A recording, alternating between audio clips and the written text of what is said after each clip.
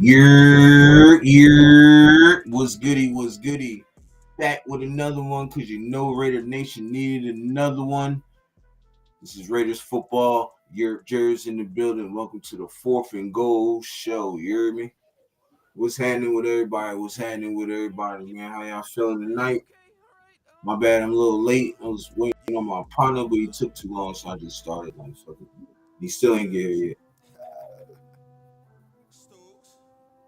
It's my own wait for weed, bro.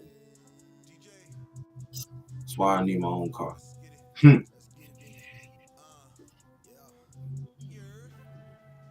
But it is what it is, man. How y'all niggas feeling, man? How y'all feeling?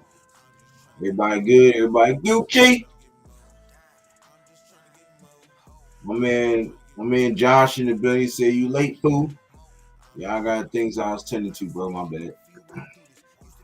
Well, we got a couple things we gonna talk about, man. We got a couple things we gonna talk about.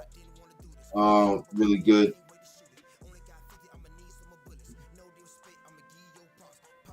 Said fire back drop. Appreciate it, appreciate it, man. In fact, I gotta move this shit over a little bit. Make some room so you can see the Raiders. Nah, but how y'all feeling tonight, man? How y'all feeling? I'm feeling blessed, highly blessed. You feel me?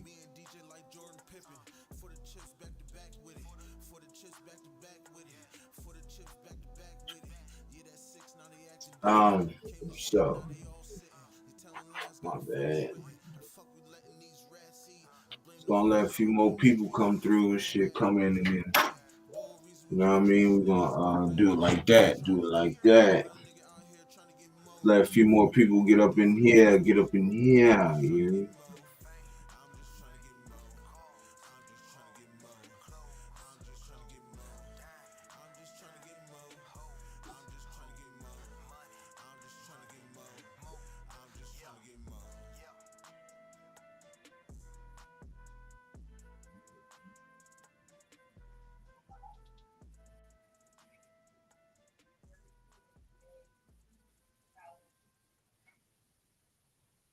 Just hit a button, Morty. Give me a beat. Oh man. Okay. All right.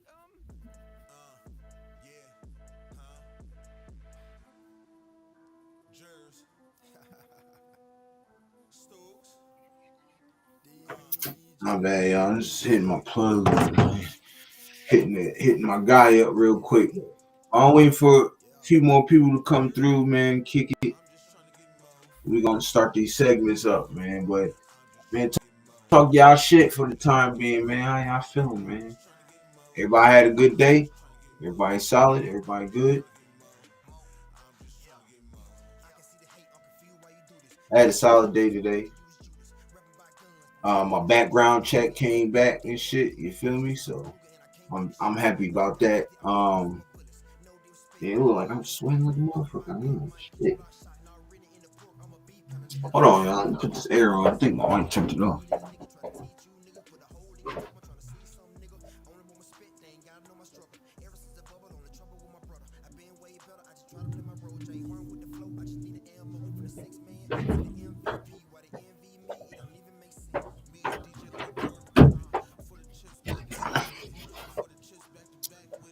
Yes, sir. Yes, sir. In the building. Yes, sir. Yes, sir. In the building. But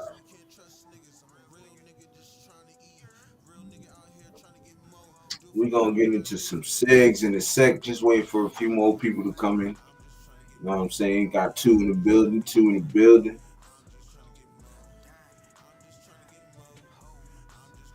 But man, y'all let me know what's good though, man. Don't be quiet in the chat. Shit, y'all let me know what's up.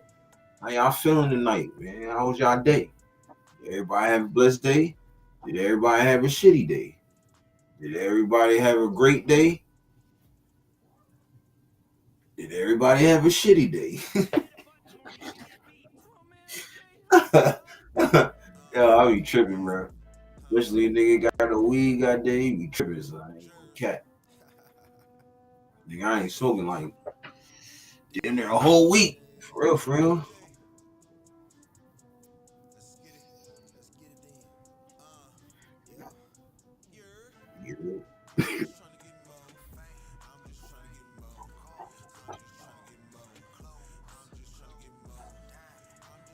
But since y'all motherfuckers is quiet, shit, I'm gonna just start it off then.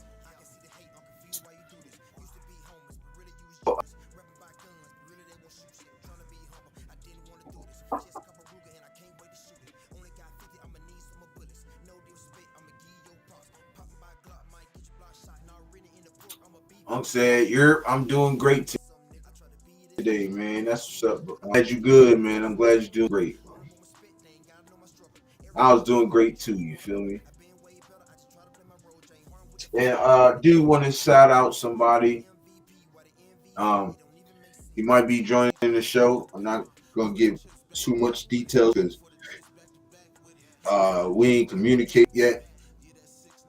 But I'm working on getting my man Cheetah Linus on here. Shout out to the bro, Cheetah Linus.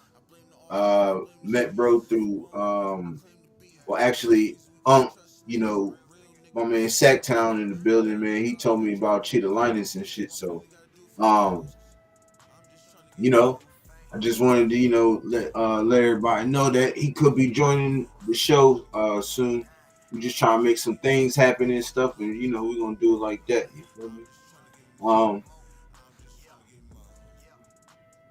so I just wanted to say that.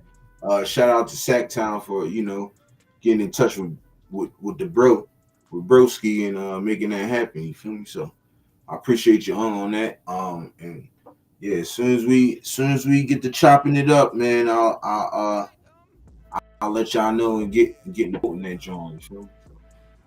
Um, try to think of any more announcements, but ain't really nothing like that. So fuck it. We gonna get right into it. We gonna get right into it. We gonna play these pressers, y'all. So there was a coaches presser today. All coaches presser today. You had Brennan Carroll, offensive line coach Brennan Carroll, quarterbacks coach Greg Olson, defensive lines coach Rob Leonard, and running backs coach Dylan McCullough. So I'm gonna go on and play that real quick. And before I do, let me call this food real quick.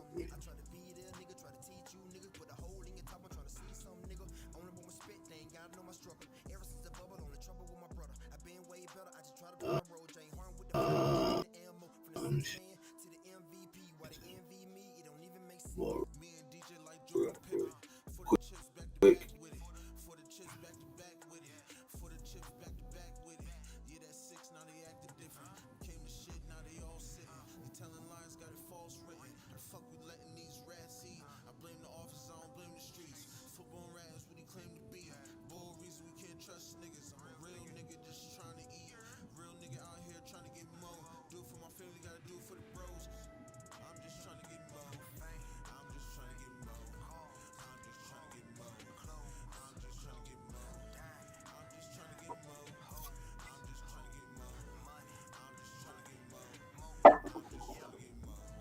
Now my brother was what it do, bro? What it do, man?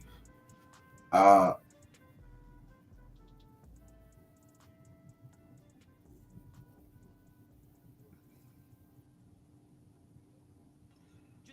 let me see. Trying to find these pressers. I'm gonna try to find these pressers.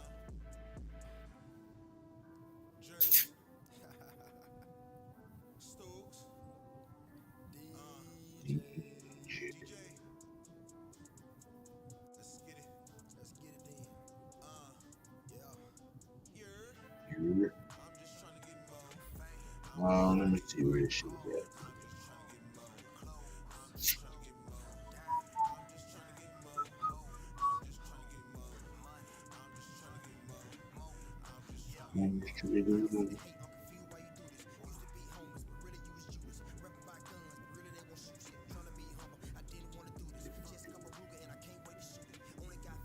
Yeah, where this shit at?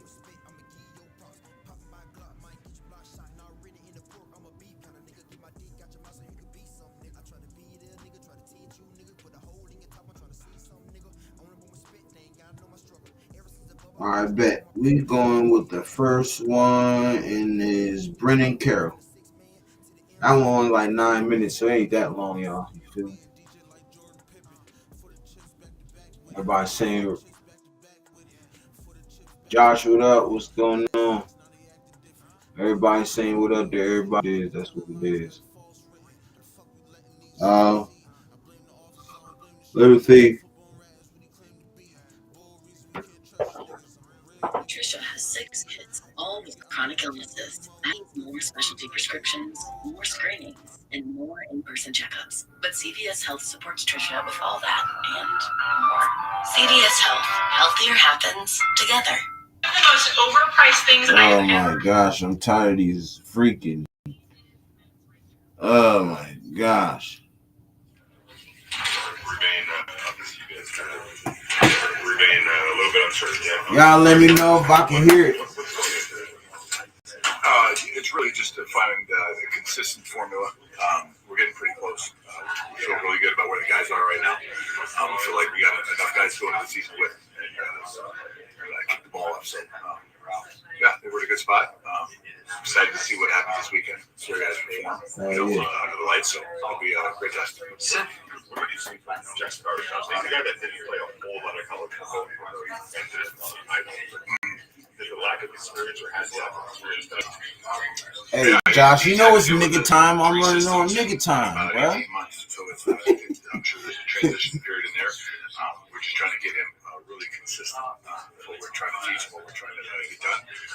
And he's a diligent worker, and he's trying like crazy. So he's battling right now. He really wants it. So I'm excited to see, this kind of third shot out there. See what we're doing. Dylan Parham is a guy that, since he's got here, has just started. Ton of experience, quiet but hard worker. What are your thoughts on him? DP's been fantastic. He's been, a soldier for us, working his tail off. He battled through some off-season injury stuff, and we're really excited. He's at full strength, so he's been a great leader for us. He's been awesome. He's really consistent. Trusts his technique, works really well with Colton on the left side, and done a great job with Jordan. It's actually having that communication, so it's been a fantastic setup. Those guys have kind of been steadfast group over there, so I feel great about that. Jackson's game changed when he is playing hard. What difference? Not really. He's allowed to kind of loose a little bit more when he plays center. You got to make all the calls. You got to direct everybody when you're playing guard. You just got to focus on your assignment and go attack it. So that's the really only difference. Everything else is there's a lot of carryover in the techniques and what we're asking him to do, but really just not having to make all the calls. So I think it's been beneficial to him. Will Saturday be a stage for that competition at Oakland? Sure. I mean, every time I go out, every practice, everything Yeah, I seen that. Is built on it. So I seen it snap, bro. Great opportunity. I do so with the whole starting line and We're still working on how much time everyone's playing right now, so I can't give you that one. But I would expect everyone to be out there at some point. But even that I can't. We'll discuss that tomorrow. Sorry. Colton's a steady Eddie, and how fortunate is it to have that kind of a left tackle coming into first year? Yeah, Colton's been he's been a lot. He's been a lot to this program, and he's been a lot to me getting started. In this adventure. He's done everything we've asked. He's been consistent. He's been upfront. Right? There's everything that's happened. Has been by design, and he's been communicated. So I think he's made fantastic strides. I think he's playing as confident as I can remember. Watching from previous film, I think he's in a great spot right now, and we just got to continue that and keep that going. TJ Grace is somebody that kind of quietly goes about it. Yeah, it feels like he's been here a long time, even though it's recent. You're working on it. Yeah, he does have that feel, but it's kind of he's just very consistent. That's what we're looking for. Guys try to do the right thing down after down, and he's been that. He's starting to learn how to speak and have a little bit of leadership skills. So I appreciate that. But he's got a great mind for the game. Nothing's too big for him. He doesn't get out of whack. Tough situation, good happens, doesn't get out of whack. Bad happens, he doesn't get out of whack. So really appreciate that.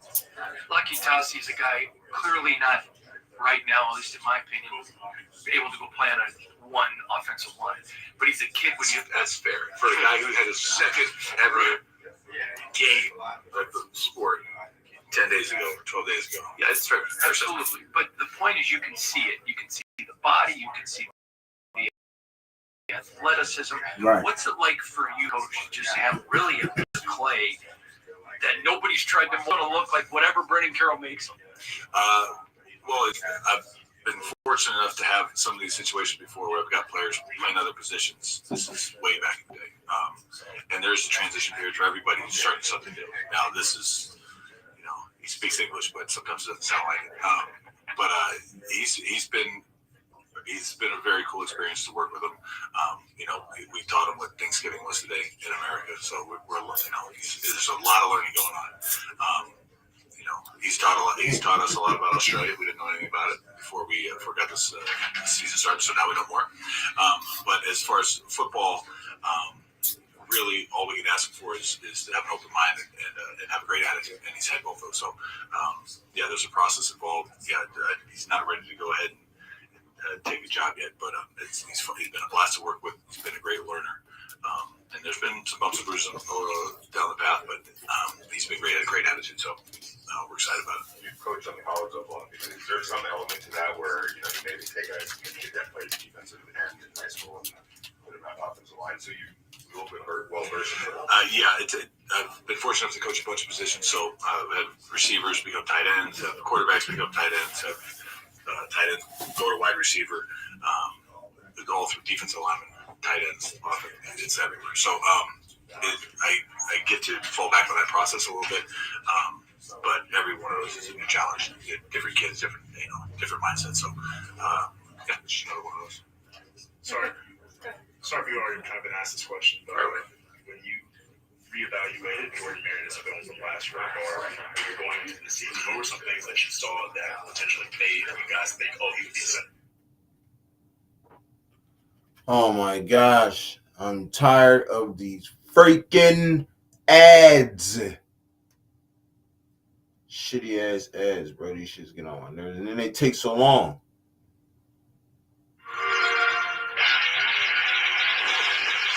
Yes, hurry up. For performance uses only. Just very consistent in his technique. For performance uses only. And that's what you need from your center. You need a guy that's going to be very consistent. Down after down is going to put you in the right call, get everybody organized, and then play with great technique. And he's really shown all those things. So there was some carryover, but this was a learning curve for him because he hadn't really ever gone full center. So he's played it right at this. There for him as well. But he's handled this perfectly, and There's not a side that say you were kind of preparing for like at the beginning of the offseason. It's kind of something that has kind of transpired over the course of time. So just getting like, okay, this is our guy. Yeah, just a little bit over the course of time. We had when we were in the spring practices, we had more rotation, but then kind of when we got out of the spring, we kind of narrowed in on the way it looks right now. So I think it's been great. He's done a fantastic job with it. It is a challenge. Like it's playing center, I know it's kind of in the middle. You got help on either sides, but it's a huge challenge, cerebrally and physically. And he's been great all the way through.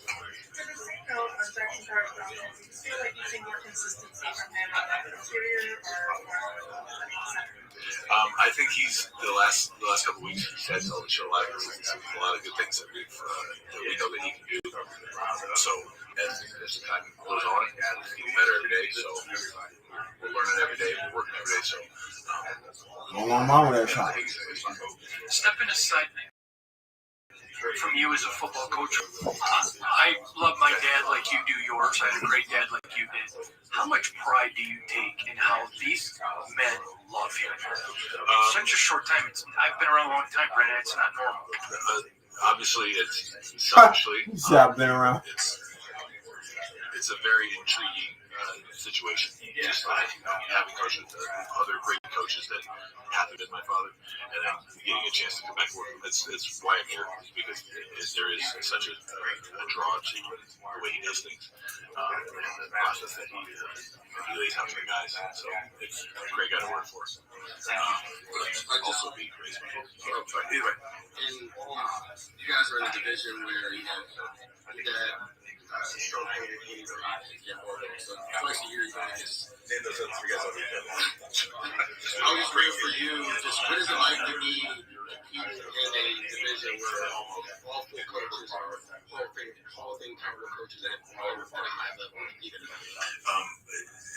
This is the NFL. This is what you come to coach here for situations like this. Great coaches, great battle, great company. You play twice a year, like so. The chess match. Okay, what happened the first game? How do you adjust the second game? This is what we're here for. And like, given your guys' history and going from right back in that 12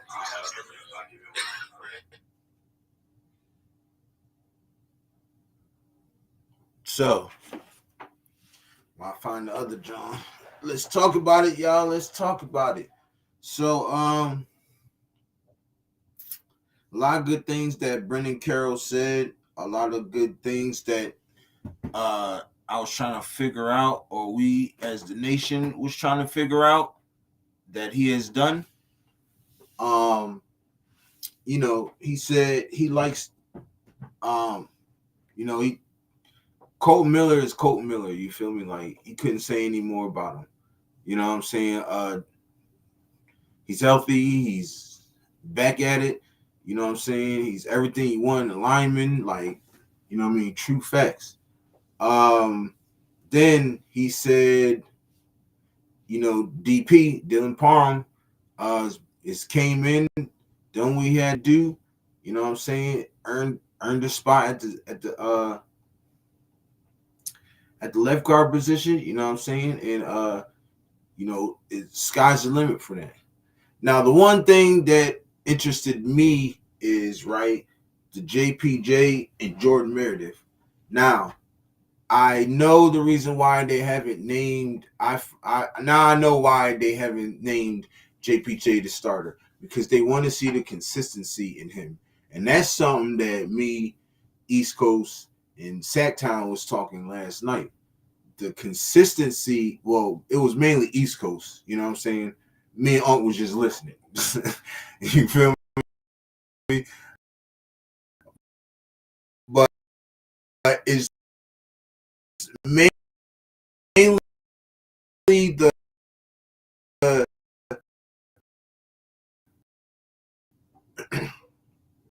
it's just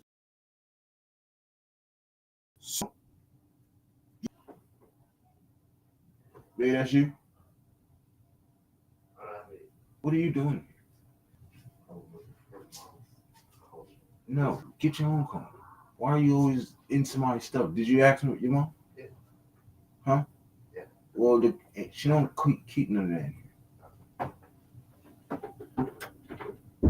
My bad, y'all. It's the son. He ordered snooping again. You feel me? He's like, nah. I love that boy. But anyways, excuse me. The consistency. That's something that East Coast been saying last night. He was saying last night. And he said it's documented, like he's been saying it, like he wasn't that high on JPJ because of the consistency. He has the athleticism, he's powerful, very smart. It's just he has to be consistent, and that's one thing that the coaching staff is trying to see. But from what I'm hearing, he's getting there. He's doing what he got to do. So, like I said, and I've been saying, I still see JPJ being the starter at right guard. You feel me? One thing they asked about, then they asked about Meredith, and they were saying, well, what do you think about, Jordan Meredith and being at center, and what made you bring him to center? So, he was like, he played a little bit at center, Like he didn't really play like he's practice center, couple reps at center. I think he played a couple games at center. You know what I'm saying? Like sporadically though, like not like one game after another. It's just separate games. One game here he played center if he had to fill in. Another game here he played center he had to fill in. You know, and so on. So I think, like I've been saying, I think, you know, I think Jordan Meredith I think he's going to do great this season. I got a lot of faith in that guy. He's a hard worker, you know what I mean? And, you know, you can't just, I think this is the right decision, you know what I'm saying? Even though a lot of people is like, I don't know, bring him back to center, put him back to center. I still think where we at right now is we're better off, if that makes sense, you know.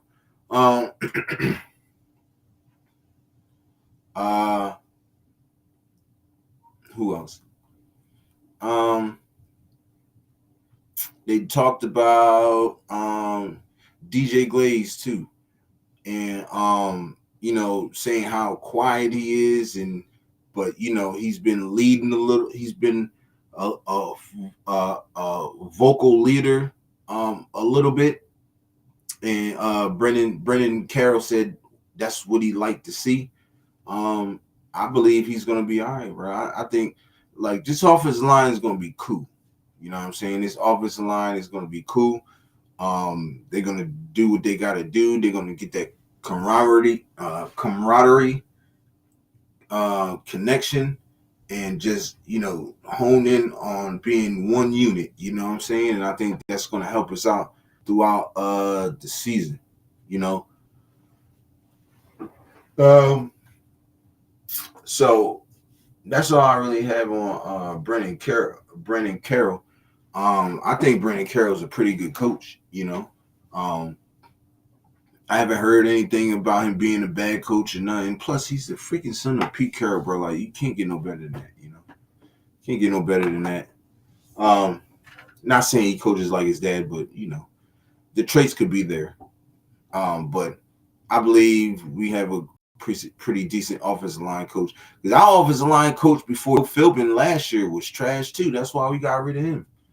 He was ass.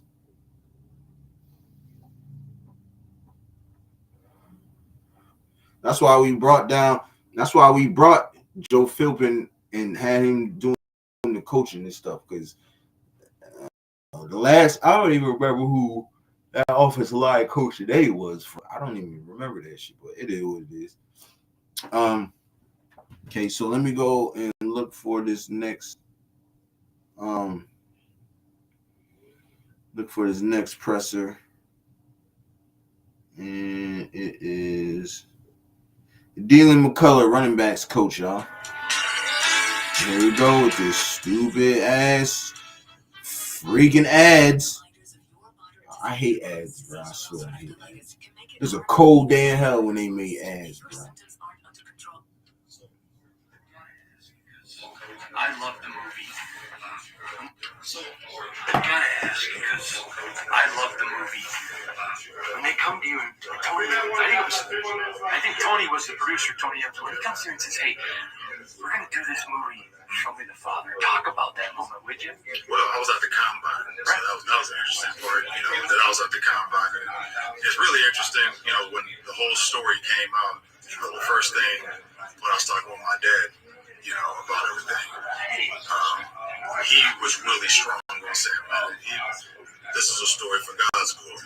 Right? It was really saying, he's like, I really wish we could do faith-based, not even thinking anything with the Kendricks brothers or anything like that. And then next, you know, a couple months later, I was literally at the combine myself with the Chiefs did. Yeah, I know he is, bro. I'm just saying. Yeah, they called and said, "Hey, we want to do this." And I was like, The last coach before Joe Philbin took over, he was trash. Like within the last month or so. For you to watch how God's hand has been on your life, how incredible in a sport that's so testosterone driven, and then to stop and wow, the father showed me my father. Yes, without a doubt. You know, and for me, I mean, obviously I have the book that came out that really lays out a whole lot of the specifics. For the listeners, though, tell them the title of that. The title of the book is Runs in the Family. Yep. So it just came out in June. It's doing really, really well. And, that has a strong possibility of being a movie, a very strong possibility. But, I mean, it lays out all of the adversity, but more importantly, it shows God's grace and mercy in my life. You know, and I can't do anything but give him all of the glory because there were so many things he kept me from and protected me from. And some of the things I just wanted to go do that didn't make any sense. I wanted to intentionally make the wrong decisions. You know, selfish reasons that were rooted in things that made no sense. And just for God to just continue to have his hand in my life and service and guard and get me back on track. You know, I can't do anything but now pass that on to the group that I have and the guys that I touch. And I let them see how strong Christ has worked in my life. And now I try to be a blessing to them. Mine too. I got the same testimony. Quickly about football. You get Ashton. I mean, arguably the best running back in the draft since Saquon Barkley. Zamir, Raheem, Sincere, Dylan. I mean, you got so much. That is a loaded room. Yes, I mean, and I fancy myself building great rooms. You know, taking whatever the room is and raising it up several levels. And I think, as a matter of fact, I would say I know that's what we're doing. The guys' body language, their buy-in, the belief that they have right now, it shows them everything I need. So now we got to show everybody. We got to get out here on the field. Season, that regular season coming, we got to go out here and show what we're about. When Ashton lowered his head, though, against the Niners, it was because we got to see it in camp. How excited were you to just finally see it under the lights? Yeah, I was fired up because, I mean, he's been displaying those things. Right? We've seen it every in camp. And you see it, you know, and I was just happy he had an opportunity to do that in the game and give everybody a little breadcrumb of what's to come this season. I'm impressed with how humble he is. Am I missing something? No, I mean, that's what he is. You know, which in this day and age, I mean, that's invaluable. So definitely, I'm glad to have him. Awesome, thank you. That was fucking fast. The motherfucker barely said shit. Nigga barely said a sentence, goddamn. Alright, that's cool though. Dylan McCullough, y'all. Dylan McCullough. For one, I hear he's a really good coach. You know, really good running backs coach. For two,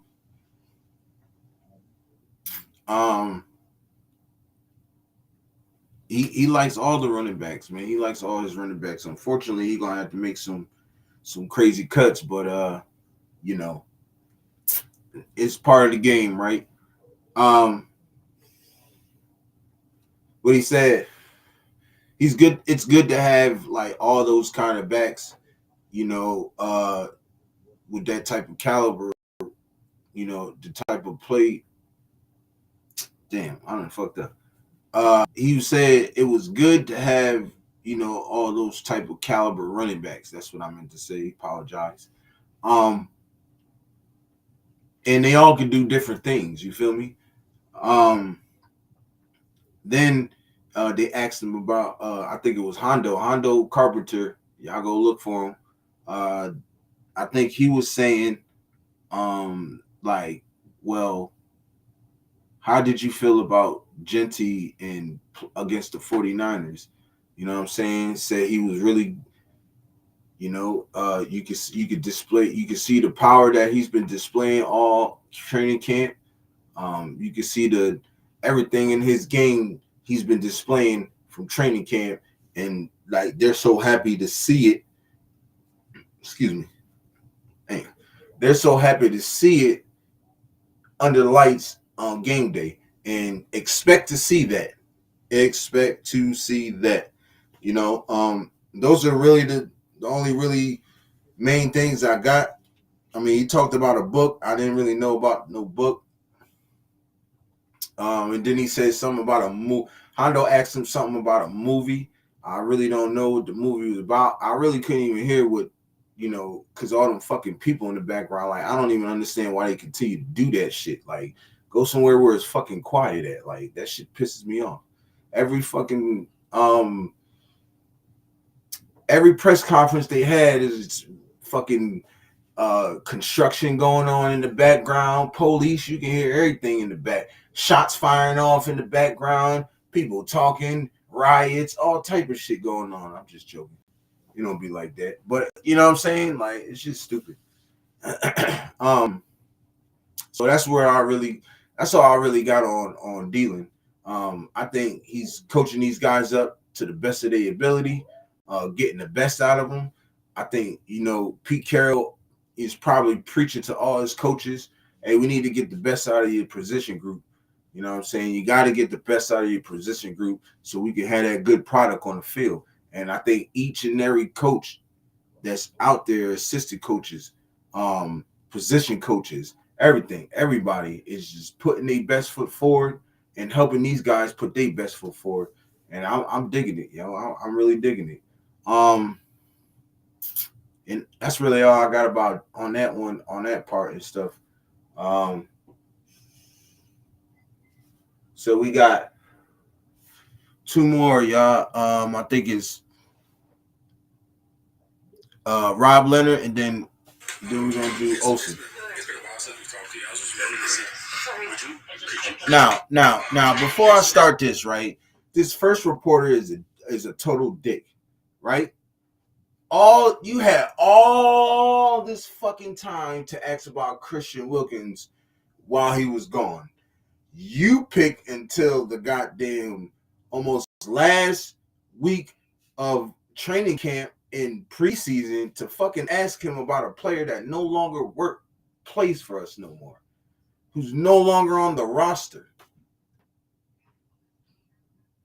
Shit's stupid to me. That shit's stupid to me. But Rob Leonard, y'all. Could you comment on kind of like what happened regarding Christian Wilkins with the report? Something happened. Yo, Josh, you gotta chill, bro. You talking about the little Mexican dude?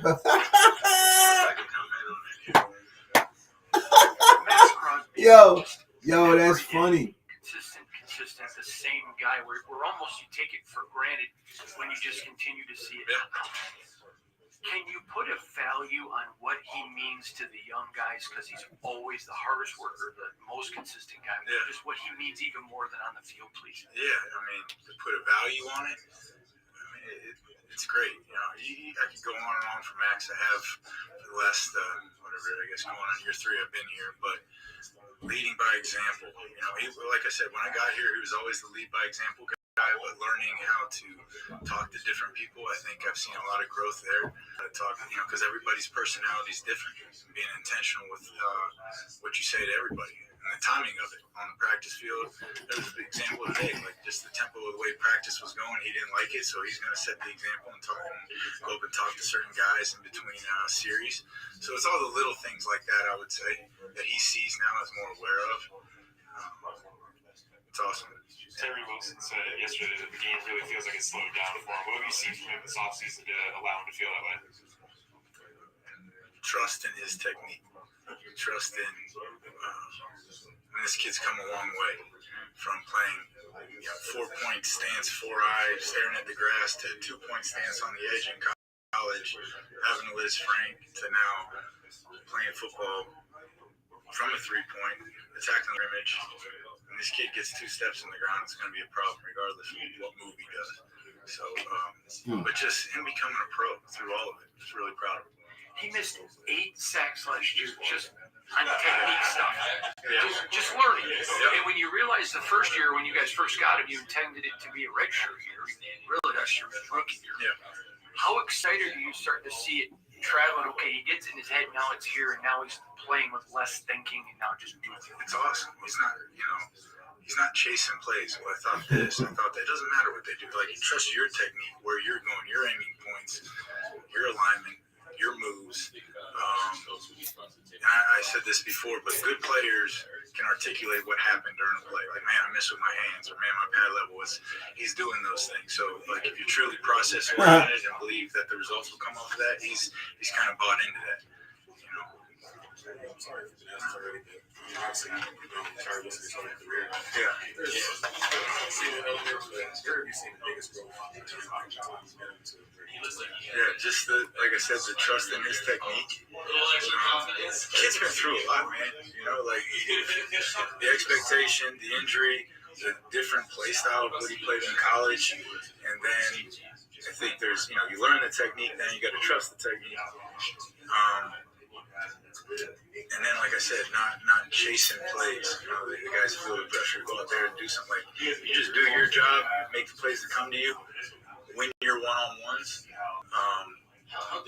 There's just a great example yesterday, not to call Dylan out, but I mean, it didn't matter what Dylan did. He was doing this move. He was doing club rip, period.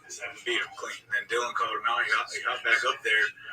In his mind, like I was just gonna say, okay, what's he gonna do now? Like, he's gonna respond to what you just beat him with. And I didn't say anything. I was just observing. He beat him again.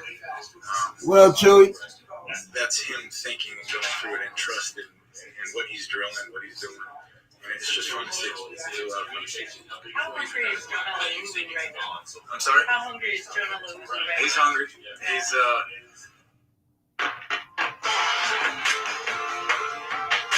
Here we go. These stupid ads. Here we go. You know, I want Jonah to continue to play with more, even though he's a second-year player. Like, he's a very disciplined kid. He wants to be right all the time. He would be the guy I want to play with a little bit more freedom. He's athletically talented enough to do it. He is so athletic. I don't even think Jonah knows how good he can be at that. Chewy. What's up, brother? But he just needs to keep working. Kind of a two-part question. What role do you really think Malcolm Kuntz would have had last year if he wouldn't have got hurt? And just having to now see him go through everything that he's gone through. That's been the biggest thing that's impressed you about him so far. So the biggest thing that's impressed me right now, or Y'all niggas gotta chill, bro. Y'all it's niggas just his chill. consistency. That was a tough deal, you know. For the first game, the Thursday, going down, and he was rolling. Like, he was rolling. And now to his mindset, how bad he wants it, how good a teammate he is. Malcolm's like, he's a man of few words, but like, never bitter. You know, he's not bitter. He's hungry. He's hungry to get back out there. He wants to be out there every night like that. Because like Thomas Booker's come in and provide you guys a bit more versatility with a bunch of different levels. What do you feel he's brought to the room in that regards? Good energy. He's really strong. He's been on a championship team. He's a very smart Stanford guy, but a guy that's very self-aware. Can play in multiple spots. We kind of just are building it up a little bit, just keeping him at just one spot right now. But yeah, I'm impressed so far. He's fitting right in. The guys love him. Charles Snowden is a guy you've banged the drum for him. You believed in him. It looks to me, and that's why I want your opinion. He's had a good camp, very solid, not looking like Max. Very solid. Would you give me your assessment of his camp, please? No, I think he's done well, particularly as of lately. Like, obviously, I think he had a good game when we just played. But another guy, you know, very smart, very aware. But like, I'm challenging and pushing him to be a defensive end, to be like trained killer, like like I'm trying to train Mr. Reliable, and he knows that to continue to push himself as a pass rusher. He's extremely tall, extremely long. And you know, we didn't know how physical he was going to be when he got here, but he proved that last year. You go out there, set the edge, play six technique, made some good plays. Adam Butler, and you have a very good relationship. He loves you, and he credits you because you push. You're never satisfied. He told me he had to learn that. You talk about your relationship with him and his maturation. Yeah, Adam's a very straightforward, no nonsense, no BS type guy. So, and he kind of only responds to coaching that is the same format. So, you know, he's a guy that's come, you know, was an undrafted free agent, was at New England, Miami, and then here, and that's really kind of been our relationship. If it's BS effort by Adam, like because he can have some of that at times. Like, no, you got to get going, especially from an effort standpoint, because he's so smart. And now he's one of the leaders in the room. So holding him like this isn't, you're not bottom of the depth chart anymore, man. Like this is different to carry yourself to. You are not a guy though who likes BS either. So does that kind of help that you have really a group, Rob? Yeah. I think you've coached long enough to know you kind of coach a bunch of unicorns. Most guys don't want to get prodded, pushed. They want to be coddled. You got a bunch of guys. Ferp in the building.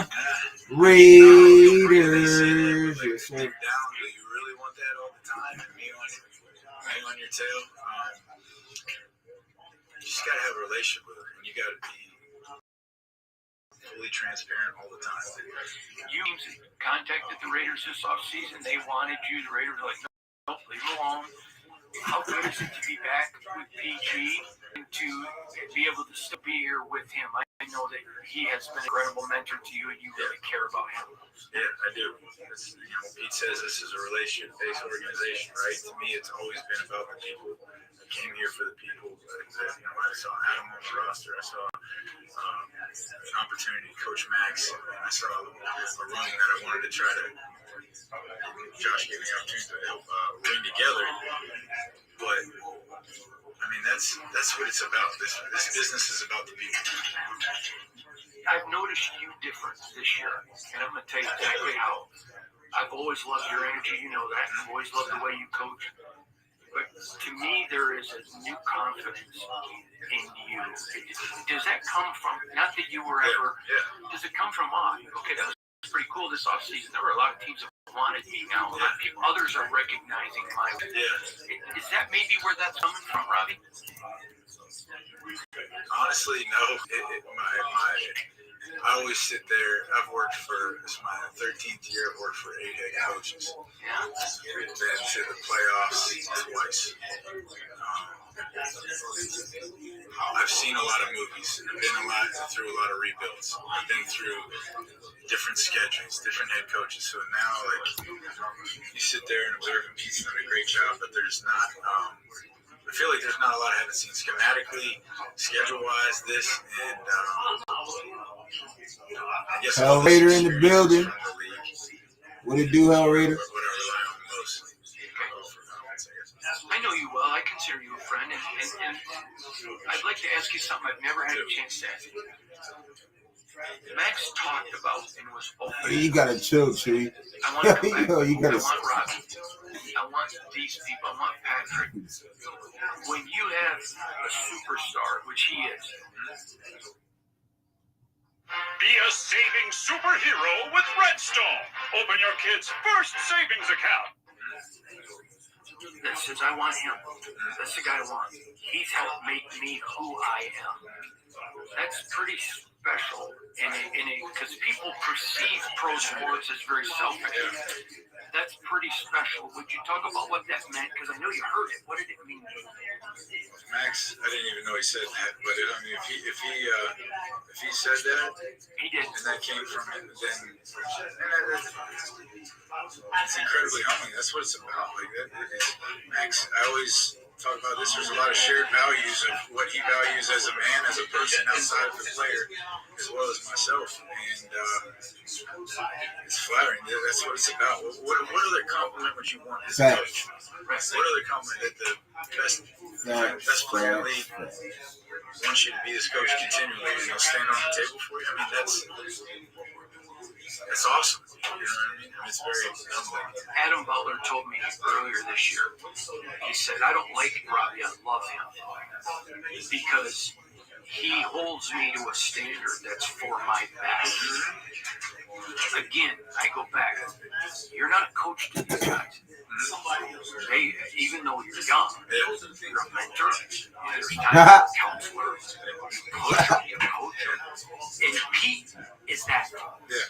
Could you? You've worked for all these other head coaches who you respect. I've never heard you privately even say no word about anyone. Could you be better for you to coach as your head coach than Pete Carroll? Because you guys are so similar. You're different, but you're similar. He's been awesome. I've learned so much.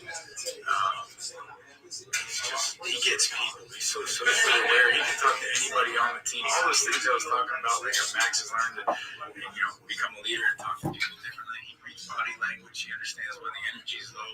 He's so locked in with the mindset of the team. The best I've been around from that standpoint. The energy of practice, the energy in a meeting room, the information given in a meeting room, always having the players' attention at all times. If you're giving them good information or if you have a good meeting, you don't need to say, hey, pay attention. He's never, every time he's up there, all eyes are locked in. Pete Carroll when he's in front of the team. Last question from me, and I think it's a good one. I've noticed some difference in Max this year. Yeah. There's some guys he's not screaming at. Some guys he's walking over putting an arm around. Yeah. As long as the effort's there. Yeah. Effort's not there, he's screaming. Yep. But now I'm watching him go up to, like I watched the other day, one of the rookie offensive linemen. He just puts his arm around him and he's pointing some stuff up. Magic Johnson once told me a great player is a good one nigga. who makes everyone else Go better. smoke some weed or something, nigga. Max Crosby, we all know he's a good player. But to me, he's in that great realm because now he's making others better, not just defensive line. Am I reading that right? No, he still wants to win at all costs. And he understands he can't do it himself and be the one speaking all the time. So he's encouraging other people to step up and have a voice and bring up the team. He's chasing that 1%. Awesome. Thanks, Robbie. Now, I would give you some analogies, or I would give you some feedback on what he said, but I was too busy trying to stop something in the chat because you niggas, grown ass niggas, don't know how to act. God damn. Shit.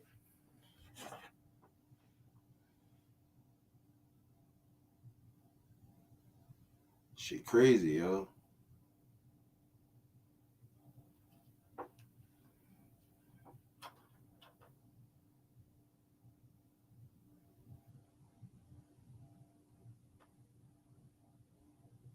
Bro, did you see the laugh? I'm not finna get into it with you, bro. But you seen the laugh emojis, nigga, so you know he was playing. If he didn't have no laugh emojis on there and he was dead serious, you would have known he was dead serious, bro. You know everybody be joking on here, nigga. Even you joke on here. And roll up another one, goddamn shit. I don't even know what this nigga said now. We're gonna go to the next one. Fuck it. Greg Olsen's the last one, y'all. Okay, right leg. Are you with me? Hey, hand. Well, there's a lot of qualities he possesses, but for me, the accuracy part, I think it's hard to find a guy that's as accurate as Geno Smith. He's super accurate passer, and then you throw the intelligence factor in with it, his ability to pick up again. Talk about him going to his third offense or fourth offense in 4 years. So,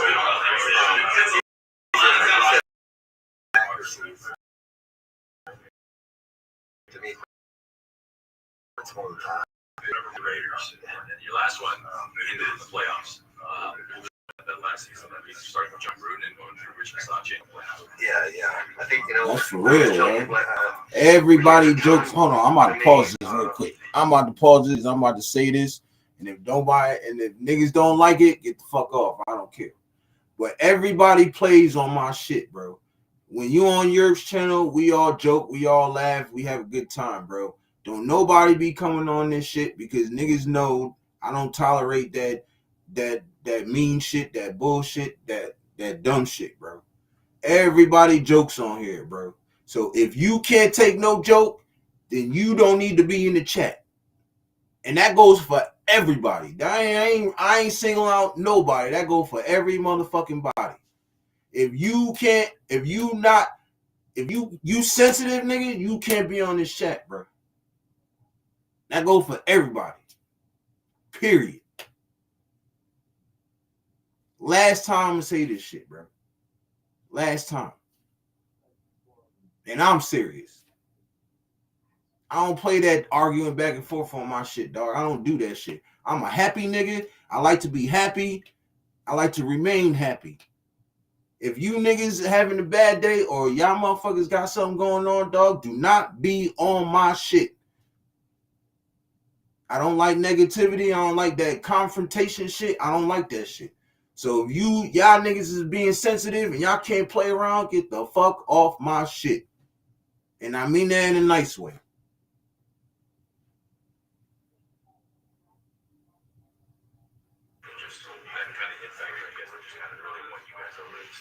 Well, there's a lot of qualities he possesses, but for me, the accuracy part, I think it's hard to find a guy that's as accurate as Geno Smith. He's super accurate passer, and then you throw that the intelligence factor in with it. His ability to pick up. Again, you got sensitive balls, sensitive brain, everything. Fourth offense, 4 years. So.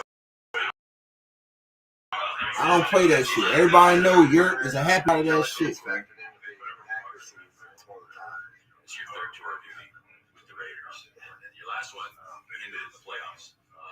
I ain't never had to stop a motherfucking press conference in none of my videos, bro. Yeah.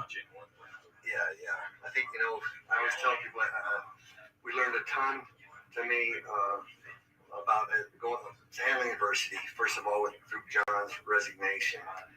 But then the Henry damn right, Hellraider. Accident really. I think we all sensitive when the females do that, you hear me? So a lot of life. Then we all sensitive when the females do that, you hear? Again, I was fortunate that a guy like Rich Bisaccia, I have a ton of respect for. A great head football coach. I mentioned earlier, I've been with 3 Super Bowl winning coaches. Hey, Chew, you got to chill, bro. John Gruden, but Rich Bisaccia you got to chill, cuz. That season. So, just again, everybody gets to chill. Everybody, all 6 of you niggas get to chill. In my 24 years of coaching at the NFL level, but, just real proud of everything. All 6 motherfuckers in this bitch.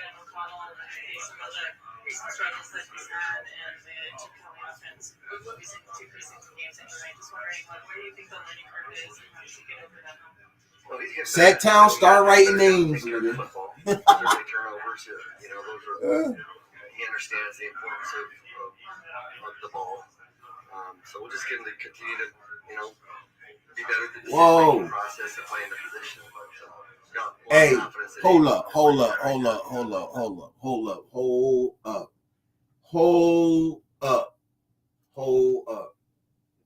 James.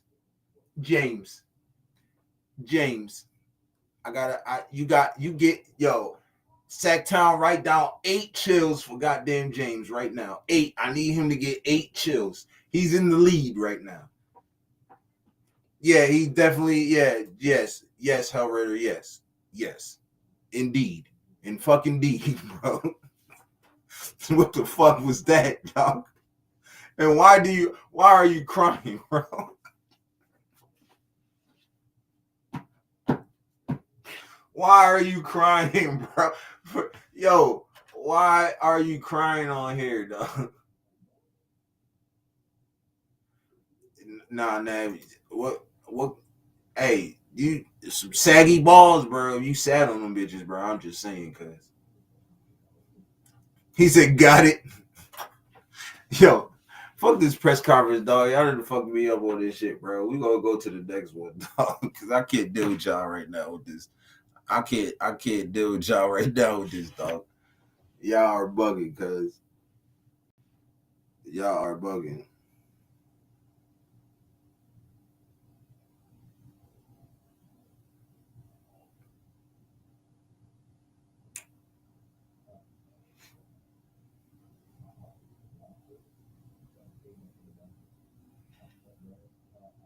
All right, so we just gonna go to the next segment because y'all motherfuckers is crazy.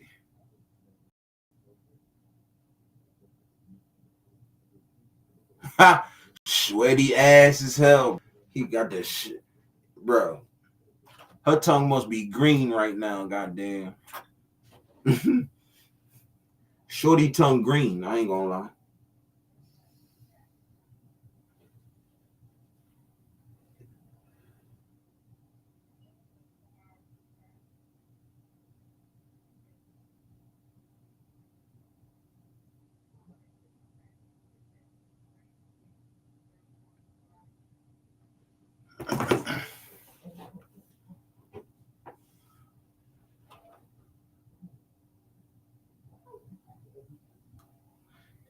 Yo, what?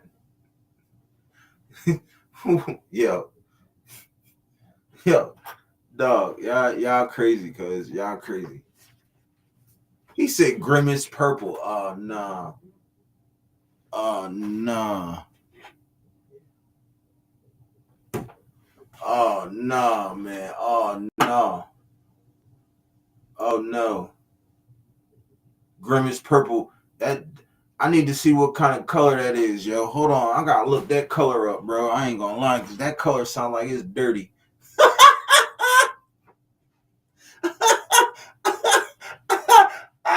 Hold up, yo, my bad. Yo, that motherfucker said Grimace purple, bro. I didn't even know that was a color, cuz I ain't gonna cap.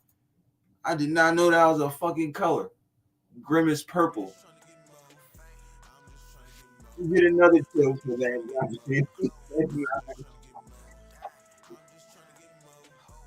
Yo, Purple got the fastest. Yo, he got the fastest pills, bro, in 2 comments, bro. I'm done with it. I'm done. He said crazy good, but not crazy bad. We are Raiders. Yes, sir, Hell Raider. Yes, sir.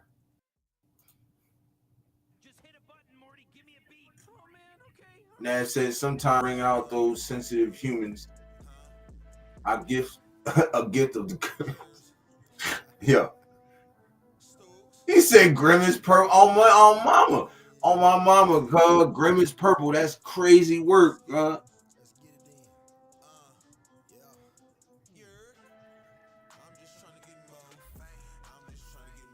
Yo, that is crazy. I'm looking this shit up right now because I have to know what this color is.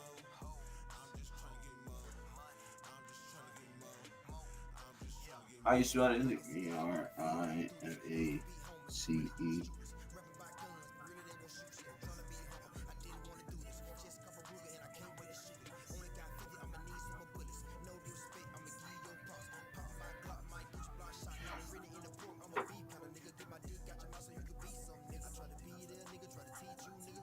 Hey, if her tongue is Grimace purple, hey, she need that bitch amputated right now because that color is crazy.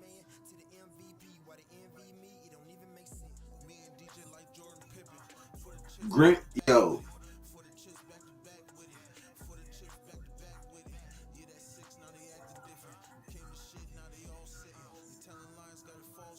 I'm done, bro. I'm fucking done. He gets another, he gets another chill, bro. That motherfucker is crazy, cuz. He said you McDonald's eat motherfucker.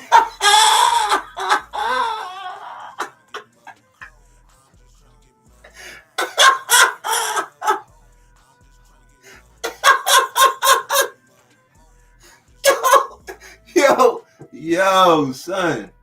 He said, look up blueberry muffin. Fuck no. Hell no. I already know what the fuck. I seen that shit. Somebody showed me that shit. No. James, you getting out of control now, bro. You don't even get no chills. You getting out of controls now. Hey, Sacktown, no more chills for him. It's straight out of controls. It's straight out of controls now. It's straight out of controls. He trying to have me barf, nigga. I just ate before the show, bro.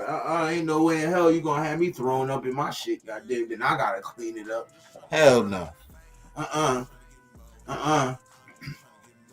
You out of control. You are out of control.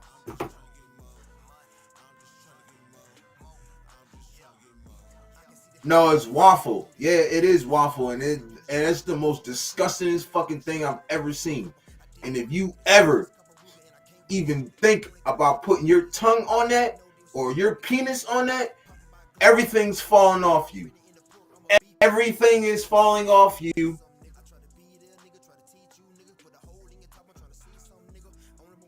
He said, I got your Grimace and raised you a hamburger. All right, man, we got to get back in tech, cuz. We got to get back in tech. Y'all tripping right now, cuz. Y'all save this shit for tomorrow for the Just Kick It show, bro. God damn. Save this shit for the Just Kick It show. Y'all gonna bring it on the 4th and Goal show. God damn. Segment 2. I want to talk more on Trey Richardson, bro. Can we talk about Trey Richardson, please? Can we do that?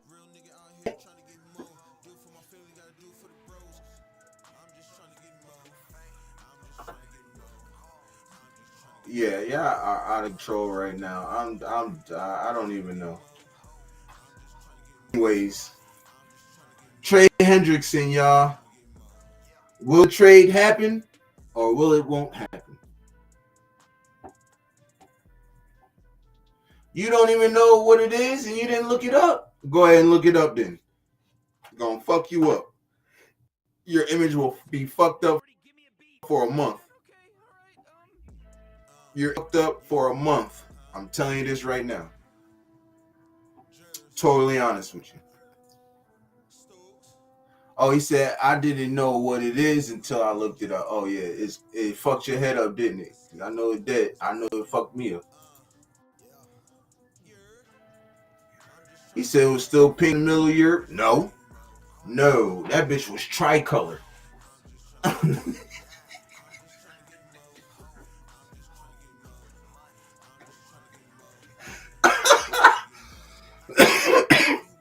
That some bitch was tricolor, cuz. I ain't gonna lie.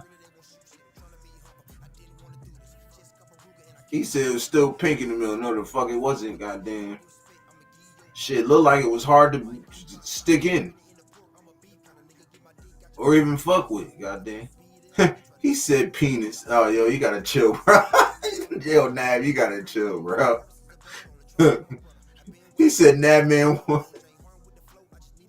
Yo. Oh, man, fuck it. Fuck the segments. Fuck the segments. It's an hour anyways in this bitch. It is what it is. Fuck it. Y'all too much, bro. Y'all fuck me up right now. Y'all got me fucked up tonight, goddamn. I ain't gonna lie. Y'all got me fucked up. He says all pink in the middle. Yeah, but not on the outside, nigga. The outside look puffy as fuck, goddamn. It look like the bottom of this goddamn cup. You see that shit? It look like this. But different colors. Swole. That son bitch was swole. He said sound like a challenge to me. No, Nav. I'm telling you, look it up, bro. No, Nav, look it up, cuz. Look it up. Go ahead and look up blueberry. I think it is blueberry waffle. Something like that. Look it up.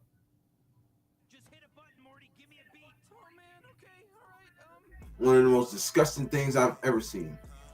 I can't even believe people will allow themselves to get that far. I ain't lying. Why would you let your shit get that far, bitch? I will never. Hell no. If I seen that and I had to go to the hospital, if I was with my woman and I had to go to the hospital and I seen that shit, bro, I'm getting a divorce, bro, because I don't know what the fuck you was doing, goddamn. I ain't lying shit. Ain't no way your shit should have been like that, bro. Hell nah, Hellraider, you bugging.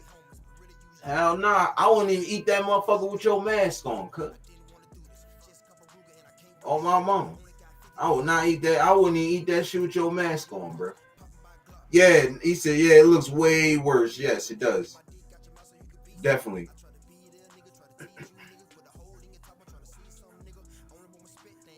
He said, ain't look it up, seen it.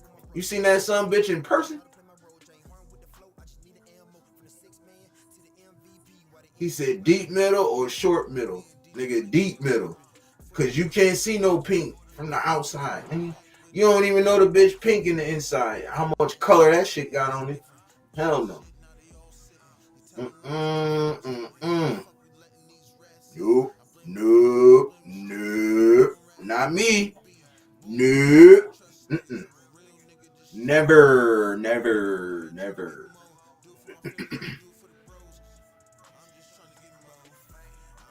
I ain't lie. I want to eat that bitch with your mask on, cuz. With the pins in it. I don't give a damn. With the pins. Never. He said she left here about an hour ago. Oh, you's a nasty motherfucker, goddamn. Already, you's a nasty motherfucker, bro. Hell no. Hell to the gnaw, bro. I bet you your pins got all types of shit on it, bro. Your face is between them legs, your motherfucking mask and your pins on that mask got hella shit on it, bro. You got some shit on some shit on your shit, goddamn. You feel me? He said, "Already cracks me on my mama." He said, "How does it become possible that they don't clean? Nasty ass motherfuckers. That's what it is." Hellraider said, he said, "When it comes to women, fuck them. Because if you don't, someone else will." Well, they could. They got that shit, bro. They got that shit. If you come to my house. If you come to my house with a blueberry waffle, I'm sending your ass to the hospital. On me. You gonna catch an Uber straight to the fucking hospital, goddamn. Don't even, no. If I pull them drawers down, I see that shit, I'm pulling them back up to get your ass up, get out my motherfucking bed, and take your ass to the hospital. He said, "You better know I'm playing. Fuck that." And he said, James said, "My stomach turning just thinking about it."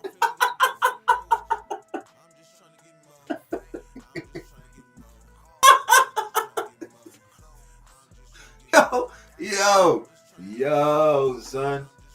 He said, "I charged her now. I'd have charged that bitch $1 trillion, cuz I ain't gonna lie. I'd have charged her $1 trillion, seen that shit, took the money, and tell her to leave. I ain't doing not a goddamn near, nada with you."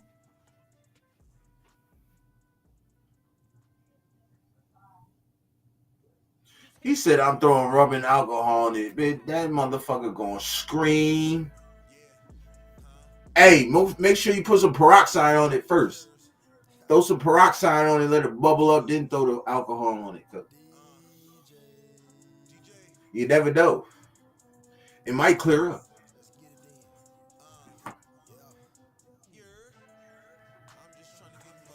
Let me see. Take that off.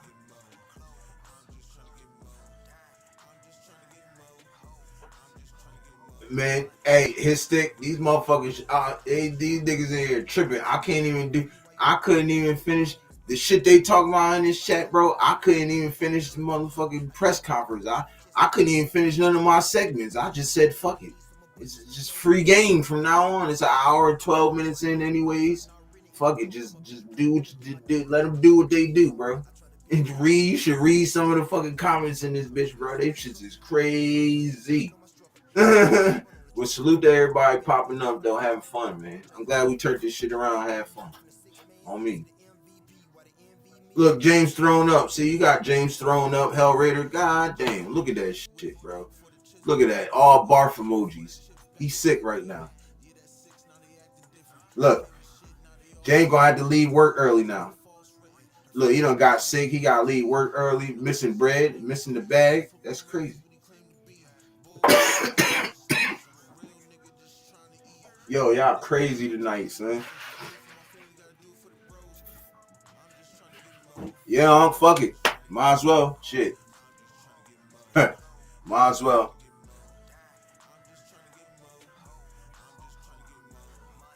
He said, "You know what blueberry waffle is? Look it up." Oh, man, it's going to fuck you up, bro. It's going to fuck you up. You're going to be looking like this, his stick. You're going to be looking like this. You see what's on the bottom? You see that shit right there? All them barf emojis, that's what you're going to be looking like if you look that shit up, goddamn. I'm telling you, you're going to be fucked up. It's going to fuck your mental up for a long time. He said, "I'm off Wednesdays and Thursdays." All right. He said, "When the waiter looks at you and say blue cheese on my salad, I suppose that's why folks have never watched that video. I don't even like blue cheese, period, bro. I hate that. That shit's nasty. It smells. That shit got a tart. That shit got a.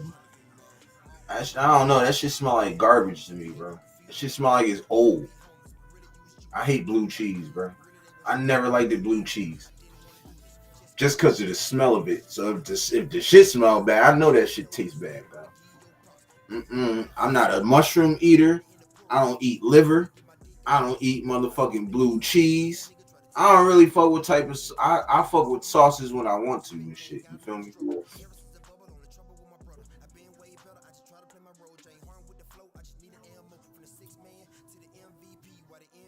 Come on with this stupid ass shit.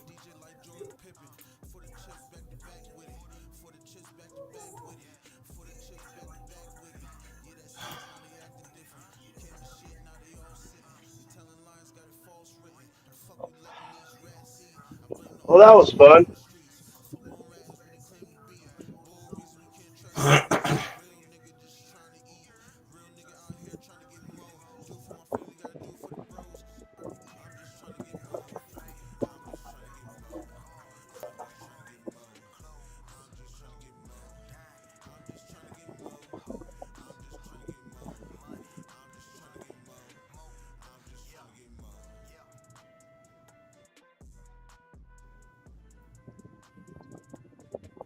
That's right. I can read the chats here.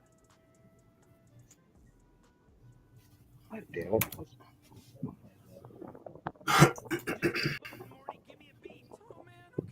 Oh, gizzards too, and pig feet. I don't eat that bullshit either. Nigga, only thing on the pig I eat is bacon. God. My sister used to eat those pig's feet. Now, my sister would. Yeah, my sister would save up her allowance and go buy a jar of pickled pig's feet, man. Those things were disgusting looking. Ain't no way I was gonna try to eat one of those. Pig feet stink. Gizzards stink. Fucking blue What do cheese pigs walk stink. around in?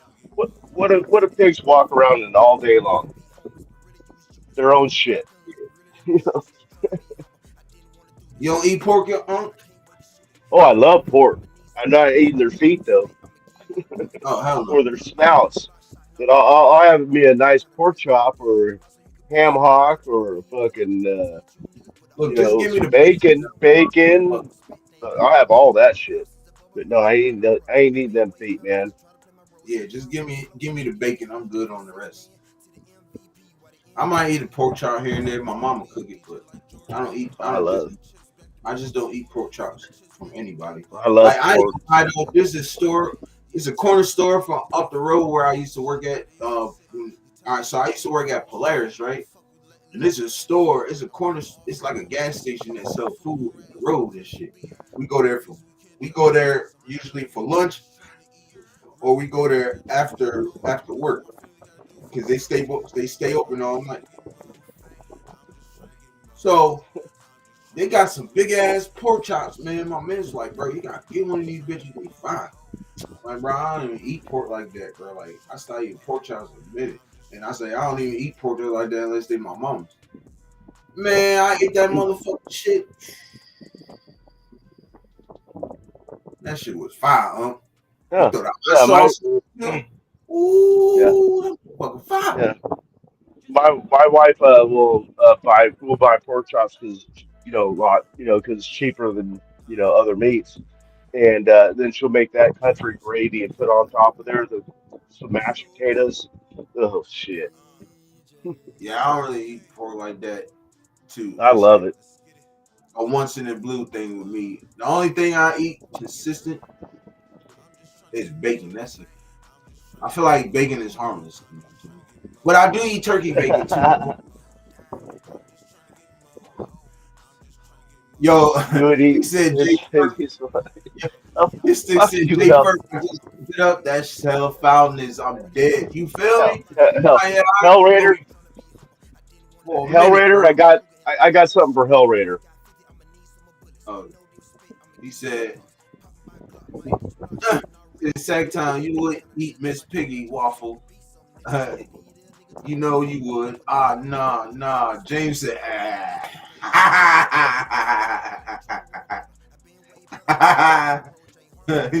New fear unlocked.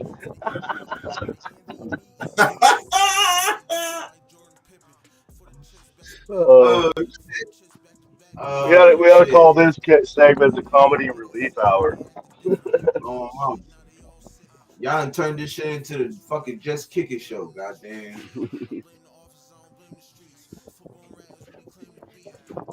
That's fucked up because I ain't get shit that I wanted to get out of. Fucking with y'all. It's all good though. It's all last. Pickle. Okay. That man. I'll pickle. You know it's got. Hell no. Yeah, he wanted one of these, and he's getting one. No. Well, add a chill to that too. Huh?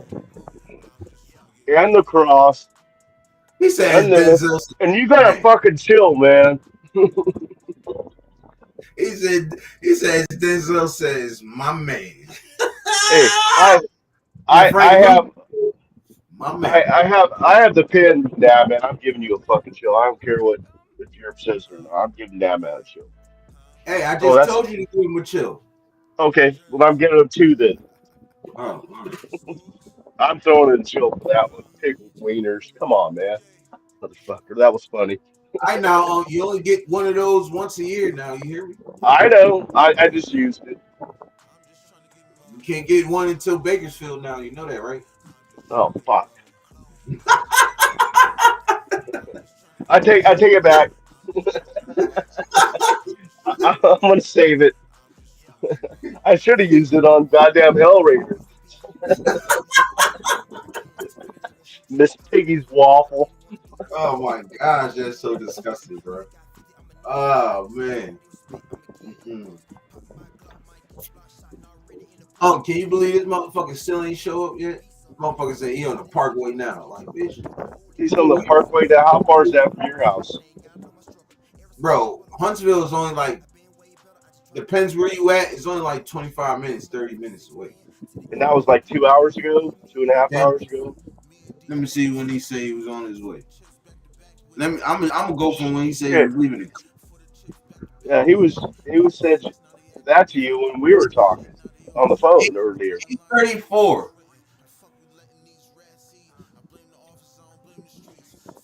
And now it's 11:42.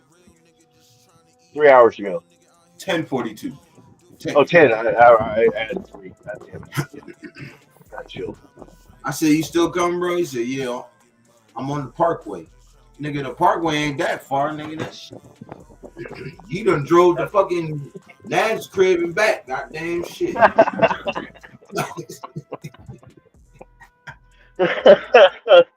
Well, maybe not back if he doesn't announce himself. If he didn't announce himself, he might not be driving back. Yeah, nah, facts. I hate waiting on people, bro. I swear. This is why I can't wait to get a car, bro. I just pull up on somebody, bro. Oh, this motherfucking waiting got me fucked up. Okay, Hellraiser. Sacktown is getting so old, he has to put up his finger and yell snake just to get the heart of what? Okay. Sacktown is getting so old, he has to put his finger up and yell snake just to get a heart. Hey, Hellraiser, you're the first recipient of 2. No, I'm not sure if you're the first, but you're getting another one. He said you're the first recipient, back-to-back rising finger. The rising finger. That has the sound to it, doesn't it? Rising finger. That what you was calling it, right? Yeah, that was about as bad as being called Sacktown.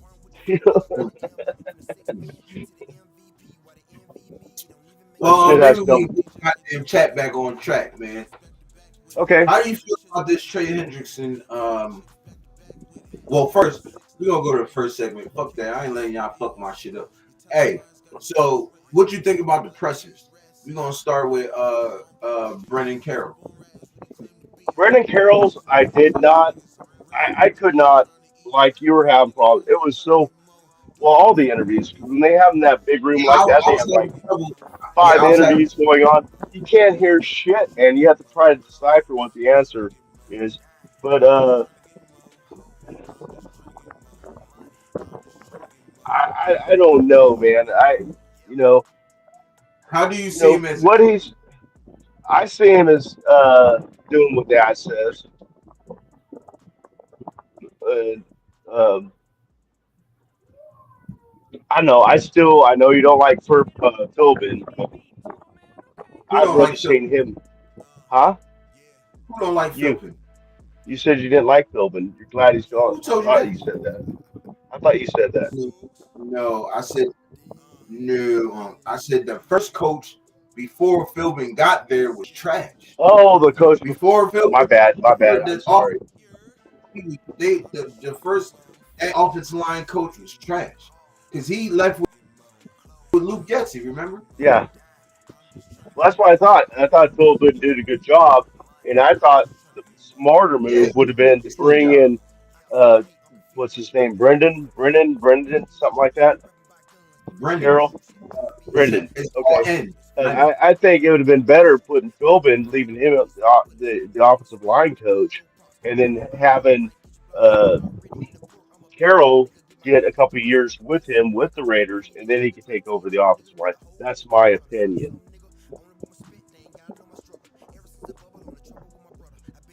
But you know, believe it or Nah, not, it's not like I've never been wrong before.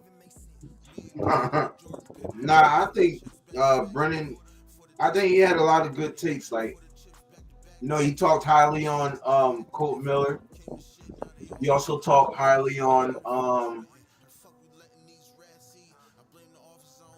we really talked highly on all the starting offensive line. It's just people are so scared, like, I can't believe they ain't named JPJ the starter yet. That's because they trying to see the consistency in him. You know what I mean? Once they can get that consistency in them, they'll be able to. It's ball game from here. You know what I'm saying? But he'll be named the starter by next what in like after the game, I guess you want to say. Frank, my guy Frank Weber in the building. My nigga Frank in the building. Frank, appreciate you pulling up, bro.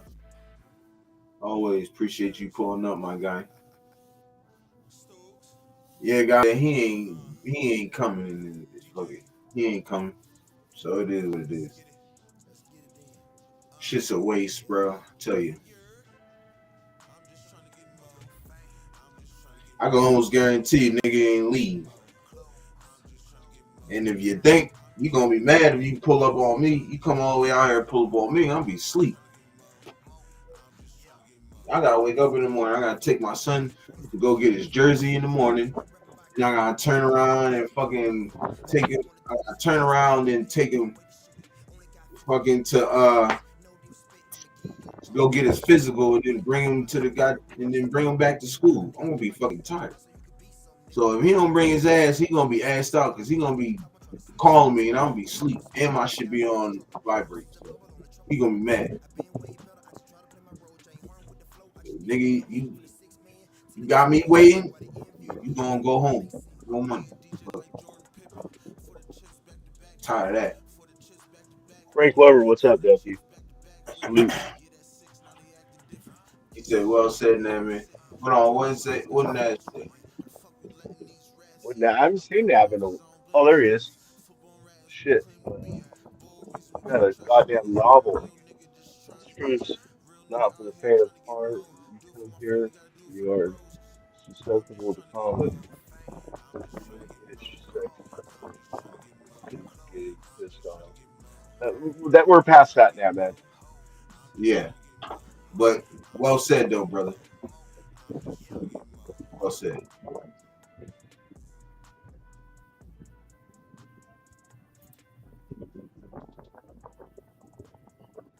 Yeah, man. You said you could stay away.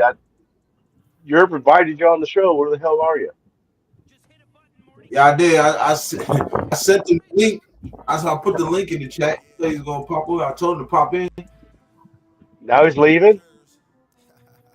Yeah, he probably tired. He said he smoked too much weed after beers.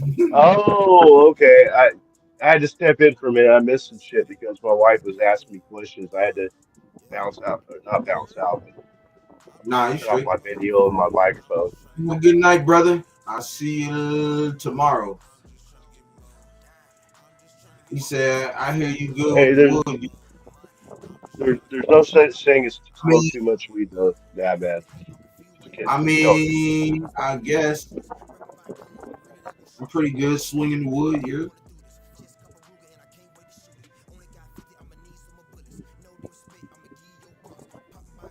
Good at swinging the wood. Swing, swing. Yo, y'all ever seen? Swing, seen?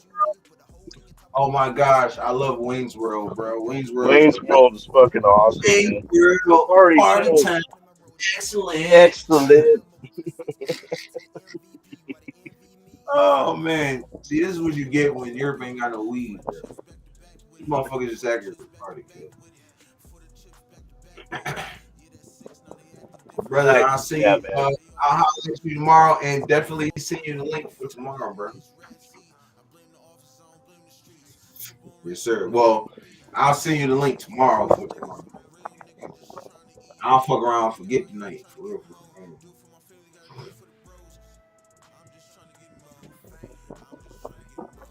Yeah, I think I might take a long walk to the stove. I know that bitch about 20 minutes. Oh, depends how I walk. It's gonna be at least about 20 minutes. Fuck it.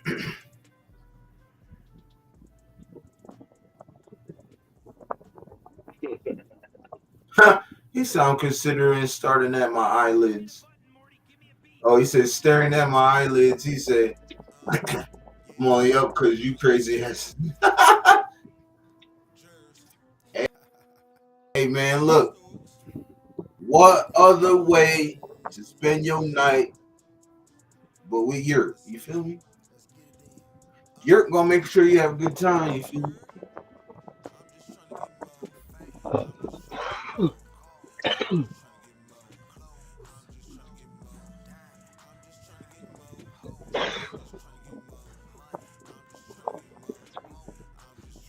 Yeah, I'm trying to think. Yo, did Rose Sound pop in? Or nah, he didn't pop in. No, I haven't seen him yet. Yeah, he ain't popping. Probably hop in a little bit. I thought I seen him on there though, but you know. I don't remember. I've seen him on some shows today, but he probably was. I mean, he usually stops by.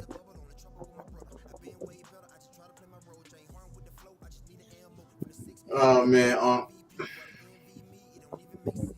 I hate dealers. I swear I do. You hate what? Dealers. Oh, I know. We're the worst. I mean, I was the worst. No, I was good. I didn't deliver though. It wasn't Domino's. He said I wasn't Domino's. Shit. I think the people that deliver is the best. Oh, fuck you, Hellraider. God damn you. You son of a bitch.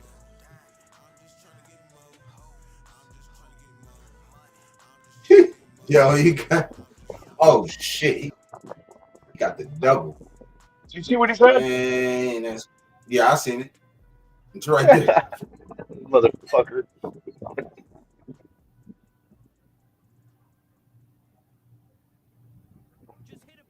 That was a good one, that Hellraider. I got it. That was a good one. Shout out to the guys, man. Shout out to everybody pulling up, man. Appreciate it. But what do you think about Trey Hendrickson, bro? Huh? Oh wow. You know, I was watching your show earlier and trying to figure out his current. I did look up his current contract. Did you ever have a chance to look that up? No. His current contract is he's playing on a $21 million 1 year extension, but there's guaranteed money mixed up in that.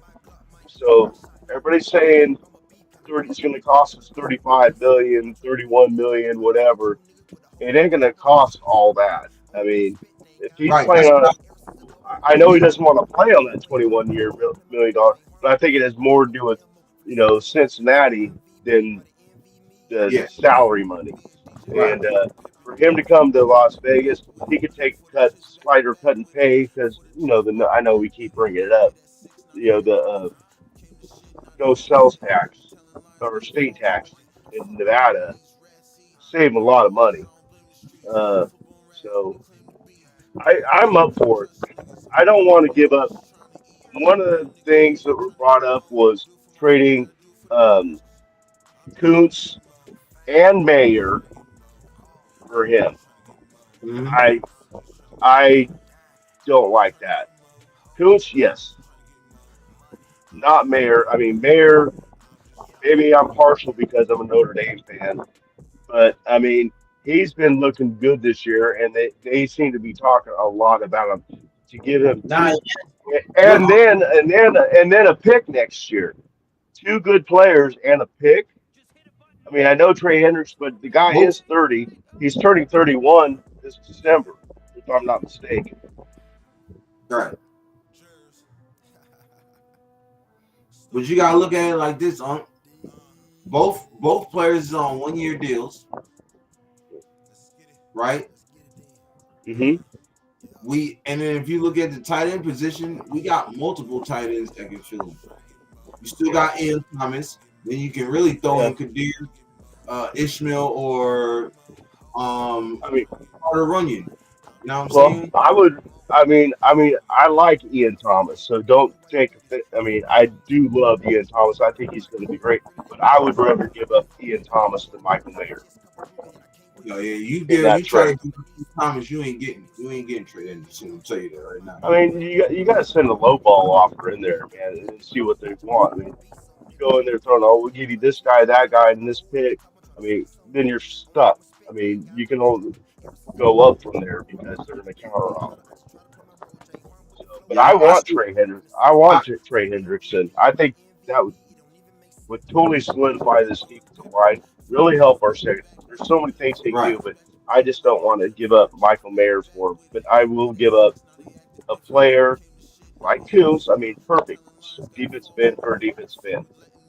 So, but I don't know if they'll take that because they don't know what he's going to do yet either with the injury last year. So I really, Right. in my, if anybody can make it happen, Spy Tech can make it happen.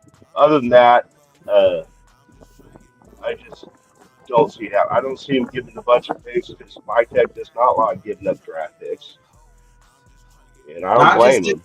players will do it for us. Huh?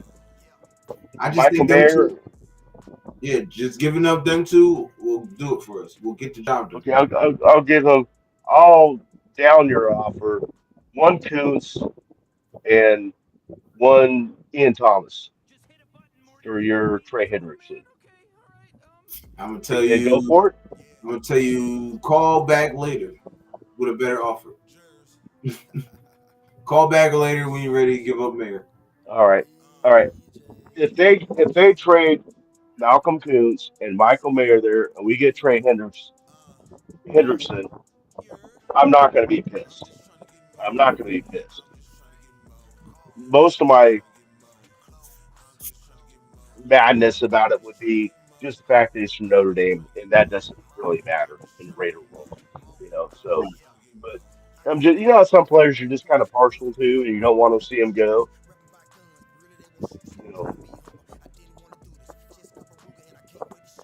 I can dig it. I think one player like Kuntz and maybe a fourth next year could do it too. Right. I know I just said that Spy Tech doesn't like giving, but if we give away 1/4, Spy Tech should get that pick back during the draft. That's I what mean, I'm saying. that's what he does. Yeah, we fuck around, So get I'd two. rather give up another draft pick than Mayer.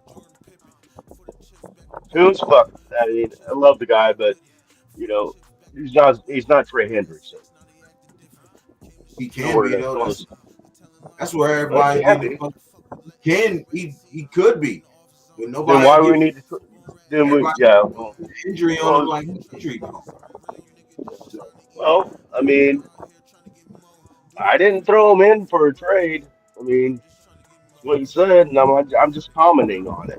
You know, but I would rather do that defensive end for defensive end. If you think Kuntz is really going to be good or as good as Hendrickson, then why? Then we don't need to consider this trade. Right. That's all I'm saying.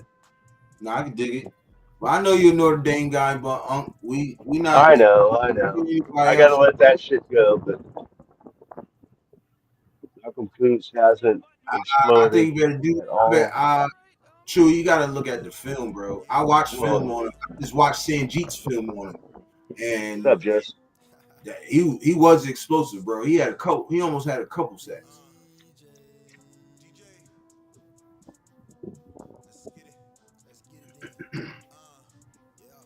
I think you should watch Sanjeet's what's the name, bro? His he video on Kuntz, yo. He got it, bro. In other end positions, I agree. Like I'm not like I ain't against it like I was yesterday because I was, I talked more about it, did more research. If the money's right, like I said, if the money's right, I'm all for it. You feel me? But I still think y'all shitting on Kuntz for no reason because that motherfucker, if he goes off for somebody, then y'all gonna be like, well, damn, oh damn, he ain't never get no chance, bro. Then nigga sat that nigga for his first 2 seasons, bro. And then when he finally got a chance, he showed y'all what he can do with 8 sacks in 9 games. Then turn around and he got hurt right off. That's crazy, bro.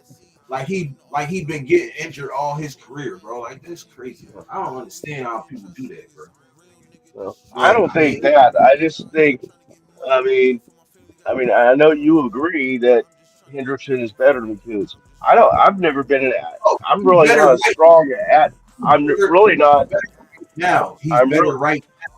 But if you look at exactly, if you even look at, you're arguing my case.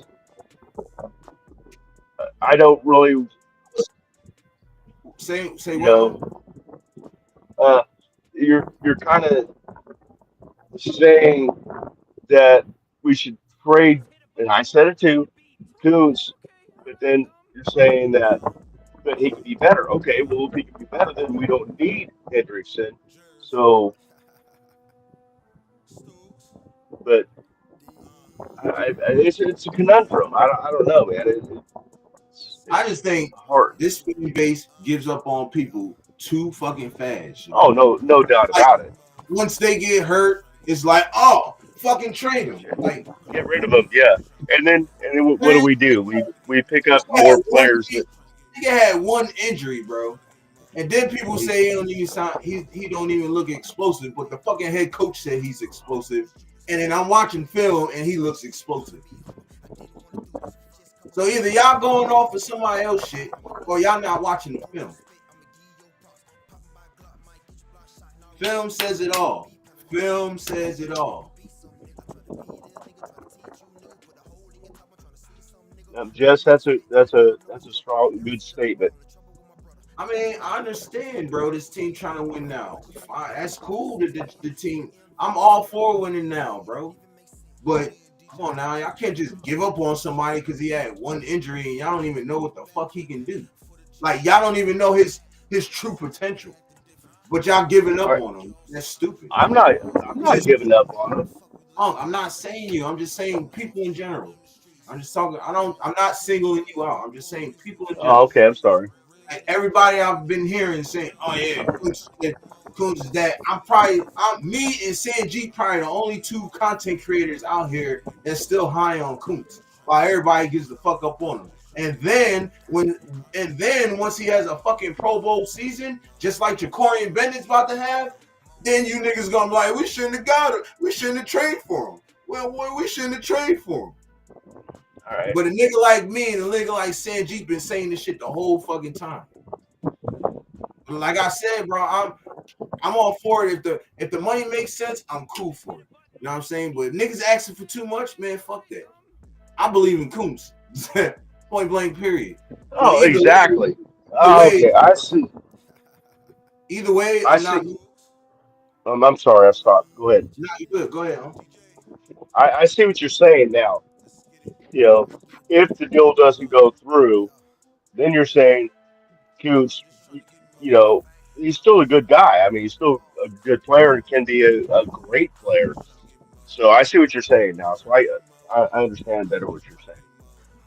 Like, people don't even know the true like potential this guy has, bro. Like, y'all just nobody does a major injury because he had a knee injury, which, if y'all think about it, it takes about 6 to 7 months to fucking recover from an ACL tear.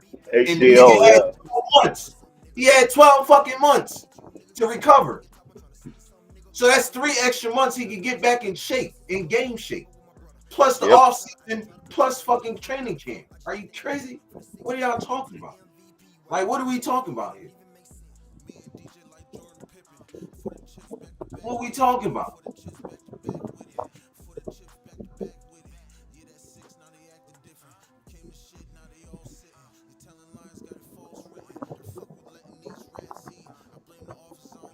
Film talks.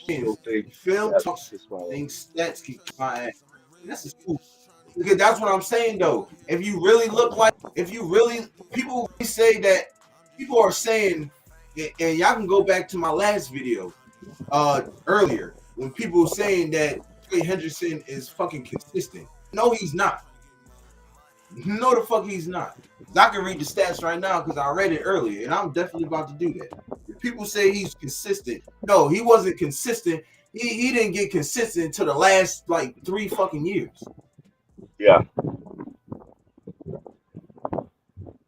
That's when he had like Michael Parsons' first 4 fucking seasons compared to Trey Hendrickson's first fucking season shits on Trey Hendrickson. His first 4 seasons, he only had 20 sacks. Michael Parsons had 52.5 sacks in his first 4 fucking seasons, bro. Come on, what are we talking about? That's consistency.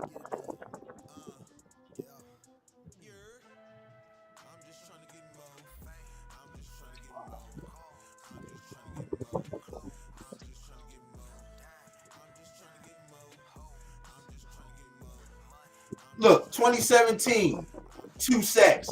2018, 0 sacks. 2019, 4.5 sacks. 2020, he had 13. 2021, he had 14. Then he dropped. 2022, he had 8. The last 2 seasons is when he had 17.5. That's not fucking consistent.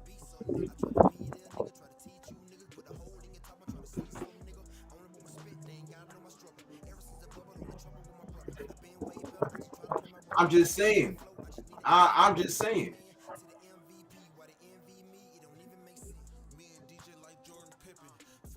Bro, you talking about somebody that's been in the league for fucking 2 years? For what? This is Kuntz' 5th season. This nigga been in the league for 9 years, bro. Stop. You gonna say read Kuntz stats? The nigga didn't even touch the field the first 2 seasons, bro, because of the coaches. Exactly. It wasn't because of him, nigga. It was because of the coaches. Y'all niggas know who y'all talking to, bro. I know my shit. I watch this shit, bro. I pay close attention.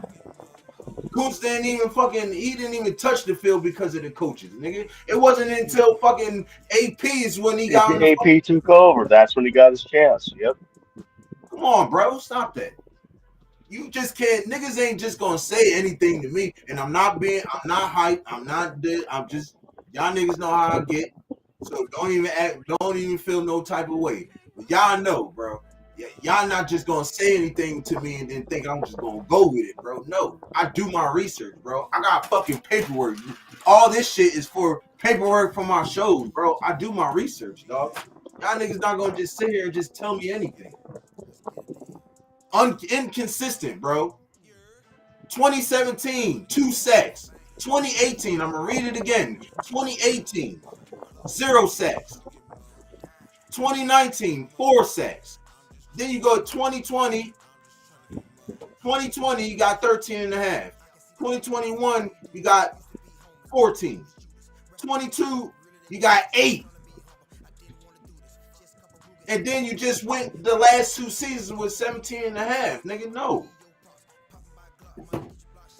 You give Coots the opportunity that Trace Hendrickson had, nigga. I guarantee you he shits on his stats, bro. Because Coots is like it. What did Coots have? Eight sacks in 9 games, something like that. Huh? What did Coots have? Like 8 sacks in only 9 games. Yeah. He had 8 before getting hurt. Y'all Yeah. motherfuckers lucky. I got my cool. Hold on. You outside, bro? Oh, fucking A, man. No, no car.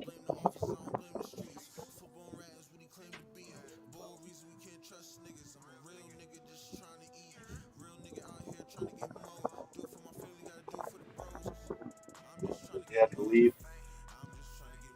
Okay, he left. I'm gonna just read the chat and respond to the chat while he's taking care of business. 17.5 is beast that you can't knock that. That's true, and he's gotten 17. Yeah, 17 and 23 and 17 and a half, 24. But he's and he is consistently, you know, averaging out well over 10 sacks a game or a season. Excuse me. That's not bad.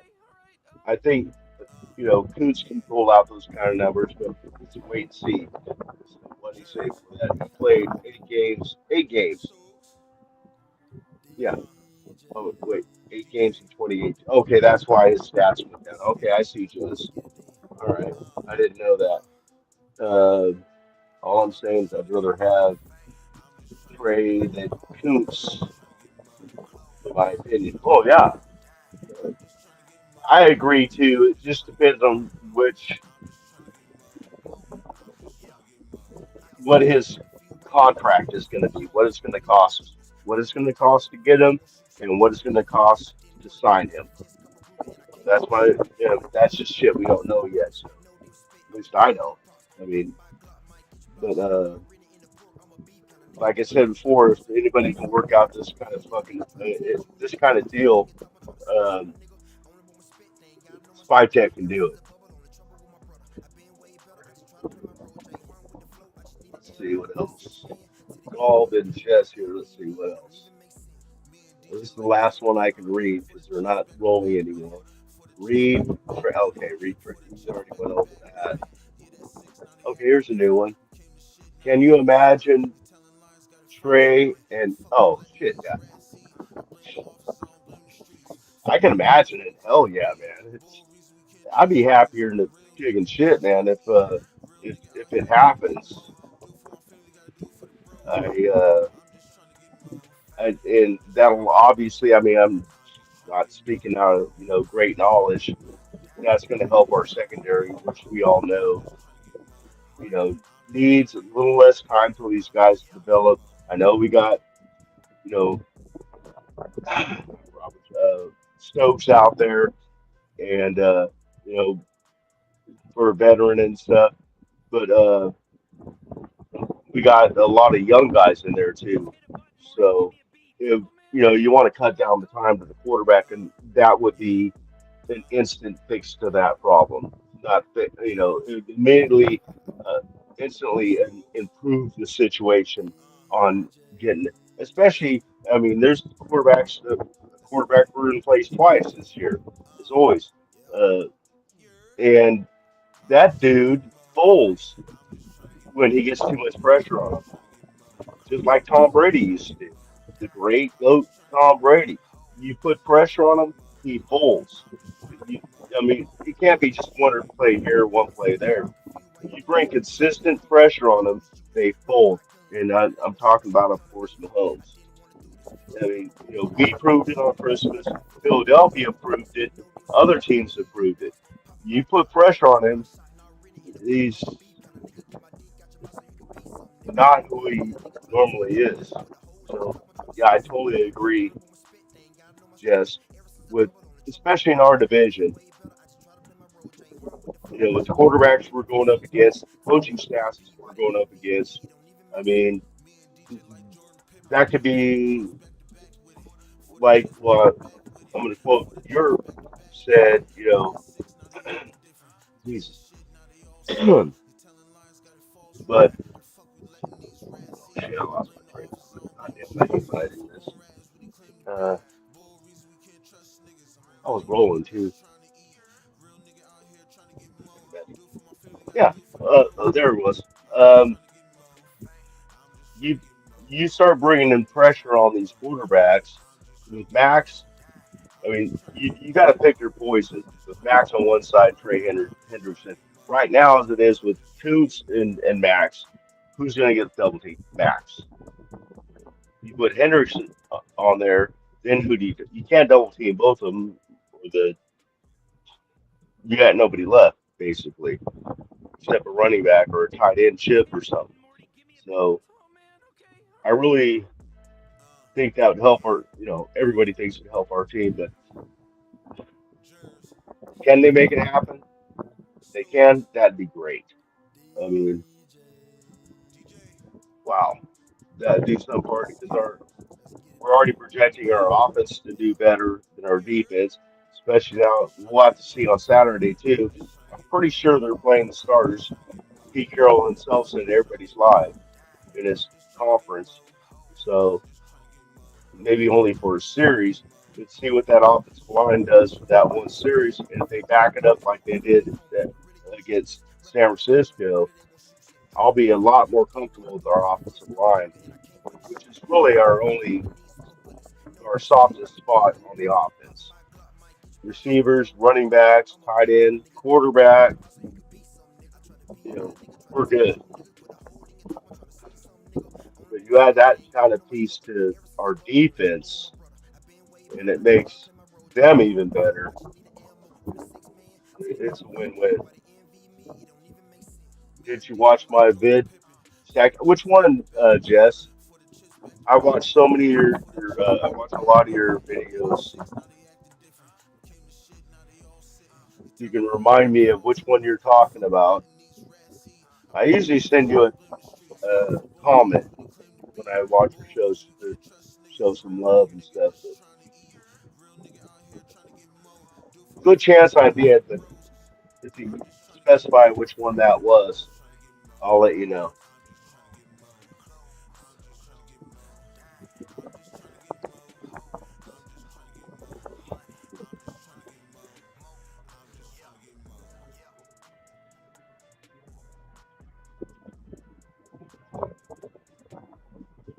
Trey Hendrickson. No, I did not see that one. I'm gonna have to go look that up.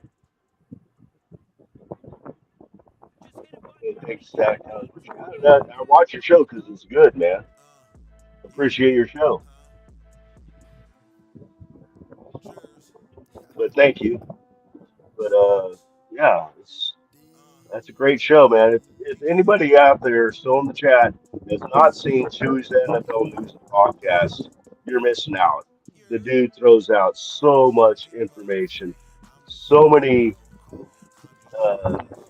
shorts, full videos. He does some lives every now and then.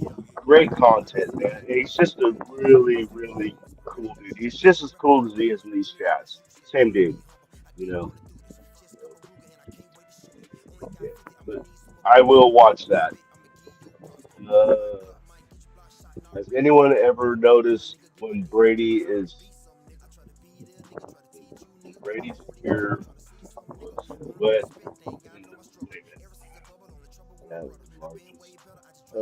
Has anyone ever noticed when Brady here was wet in the back of his helmet, he didn't play well. He was rattled. What the fuck does that mean, Hellraider? Oh, hair. Okay. Uh,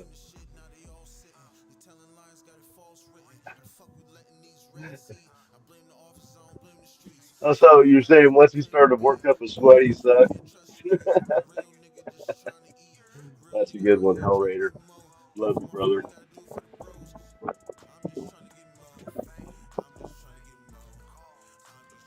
Come on, Hellraider. Crack a joke. Just throw out something. You guys are the two that really seem to be throwing some chats in, and I need some help because until Europe gets back. But you guys are fucking awesome for being here. We appreciate it. Uh,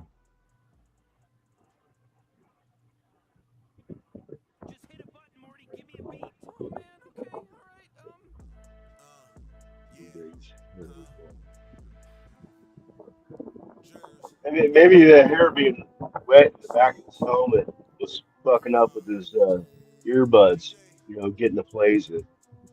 I don't know, man. Is that what that means? Okay, why does it snow in December? The Santa. Oh, Jesus fucking Christ. Oh, damn. Oh, Chewy. Hey, just. That just changed the whole. The whole idea of Christmas. Here comes Santa Claus. Here comes Santa Claus. Right now, Santa Claus. Oh, Jesus Christ. Every time he sweated, he rattled. And kids don't notice shit. Kids? Okay. That's what I was saying. When he gets moved around and rattled, I mean, when he gets a lot of pressure on him consistently, that's the way to put him down. Same way as Mahomes.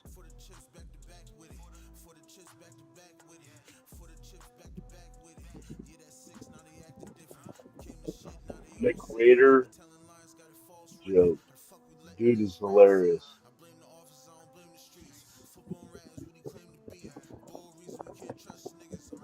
MC Rich.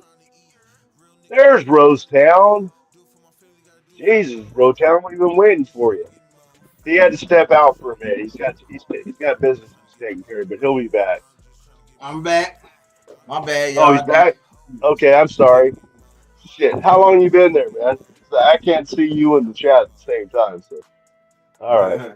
I've been trying to hold down the fort the best I can. Rosetown is here now. I see him. What up, Rosetown? My bad, y'all. So, let me get back to this, though. You feel me?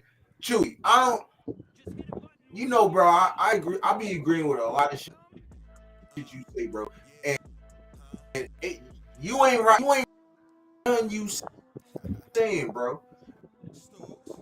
But I just trying to get people to see that Coons is really up. I had him out the whole year, bro. But I can you and everybody else in this chat and Red Nation knew that fucking Kuntz was gonna go off last year. You can't tell me that he wasn't, bro. You can't tell me that he wasn't. You feel me? I need to scroll up. I ain't gonna lie. Well, fuck, man. What did they give him, a $12 million contract? So the Raiders must have faith in that knee. Well, he already said he was good. Pete already said Malcolm is straight, yo. He's good. Yeah. You got a knee injury, right? A knee injury takes 6 to 7 months to heal. He had 12 months. Okay. Yep. I mean, it was an ACL, man. So, okay, maybe some people are thinking, he was a little slow to get off in the Seattle game. Well, fuck, man, he's playing. He doesn't know what's going to happen to his knee. You tear an ACL and then just go, when they say you recovered, you're going to start running around and, trying to run over people. You got to test that thing before. You got to test it on the field before okay, I'm good. Right. Exactly. That's all I'm getting to say. like I was saying last night, bro. I like and Chewy, you got off a little bit early because you didn't hear what I said the last time. But I like Trey Hendrickson, bro. If the money's right, I'm all about getting Trey Hendrickson, bro. But we can't forget, we just can't just write off Kuntz because injury, bro. That shit is crazy to me. It's everybody's saying it though.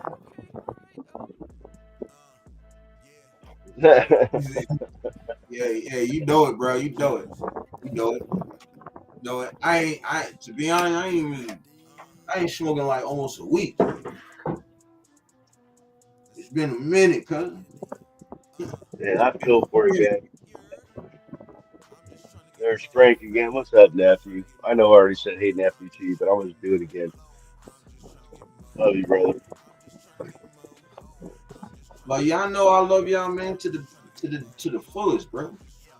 When we get to Bakersfield, we gonna be getting it the fuck up. You feel me? Just don't look. I'm gonna keep explaining to y'all, bro. I don't want people to be like, oh, I ain't fucking with Yurt because you're always yelling to be on some dumb shit. Like, nah, I'm just super passionate about my team. And when I know certain shit, I get extra hype, bro, because it's like, bro, I know this because I've been watching this shit. I've been studying this shit. Not saying nobody else has, but I'm different. And I'm not better than nobody. I'm just different. I pay close attention, bro. My attention to detail is superb, bro. I promise you. I can learn any job like this. So when I'm watching certain shit, I'm paying close attention. And I'm watching the game, and you can ask every time he called me on the line, he'd be like, what you doing? You're watching something. I'm watching the game. I'm rewatching the game. I'm rewatching the highlight. I'm watching somebody break down film.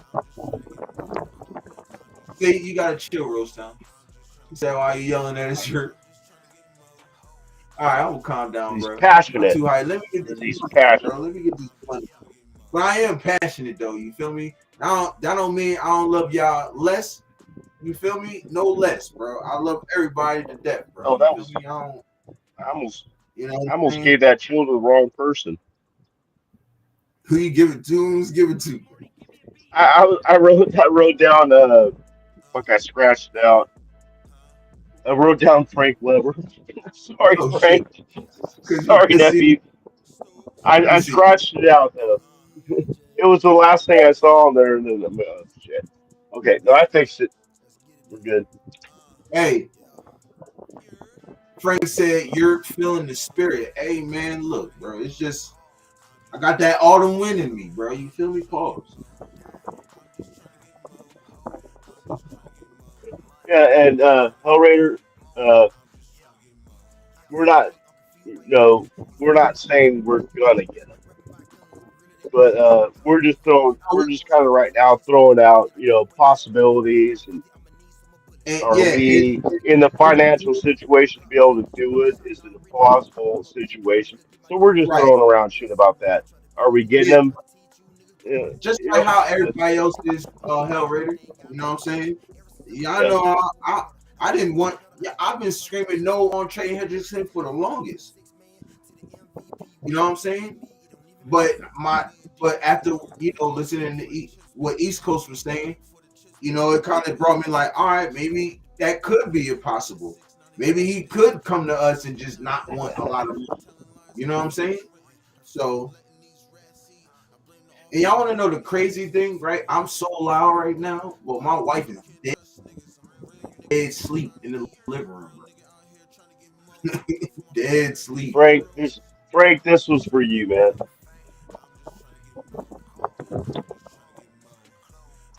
And I'm gonna throw this in for you too as well, Frank, because you usually ask me to do this. He said, Uncle Mike, I'm chilling. I'm finna really chill in a sec, bro. Oh, Roseanne, I heard you said, what's up with the recliner? I took it out, bro. I don't know. I just felt like everybody was complaining about it, so I just took it out. And plus, it be hurt. I feel like it was hurting my back too. Like when I get, because I be in there so long, I be in the recliner so long. You feel me? And I get into bed, and then when I wake up in the morning, my back be on 1,000. I'm like, bro, I can't. So I just wanted to try something new, you know what I'm saying? Bro said it look like the electric chair, though. You gotta chill, bro. Why you always, yo, Rose Town, why you always trying to f me, bro? Right? Rose Town, you gotta chill. You always trying to flame your boy, man. What's up? Oh, he was cool, bro.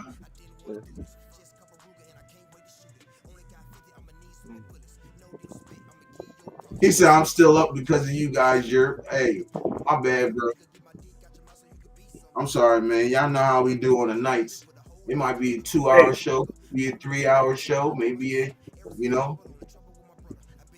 I got a question for Hell Raider. Hell Raider, are you in the bomb shelter right now, or are you at home? Bomb shelter? What the fuck? What you doing over there? Why do you have a bomb shelter though? Like, what goes on? Okay, I gotta explain that. He went out and bought a trailer. He calls it I can't remember what he calls it, a camper, but well, anyway, it's a camping house, and him and his dad are trying to fix it up so they can go out and camp together, and they call it the bomb shelter. So I didn't know if he's over there working on that or if he was at the, he nicknamed it the bomb. They nicknamed it the bomb shelter. You know what this is?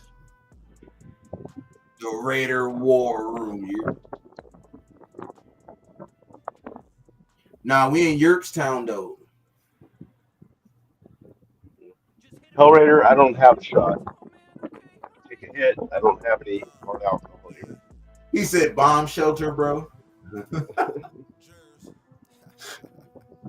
Yo.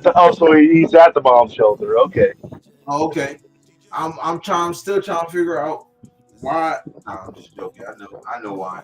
There's a reason behind it, man. He told me, and it's something to do with the BB. I can't remember what it is. Oh no, BS. Oh, because it's BS.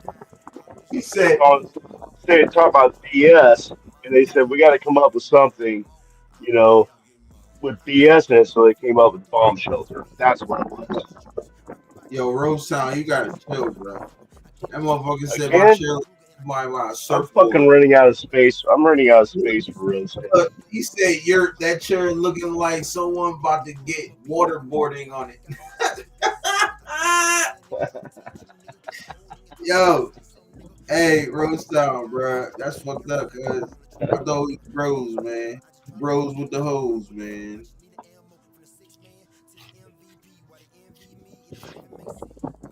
Dang, man. Chewy don't.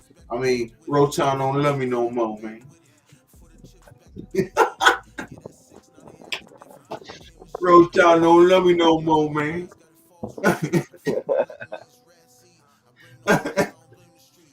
Oh, man. Last place you want to be if... He said last place if you want to be if there is a bomb. Oh, yeah. Yeah, you can stay in that shit. I'm good.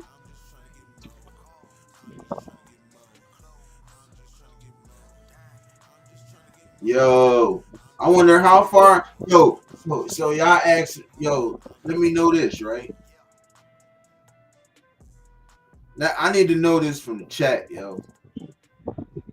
Yo, thumbs up or give me the 100s in the chat, yo. If y'all believe in Kuntz, I want to see who really believe in him, though. I want to know if y'all believe in my man Kuntz, yo. And if y'all do, give me a sack number for this year. I know all y'all niggas about to go low. I ain't gonna cap right now. All y'all about to go giving low numbers on the sacks. I know I'm gonna get a chill for this, but I'm gonna say when Hellraider told me about that story with the bomb shelter, I said, man, you should have bought a boat. And you called it USS BS. Yeah, you gotta chill on. Yeah, that what? Yeah, I knew it, man. I was already fucking getting my notepad. He said it's a place to BS to bullshit. I can dig it. I can definitely dig it. That's what see, if my garage wasn't so hot, Shit, I'd have stayed in that bitch for real, because I had a plan for that shit, but it was too hot now. I'm like, and then in the winter it gets too fucking cold, so I'm like, no. I'm just make some. I'll find somewhere in this bitch, and then this is where I ended up in. Big ass closet, goddamn. But the shit worked though, right? Did I make it work or not, y'all? Did I make this shit work or not? Cuz? Okay, so that's where the BS came from. Okay, got it. Yeah, bullshit. You ain't know what else? But what else? BS Well, I knew bullshit meant that, but then he says that's why they were trying to think of something. I didn't remember that part of the story. I knew it was bullshit, BS. So they Hey, made bombshells. I think you Yeah. need to slow down on the gas, man. If you can't remember shit, you gotta slow down on the gas, man. Nah, I'm just fucking with you. I can't even remember shit. No, I was. Never mind.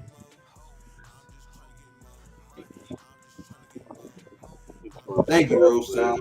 And my man Rose Town said, "Roll up, Raiders." Yes, sir. Hey, Big Bro said this was gas. Big Bro said this was gas, boy. I said this. I said that's it's the gas, bro. He said, "Yeah, I got that gas, bro. That's that pressure." Okay. My bad. It's Southern language. Okay. My bad. I forgot you in the West. It's not the West Coast. I forgot that. Y'all got that language. I know some terms from the South. I lived there for a while, but no, I didn't hear about that one. You ain't never heard people call it gas? Well, what gas? Huh? Weed? Yeah. Yeah. Oh, no, I never heard that. You never heard nobody say this?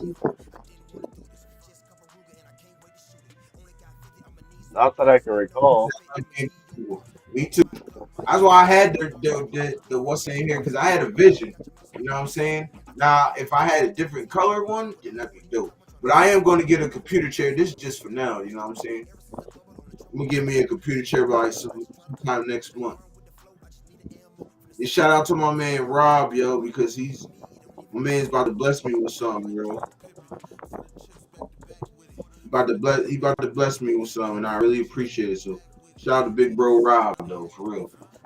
We stay too long. What is you? No, we stay too long. Look who came in the chat.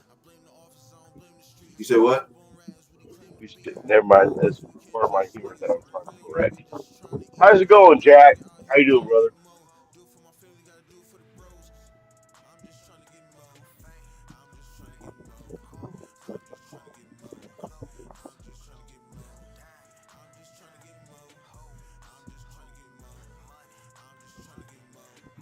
You see, when you own your own shit, you can do this. You feel me? When you own your own shit, you can do this.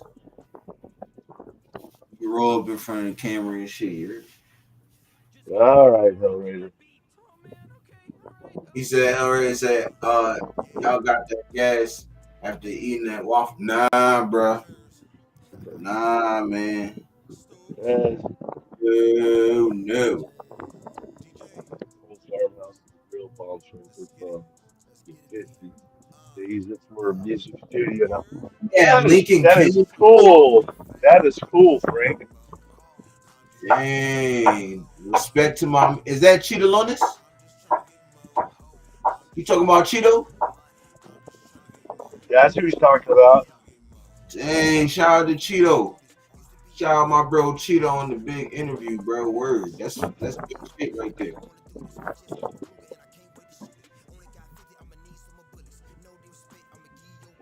He said, you boys respect O-line. You damn right I respect the O-line. It's the one that makes the offense go. Without the O-line, you ain't.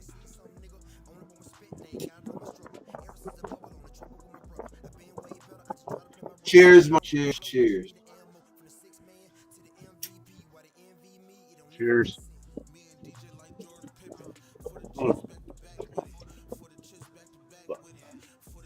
That was the wrong cheers. I got to get some more gas. You got. See, I know. I got to load up more gas. I got to Don't get say more about gas, man. He said, I gotta get more gas.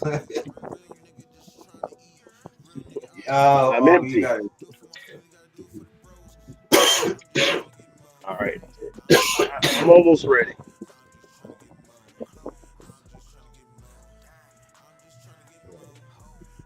In the army, I can reload pretty fast. Okay, my bad. I miss Frank's drawing. Frank said my buddy has an old house with a real bomb shelter from the 50s. They use it for a music studio now. That's fire. Yeah, that's kick. Just like Hellraider said, that's kick ass, bro. That's fire. I don't even use that word kick ass, but that shit's fire. True, Frank. True, that shit's hard, bro. Said Frank, salute. Frank Weber, salute. Weber, salute, brother. You said his name twice, bro. Gasoline. Jack, I want to bury you at, cuz. He said more gas. You damn right. More and more gas.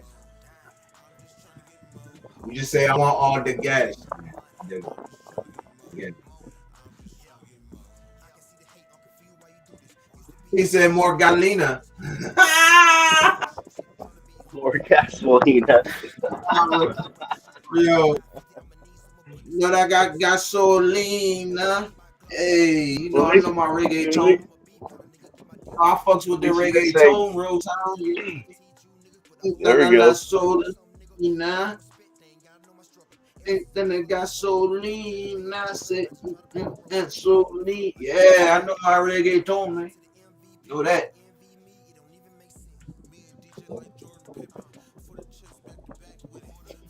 Yo, tonight's a party, y'all. Tonight is a goddamn party. Look, Jack said it already. Look, he got a buzz already, goddamn. 100. Jack, you've been dipping back into that smoke you had? You had some of that tonight? Because tomorrow you should come on the show because you're fucking funnier than shit when you're stoned. Yeah, you got that 80-year-old weed that fucking stack time baby. So goddamn. Still smoking on that big boy. Probably take one hit a year, nigga.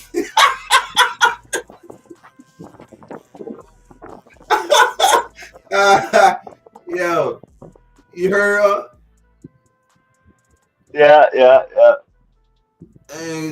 Yo, Frank. Hey, I'm about to say the wrong name. Jack, you take one hit a month, don't you? Goddamn on that gas. Step when I'm in his house, he's like, "All right, I'll take another one." All right, I'll take another. You sure? Yeah, I'm sure. And then the dude's giggling at his school world. It was funnier. No, Hellraider. I ain't say I don't like the word kick ass. I just say I never used that shit. I said I don't even use that word.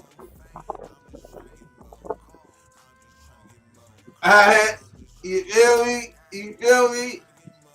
He said, hey, get it, your gasolina. Hey. Oh yeah, you know I fuck with that reggaeton.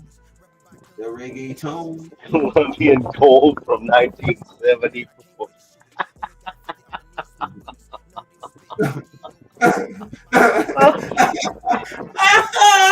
Oh shit! That shit where you get more seeds and stems than you do weed. Nigga, what? Goddamn shit! It might be all seeds. Goddamn, like goddamn, where weed at? Yeah, it's like fucking trying to find the burger at McDonald's, man. You know? Hey, that's a fucking true story, yo. So let me tell you, I went to McDonald's one time, fucking super hungry, yo. And McDonald's is about a good 25 minutes away from where I used to live at, right? So I ordered 2 McChickens with mac sauce, right? That's my shit right there. I got that from my man Bags. Shout out to my nigga Bags. You feel me? 2 McChickens with the mac sauce, huh? I'm ready to chow down, nigga, hungry as hell. Bro, I get to the crib, bro. I ain't got no chicken.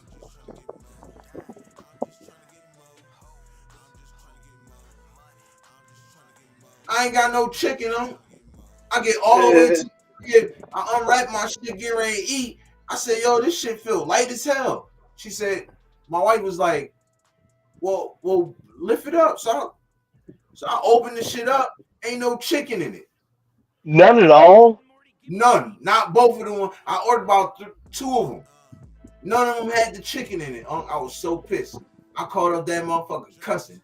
I was like, yo, how the fuck do y'all miss a whole chicken on a sandwich, bro? Like, what type of shit is this? It's a chicken goddamn sandwich, man. Did How the do you forget the chicken? run off the bread? I said, did the motherfucker run off the bread? Goddamn. Ain't no chicken. No I way. said, I got nothing but lettuce and mac sauce on my shit, bro. No chicken. How the fuck do you do that, man? Bro, I was Jesus tight, bro. Christ. Like, fuck you niggas. I ain't never going back. They said, well, we can give you a free meal and a refund. I ain't never go back to that bitch. I said, you can keep the money in that no chicken sandwich, motherfucker. Shit, goddamn. Everybody loves McDonald's. I fucking hate McDonald's. I've hated them for decades. Mike, it's like the Burger King hat. Oh, Jesus Christ. Referring to making sure Mikey making kids laugh. He said, Mike, it's like the Burger King hat. Mike making kids laugh. You made their day, brother. It's on our way to Bakersfield. We stopped at Burger King, which is the worst burger we've ever had in our life. But they had those paper crowns out there, so I was wearing one. And these kids came in, and they're obviously coming back from a Little League game of some kind. So I was talking to their dad, and then they ended up sitting near us, and so I was talking back and forth to the kids and stuff. We were having a good old time. That's what's up. That's what it is. And then these 2 girls came in from high school, and they had their crowns on, and they look at me and goes, where's your crown? You don't have a crown? I said, I got a crown right here, man. Stuck it back on my head.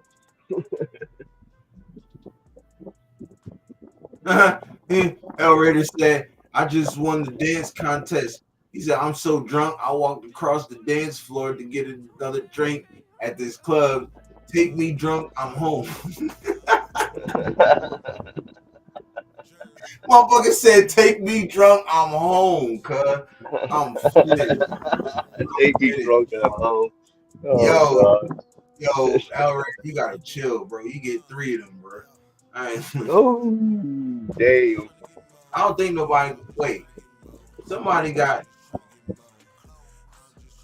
Oh, I don't think nobody caught up with James yet.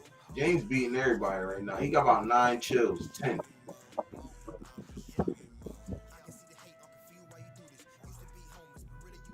Wait a minute.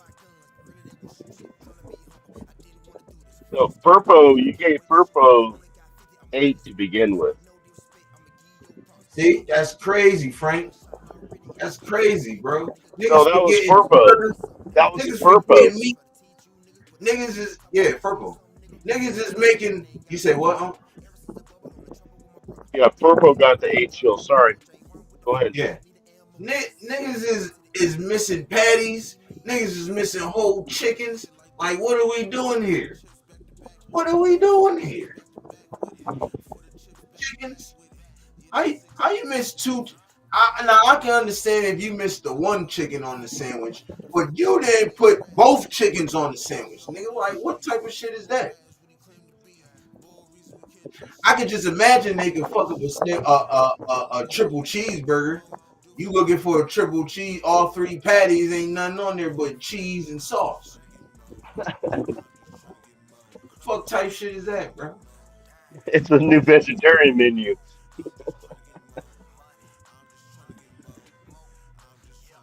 See, y'all motherfuckers is playing.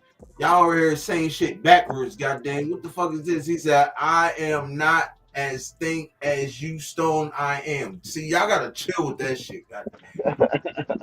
What the fuck is that, guy? Like, hey, you and Jack, y'all both get to chill, goddamn shit.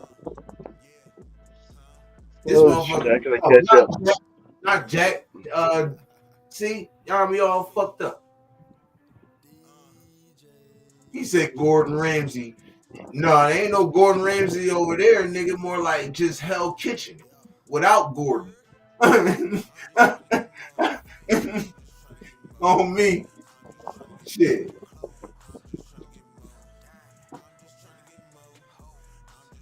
Damn it. I think my pen's running out of ink. Look, he done wrote down so many chills, he ain't got no more ink. Ain't that about a bitch?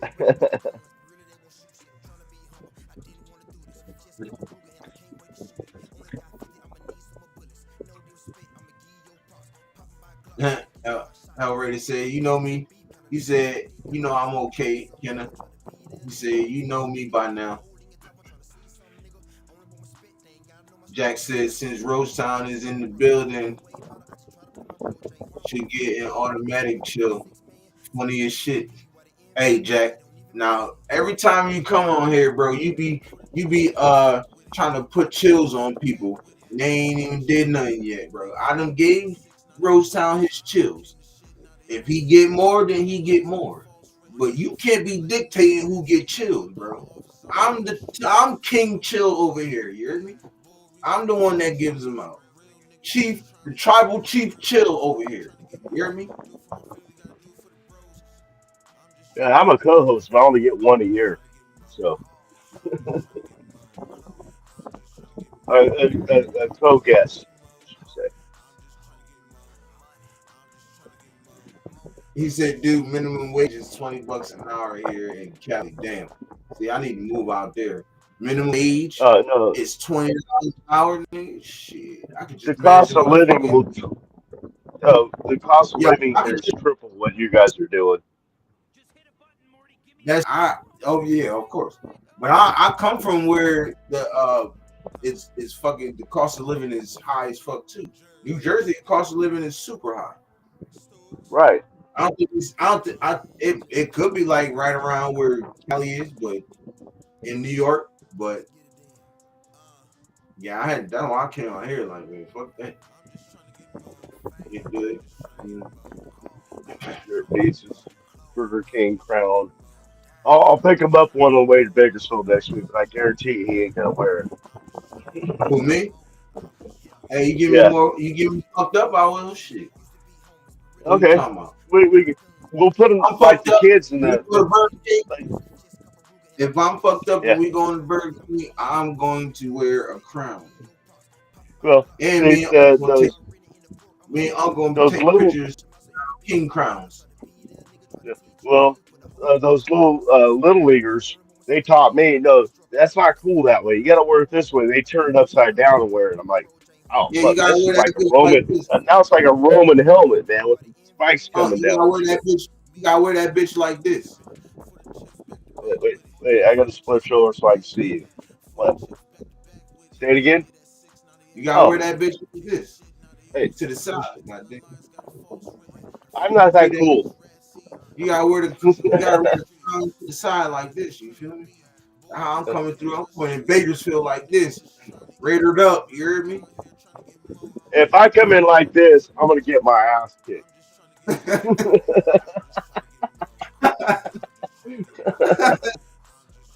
Yo, there to go. You know what they're gonna say if I wear my hat like that? That motherfucker's drunk. Middle in Central Valley. I'm talking like I know where the fuck this shit at. I don't know where that shit at, but damn, that's crazy. Central Valley, what? I know where that is. They talk about. He said, "I'm not gay, but 20 is 20, homie." I don't. What? What does that have to do with anything, bro? Oh, I don't even want to know what brought that conversation on. Jack said, he said you're been saying tribal chief chills. Give yourself one. I can't. Well, I can, but I'm not. Why would I give myself a chill? Because I call myself the tribal chief of chills. I am that. Tell him, when I say acknowledge me, okay.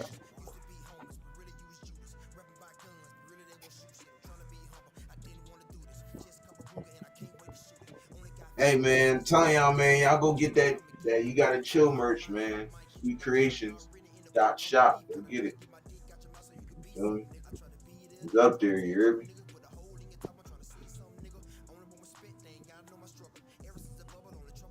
He said next Bakersfield is the La Quinta.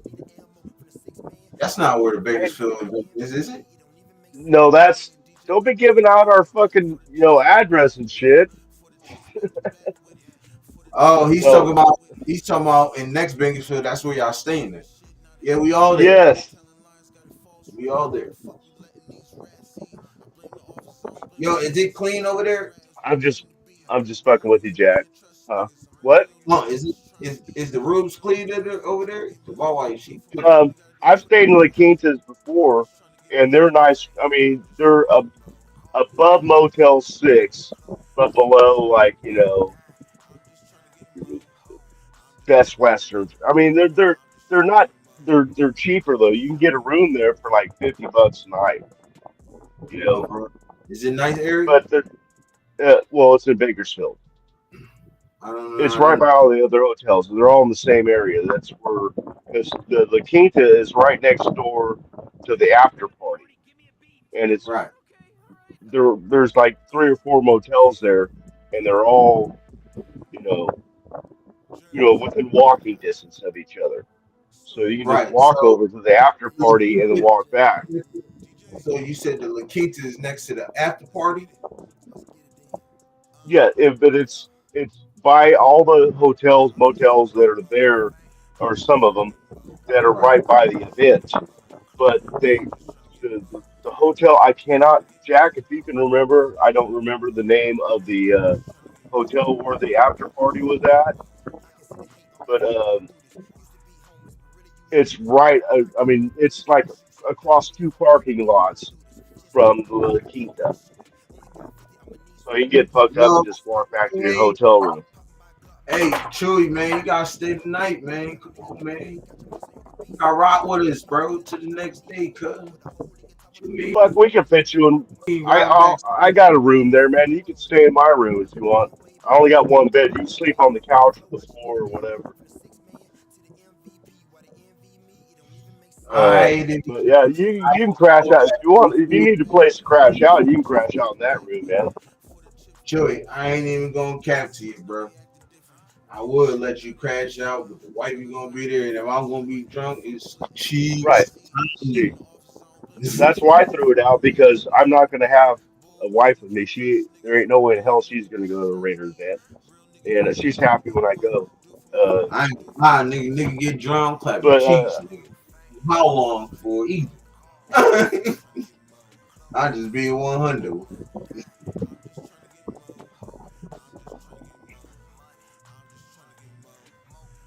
Oh, he'll be rolling with the lady, so yeah, he's got to get it.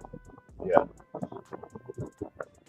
No, if you're going, I just booked the extra night, man. Stay the night.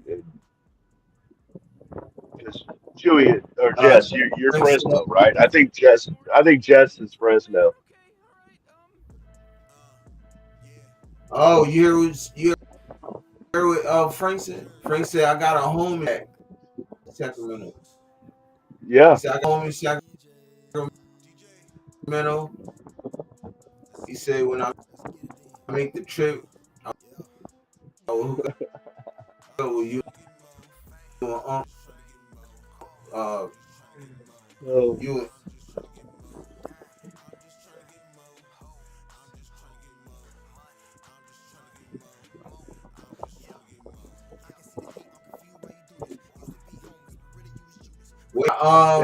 When y'all leaving though? Do y'all leaving the next day or y'all chill a couple days? If y'all chilling a couple days, I'll chill for a couple days. Y'all not, we go up on Friday. We go up on Friday, and me and Jack, and then we stay till Sunday.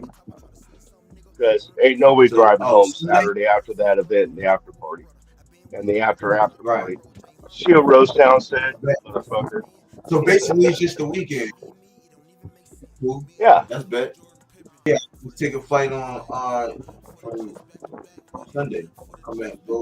Take a flight back Sunday. I was gonna drive on, but that's 20-some miles by time. I would have to leave Thursday to get there on Friday. Matter of fact, I would have to leave.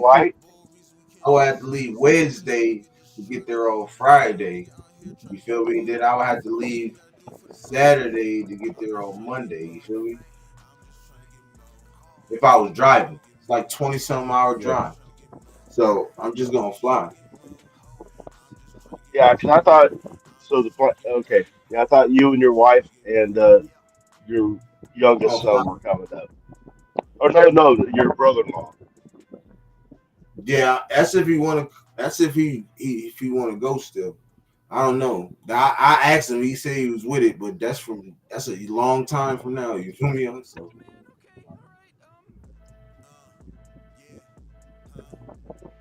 oh yeah, you did. Yo, Chewy, that's your old lady in the picture when you took that pic. Did you the pictures you put up?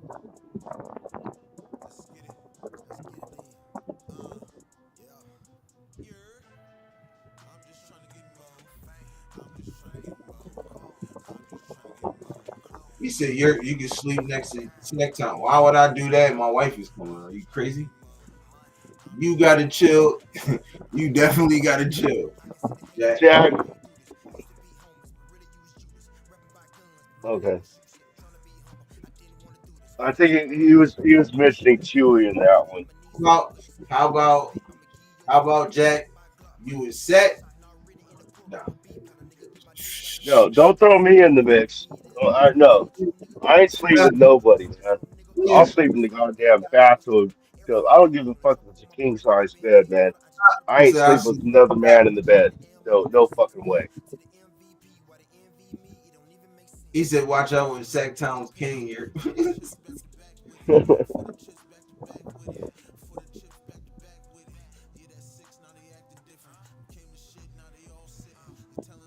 Damn, he said Bakersfield an hour and a half from. Oh yeah, that's sweet. Yeah, he's like he's in Fresno. To a job. I drove about 15 minutes more than that to a job for like a year and a half. So I know that shit is that's easy work. Yo, yeah, you gonna get there in no time and back. Yeah, that's how long it used to take me to go to Oakland Coliseum from Sacramento. It was about an hour and a half, maybe an hour 45 minutes, depending on traffic. You driving back? You and your old lady. You driving back?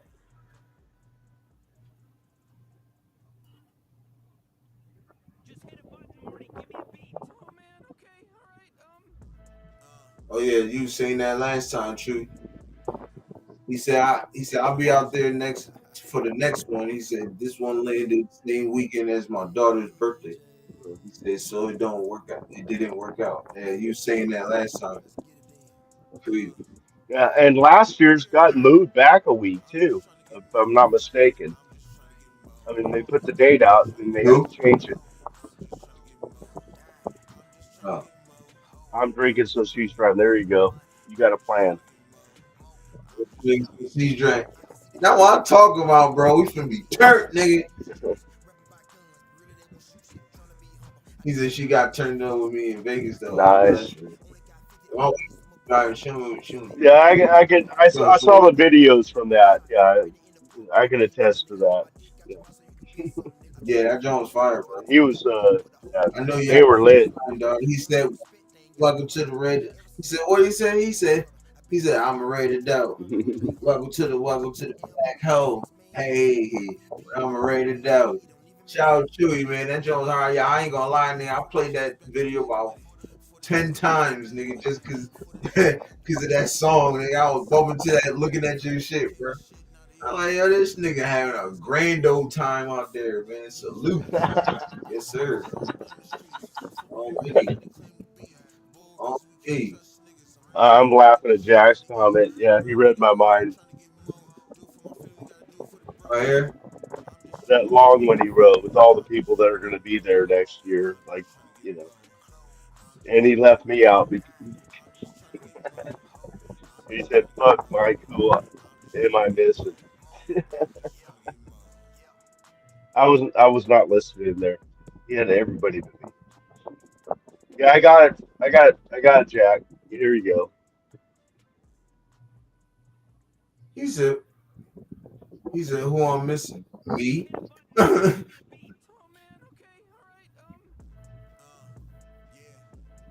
Yeah, Myra G was there. Oh, you talking Fucking. about when you talking about this year? You talking about all the content creators this year? Oh, That was no. That's who was all there this past. Yeah, in March. Yeah. They're not all the content bear creators, too. but they're all the people like Blue is Blue Richards, David, who's not a content creator. It's just all the people Right, that were there. right. Was on the line. Oh, What I you talking mean, about? You yeah, talking about Bakersfield? Yeah, you was that's on the that's line. true. He has been on. Yo, that shit was funny. I didn't even get to. They, I deleted that John. I never even got that on my John. No more. I don't have it on my channel. It's on that channel. It was on my channel, but then they copyrighted me, and I didn't want to be on me, so I just deleted it. I took it off. But now say he'll clean it up and send it to me, but I don't know if he sent it to me or not. I don't remember, but it's cool.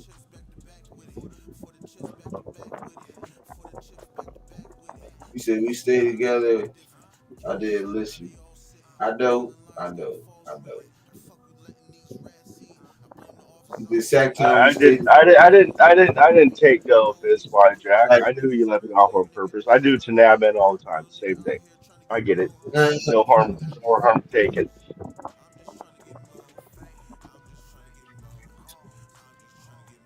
Oh, you got a Zaxby's out there?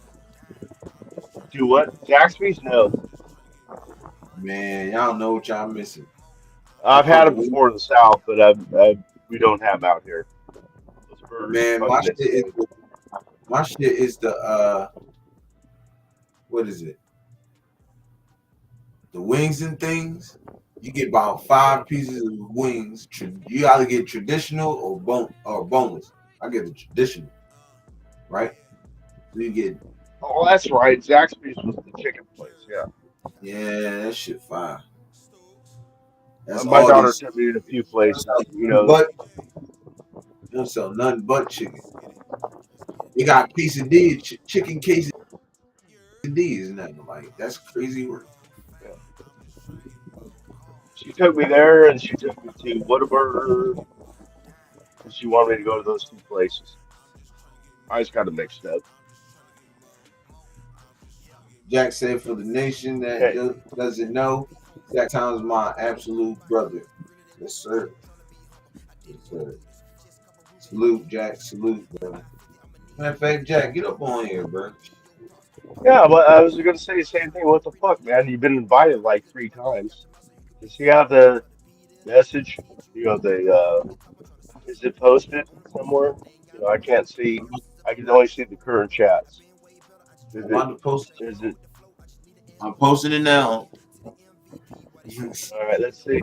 Let's do a countdown. See how long it takes him to get on. All right. Hey, Ung, I bet you a beer on Bakersfield. He gets on quick. All right. Jack. All right. I get. Hey, if I lose this bet, Jack, I'm betting on you, bro. If I lose this bet, you drinking the beer, bro. I'm counting on you, bro. Get up in here quick. Let me hear that. Shit. I forgot right before the show. I talked to him. I told him exactly how to do it if he posted on the goddamn chat. Fuck. I'll buy you a beer. Hear that? I'll buy you a beer, man. Let me hear that. Boom. All right. How many minutes you got before we owe each other a beer? I don't know. You pick. 5 minutes? It should take. That's a pretty good amount. That's pretty okay. Good. When we starting right now? It's 12:09 on my part. Okay. You keep track of the time because I got to slide over to see. Oh, no, I got to stay here because Okay. Jack, you got to 14, my guy. Come on, man. I got a beer on you, cub, man. What's up? What you want to see? Chug a beer? I'm gonna bet another beer he asked me to send to his IG. You say what? I'm gonna bet you another beer that he asked me to send to his IG. Oh, you got to chill. All right, bet. I'm taking it. Jack, now I'm running with you, Jack. Don't fail me, bruh. Got 2 beers riding on you, cuz. He is fucked up too. He's already mentioned he's That fucked up. fucking IG. You better do it, bro. You better do it, cuz.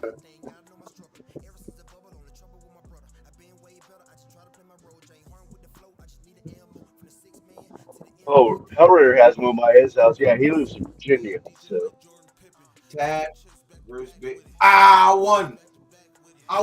is he I on? won. He's in.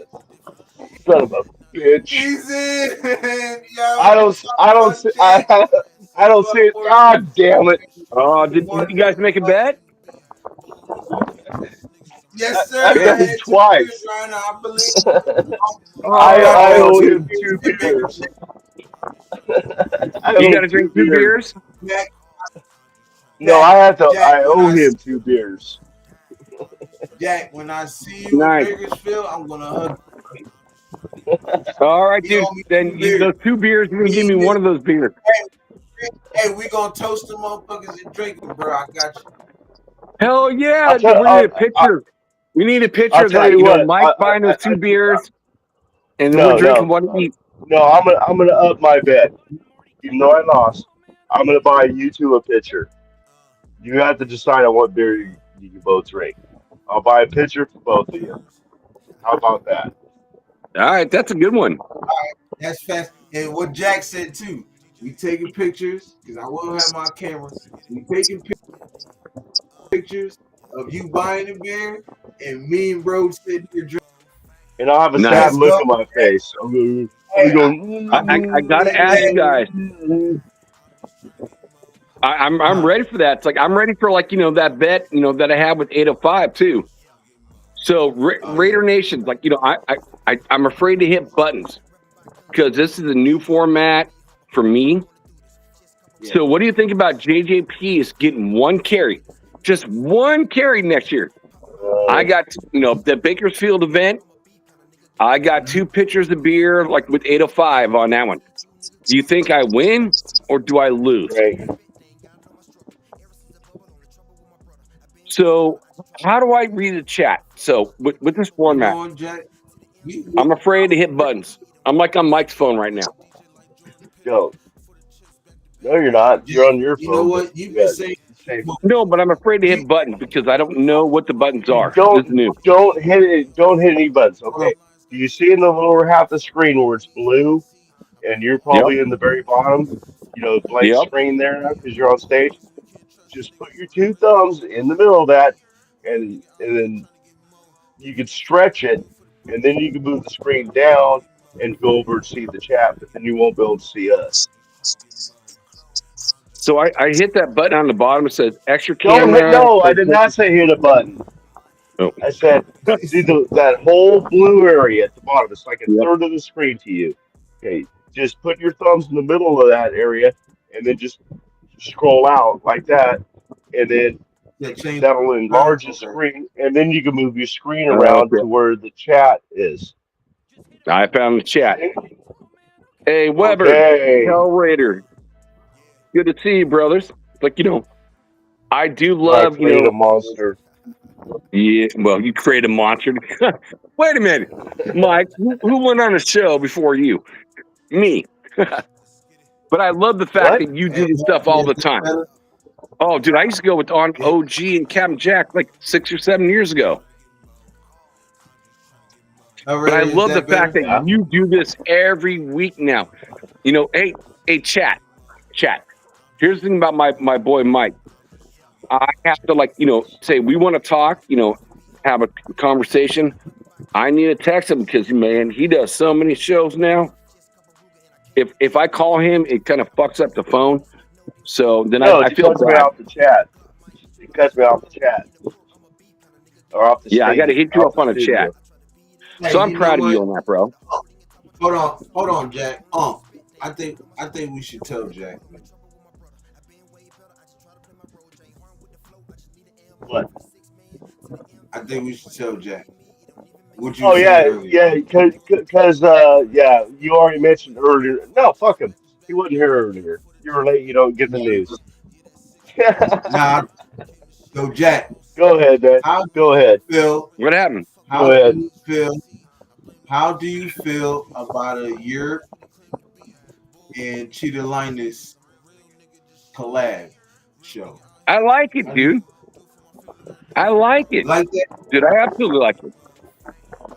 That's what we're working on right I now. hope you do that. It's like, you know, like what like, you know, Chino, it's like, you know, I call him Leo. So maybe I'm Yeah, outdated. When he first came on his call him Leo, channel, it's like, too. you know, Leo. I call him Leo too. Man, he got my Wait, question wait. across. What we're saying is that's what I was talking to you about earlier. When I wouldn't give you the name of the person, that's who it is. Oh, nice. Dude, I love it, dude. Been hitting him up on IG, and he hit me back, and then he's got Europe's number, so Europe can work out the logistics. And but it's not a done deal by any means. He sounds interested.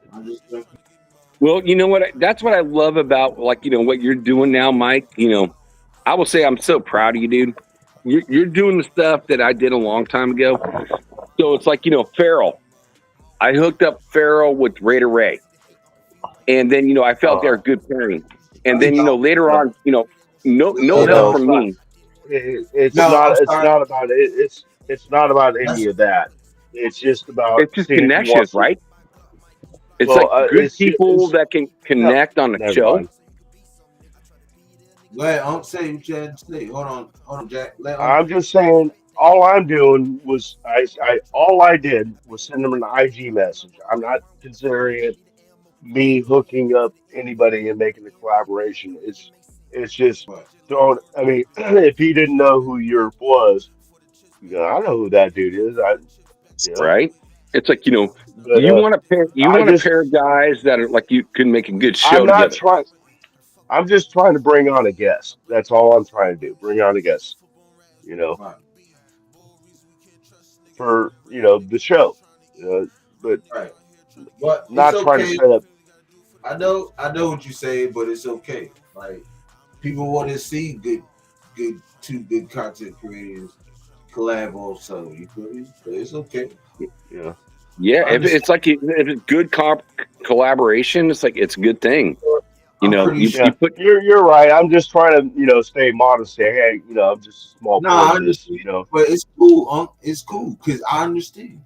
Like, you know what I'm saying? A lot everybody think I'm good, and then you know what I'm saying? Like Jack said, he think that would be great. People want to see I do. greatness. I think that'd be a good matchup. And I that's think- what I'm I saying. think It's like, it'd be we go great, back too. to the old. And I think, going back to some old school boys like, Raider Ray coming on with me and, Chronicles of Black Hole. And then I introduced him to, Farrell. And they did like 170 shows together, which Raider Ray is kind of the same personality as like Severe Raider. And I didn't do anything with that, but man, they're hooking up and they're doing their stuff. So I'm like, they're two peas in the pod. So I'm like, I love the idea. Good stuff. Yeah.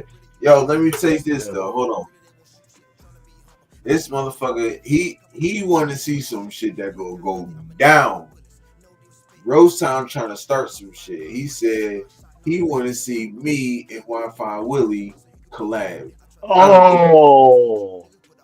Oh, damn, Rosetown. Okay, I'm getting my pad. I think Rosetown, knowing Rosetown, I think he just wants you to cap on his ass and but Wi-Fi is a comedian, so. But I think Rosetown wants, I called Rosetown man, I'm No, he was for making your it. show. He was making a joke. Wi-Fi Willie is absolutely the fucking idiot of the Rosetown's always internet. making jokes. Yeah, that's all it was. A joke. Bullshit. I can't rock with people like that. You all wear Derek Carr Saints jersey. Nigga, like you don't know. I got your joke, Rosetown. The Raiders Yeah, I jersey. got it too, Rosetown. I know Rosetown. You've been like, hey, how many times has Rosetown won on your show. Man, he's won a lot, dude.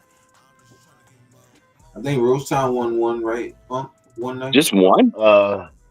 There's a pretty fierce competition. Who won one?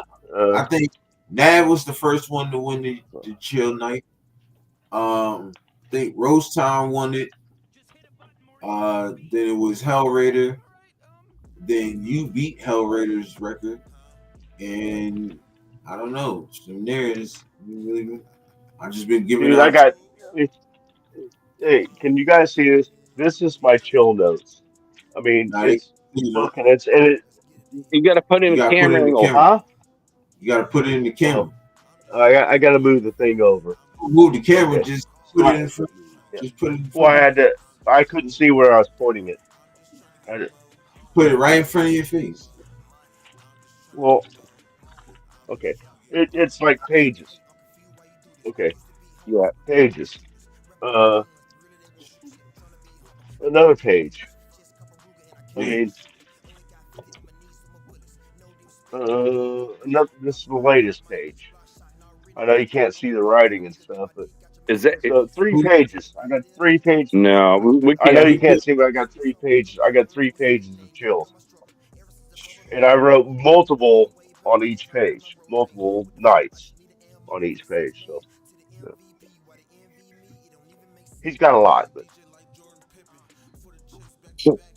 I will say this, for a while, I called Rosetown, when I'd see him on any other channel, my chill bro. Because, I've seen Rosetown on your show, Europe, get so many flipping chills. I don't know why. I've only won it once. A lot. And I put a lot of effort into that. A lot of effort. It's people that haven't even won it multiple times. Everybody's won it once. Great, man. Shit, I think Frank won one night. See, it's been so many. Dude, I'm glad. I'm high now. I'm high shit. So I can't remember. But dude, Frank Weber lives in NorCal, Sacktown. Yeah, so I saw that. He's gonna have to meet us up here at some point. He says he's got a place in Sacramento. I got a question for you, bro. It's like, again, Leo was talking like another new YouTuber's channel, and they had like an event. I haven't sent you the picture yet, but do you know Shenanigans in Sacramento? I don't think I've ever been there, but that's going to be like the new Raider hangout. So we lost, What was the name of the place? Shenanigans. Shenanigans. Okay, yeah, I've heard of that. That's supposed to be. I've never been there, but I've heard it's a really cool place. I'm ready to say he hold the record. Huh? Oh fuck. Okay. I don't know. I don't know. All right, I get it. Then Hell Raider or it was Hell Raider then Jack. It was one of. But I know they were the last 2 to win. I know Nabman. I'm seeing Nabman got 7 one night. Right. Let's trying to see. Fucking. Go ahead and talk amongst yourself. This is gonna take a while. Now somebody had that. Somebody had the most though, like the most. I know. Well, if we're gonna talk for a while, I have certain questions. Oh God. Yeah, Mike knows me, dude. I have my own opinions, and they're strong opinions, but I always love asking questions to get what the nation thinks. So there's 2 players that I'm really looking forward to seeing against the Cardinals.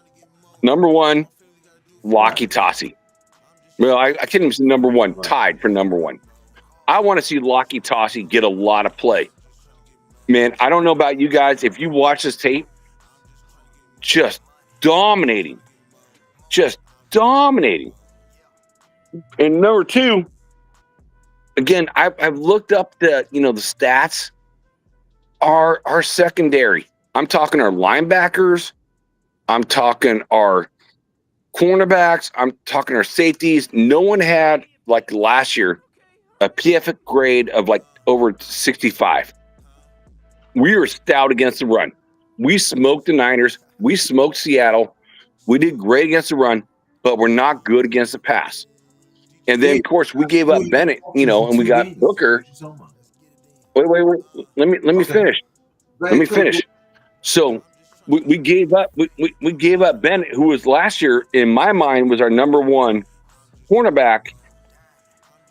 And then we get rid of, you know, Jack. So it's like, I'm like, wow. I'm like, we can't stop the Niners, and they don't have any wide receivers. They just traded a 6th and 7th round draft pick to Kansas City for a guy who's nothing. I'm gonna tell you So- the stats on that real quick. Hold on. They didn't throw a touchdown. Who? I don't think they didn't throw a touchdown, bro. So Scoring you know, look up the passing yards against the Raiders. We had again, take it with a grain of salt, and I agree with certain RJ and Soto. It's like, unless it's like offensive line or defensive line, you only take the highs or lows, nothing in between. You take the highs or lows. We had a 32 point something PF grade against the pass. I mean, we're switching up our defense from going from last year. What was it, a 4-2-5? And now we're doing a 4-3-3 or 4-3-4, maybe 3 linebackers or 3 safeties. So it was like, now we're playing zone versus man to man, and it's not looking so hot. The Niners cooked up, dude. You landed in Devin White. Jamal. No, it's Devin White. Oh, I thought you were going to say Jamal. No, he's the back. I think Jamal's going to take over for Devin White, Mike. I agree with that. I mean, they're going to utilize him. Let me tell you something. All this shit, some of this shit, not all of it, is vanilla. Yeah. You know what I'm saying? So they're not throwing it. Well, we all agree with that. You don't agree with it? No. Right. I do agree with it. And I looked at the rushing, attempts. I think we had 19 rushing attempts last week, and the Niners had 28 rushing attempts. And we shut them down on the rushing as long as they weren't rushing to the outside. Which the first 2 weeks is like, I didn't even get into my segment because I was going to talk about that. Caillou Blue Kelly's back at practice, and they got to run the slot. Right. So just imagine, you got Caillou Blue Kelly, Eric Stokes, and fucking Darian Porter. Them 3 right there, let them gel. Then you got them 2. You got Palomar and Chin. Chin comes down. You got Terrell Edmonds. Come on, bro. And then not even in week 5, week 6, when fucking Lonnie Johnson come back, I'm gonna say week 7, so he can really be back. You got him and what's the name? Swapping in and out. So come on, bro. Our defense is fine. Remember this date, August 26, 2025. It's going to go flipping nuts. It's going to go nuts. I need you to listen, and I need you to hear me out. Everything is new, bro. So you have to understand the PPF grade. Everything is new. So you got to understand, they're going to have a PPF grade because everything is new. Everybody's just playing together. So you can't look at it. You feel me? You got to look at it. You got to look at who's getting better. Yeah. Who's doing grades to be the best player on the field. That's what you got to look at. The PPF grade ain't shit in the preseason, bro. No, I agree. It's like, I agree with most of it. I agree with RJ and Soto. I agree with the highs, the lows. I think it's pretty good, in the lines, but not receivers or cornerbacks. But when I look at the defense, we've been a bottom 5 defense And it was no fault of the players that we had last year. We had good players last year. But when you lose Kuntz, you lose Christian Wilkerson, you lose Max Crosby. Wilkins, I'm sorry. Right now, I would say Wilkerson. Wilkerson. Joe and Lalu and Tyree Wilson, I don't give a fuck about Christian Wilkins. Right. If you Well, I'm glad, no one signed him, right? Has anybody signed him? No one signed him. So that means Jack, it's you need his to fault. listen to me again. I need you to hear me out, right? If you see the tape on Tyree Wilson and Jonah Lalu, you'd say fuck Christian Wilkins. I'm telling you. Matter of fact, if I find it, I'm gonna send it to you on IG. Oh, send it to me. What I see is with Tyree is not being at an edge rusher, but as a defensive tackle. That's what we're saying. Yeah, and Henningway, it's man, he's a tweener. He's looked good. And my boy JJ Peace, he's looking good too. He's played as a nose tackle, as a 6th-round draft pick. He's looking good. So I feel like there's a lot of interchangeable players at the defensive line. There's no standouts, you know what I mean? There's not a guys who could be a Wilkins. But man, it's deep now. And we got Booker. We got Booker. I talked to David for 2 hours about Booker. He's athletically off the chart. We also have Tonka Hemingway. No, I just said him. I said he was my number one guy. No, because Frank Weber just put it up too. That you hadn't said. He put up Tonka. You left out Tonka. Right. Oh, dude, Hemingway is he's probably the best, dude. I know. I don't know. I can't. That's what me and Frank are saying. I can't scroll down in the chat. I don't know. I don't know what's up with this. He's not the best. He's right at the top, man. Yeah, but I can't scroll down on the chat. You can't scroll down, but what you can see is and he just said at the same time that I said it, you forgot Tonka. I mean, he didn't say you forgot Tonka, he just mentioned Tonka. So, no, you didn't mention Yeah, I think Tonka is going to be good, dude. I love that. No, that's what we're saying. Yeah. Nah, he is. I think he'd be better than Adam Butler because that's who he's going to replace after Adam Butler. He's going to be a rotator, but he's going to be a starter. Yeah, I'm not predicting anyone to replace any player because that's what we said about, the linebacker we got from Ohio State in the 5th round. It's we're going to get him to replace Spillane. Yeah, he got ran over in the end zone, so yeah, I don't know about that. We got the linebacker in the 7th round. No, I'm not talking about linebacker this year. I'm talking about the linebacker last year that we got. Who was that? I forgot his name. I don't know who. Just curious who. He got ran over by the Niners that goal line run. It's Eichenberg.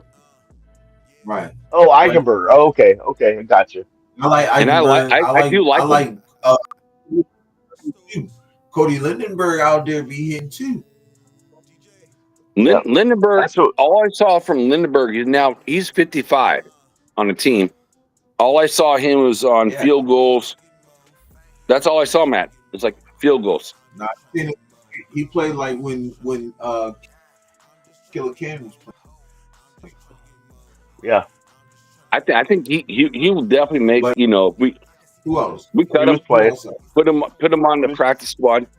But let me ask you guys this, because I've been championing this one player the whole year.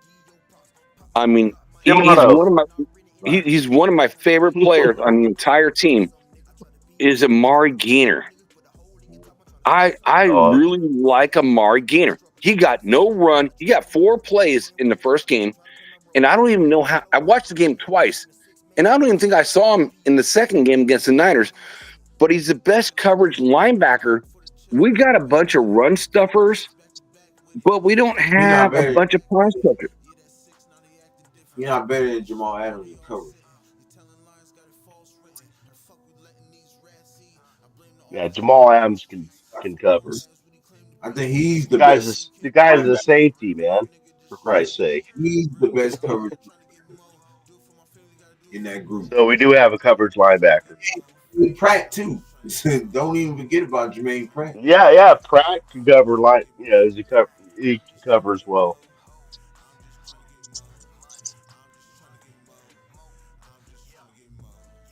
So it's like, okay, third down. It's like, we're running a 4-3, a 4-3, either let it be in linebackers or safeties. I mean, I don't even understand like why Gainer's not even out there. I'm like, Pete Carroll does weird shit. We talked about this stuff like with JPJ and Kappa. Like, there's a battle there. Where's even the battle there? So Maybe like, performing, bro. Maybe there's other guys that's performing better than him. Period. Maybe what I'm saying, what Pete Carroll's doing doesn't fit him. Doesn't mean he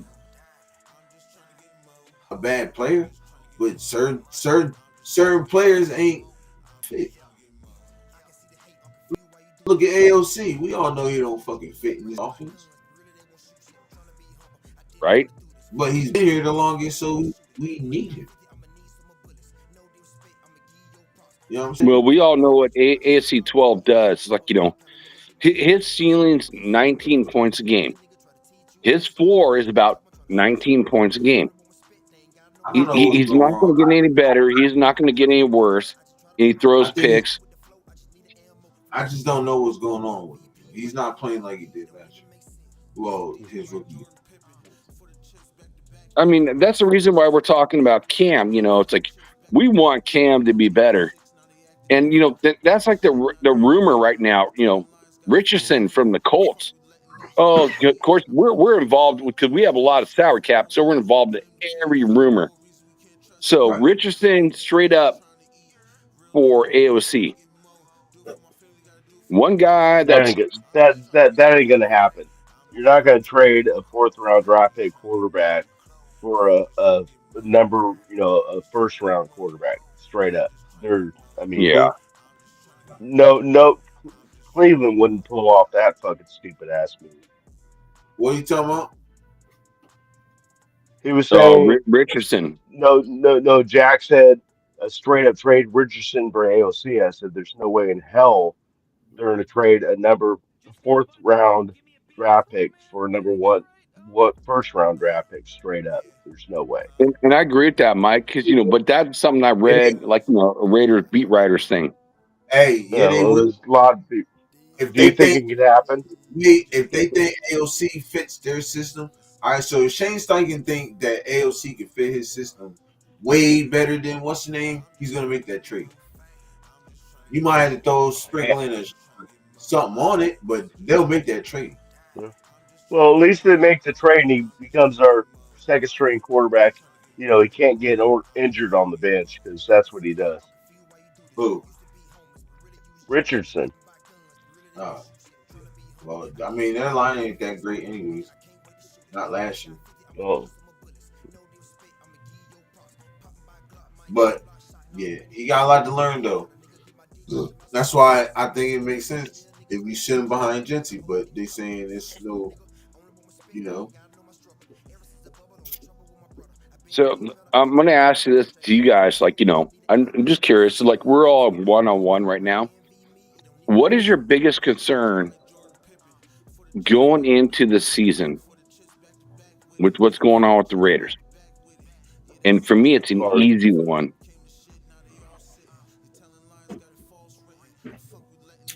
Say that again. Okay. Bro. So as far as what? A concern. Jackson. It's like, What's my biggest concern? Okay, go ahead. He said, what's our biggest concern? I have no concern. Going into the season. Better. That's it. I don't have no concern because I know what this coaching staff is doing and I see how this team is shaping up. Like I told y'all before, all I need to do is see some games. They need to get a little bit better. They just need to play together. That's it. Get some time in, meaningful games. gel together. I'm All talking right, about I already. defense. Once this offense and defense click, bro, it's gonna be so hard to stop us, bro.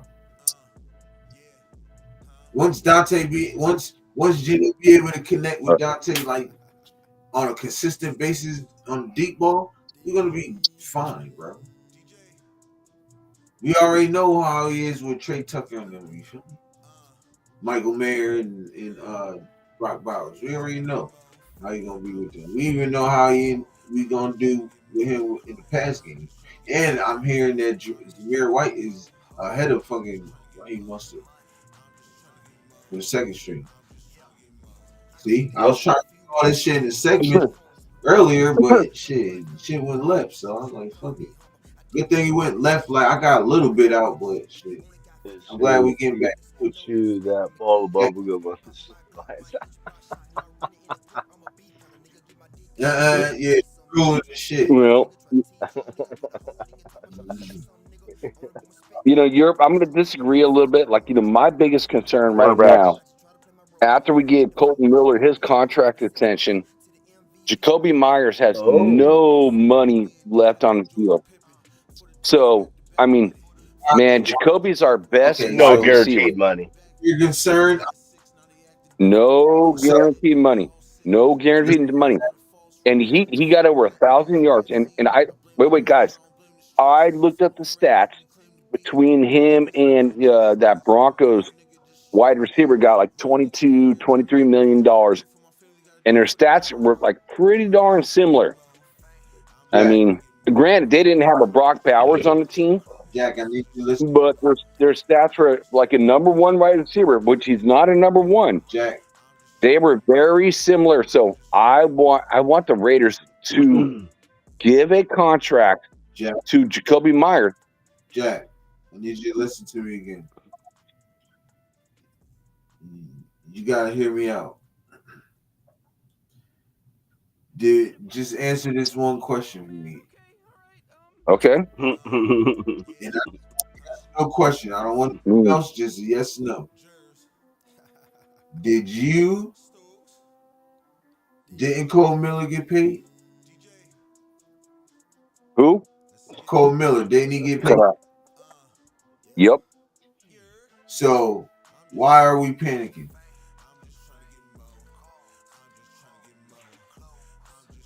Because we all love Jacoby Myers and we want him to get paid, and we're like getting very close to the start of the season. Do you believe he's gonna get paid?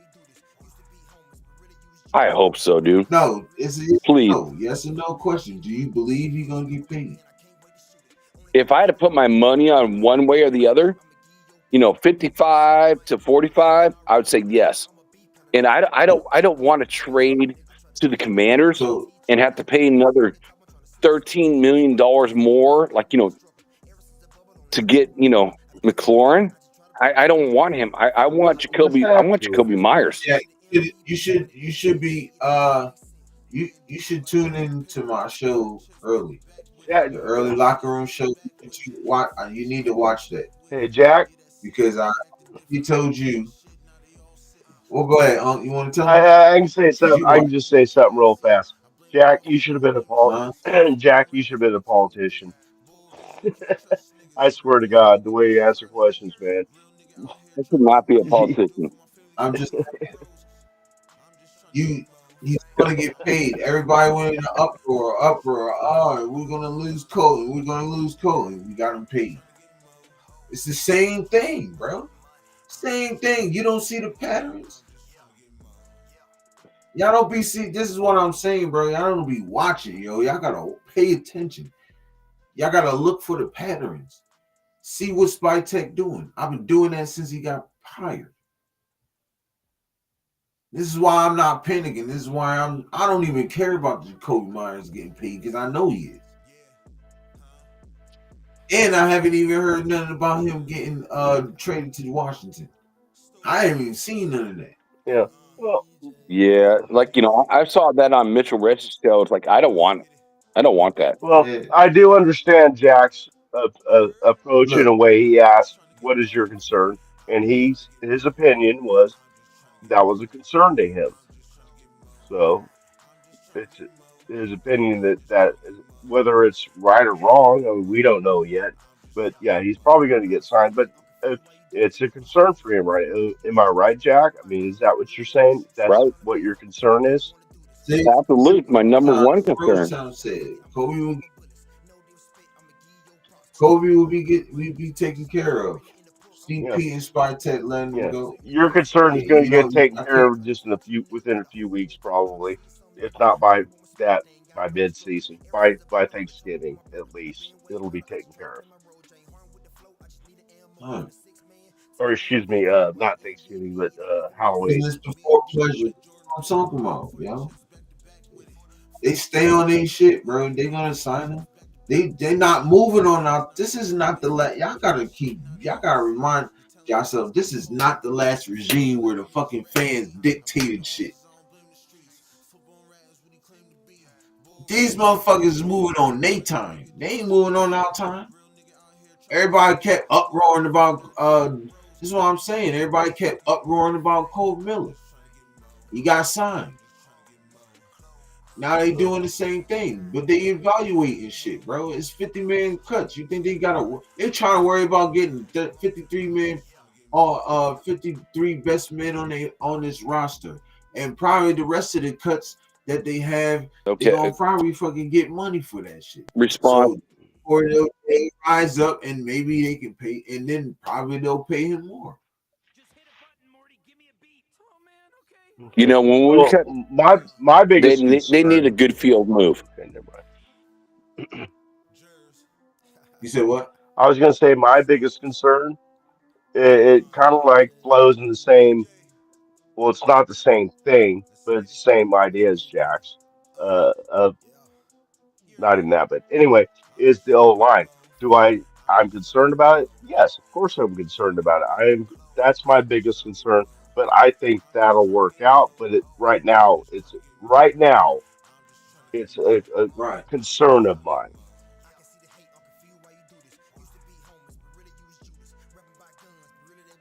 That ain't my concern either. I know. But Our starters are good.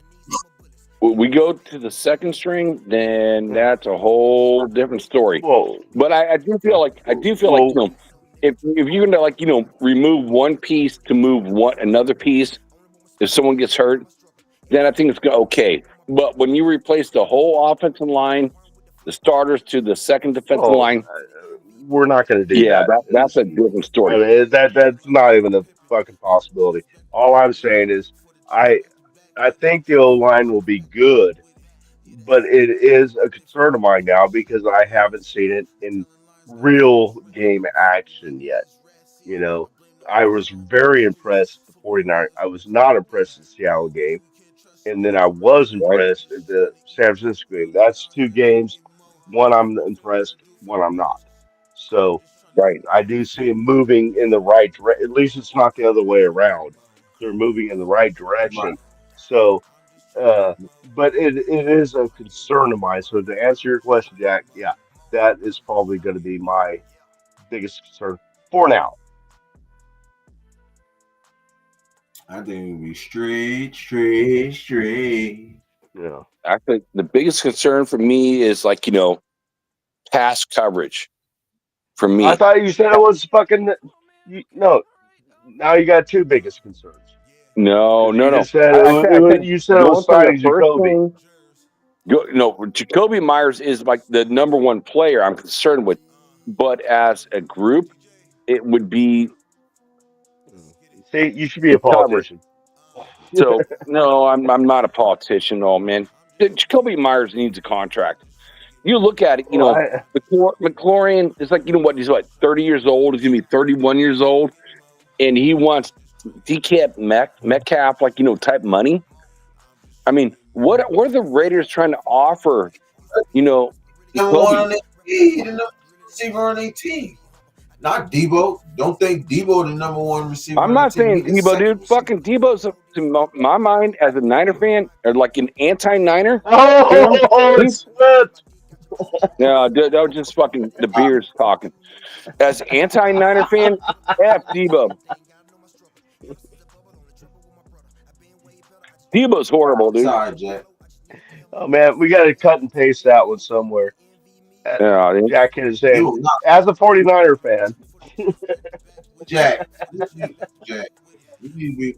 Jack, I don't think you be tuning in more of my shows. yeah. If that ever gets cut and pasted, then I'm gonna fucking never show up again. You right.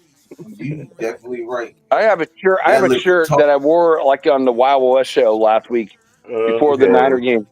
It's like, it says "fuck the Niners," so that's how much I love the Niners. I'm not saying nothing. I'm just saying what you said. Yeah, that's all. It was funny, Jack. Come on. If I'd have said that, you'd have been all over my shit. Come on. Yo, I Right. like this chair, bro. I can sit back more. How I look, yo? Straight. Am I rated out now, bro? Is this better? A lot of people, some people have been telling me I gotta switch it up, so I've been trying to switch it up. You feel me?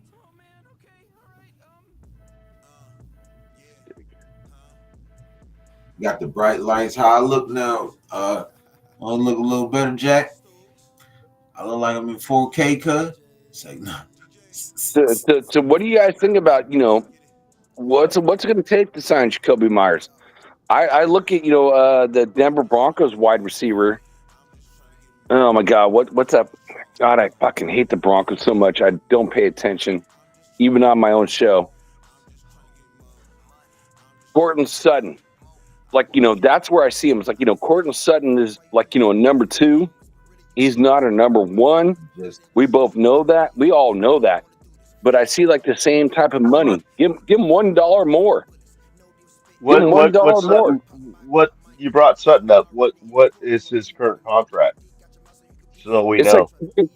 It's like I'm guessing it's like $23 million a year. Who? Courtland Sutton. Someone look it up. Raider Nation, look it up. I'm tired. I'm not going to look it up. I have it written down on like a. I didn't ask for. Yeah, no, just your ideas. So I got a ballpark now. So okay. So do you think they're going to give Jacoby Myers $23 million if that's the case? Courtland Sutton getting 25 million. Man, wait. No, wait. Did you say 33 million for? No. No, you said Courtland getting 23, like around 23. Look it up. I mean, Courtland Sutton had more touchdowns and yards and catches are very similar. I have it written down on a notepad. They're super close. So that's the marker, right? And we always talk about any player. Who signs the player first?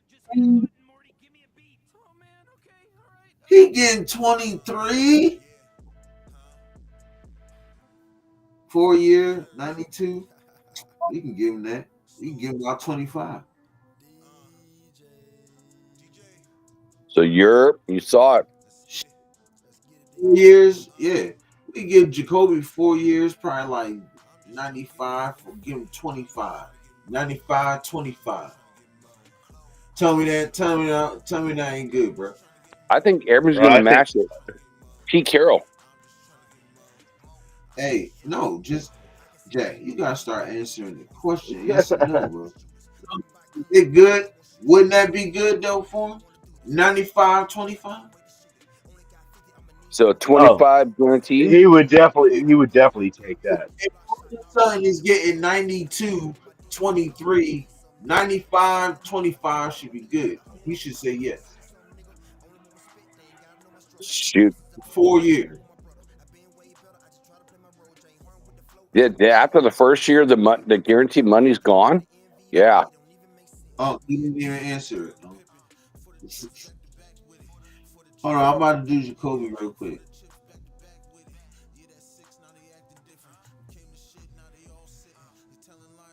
Yeah, Jacoby ain't making shit right now.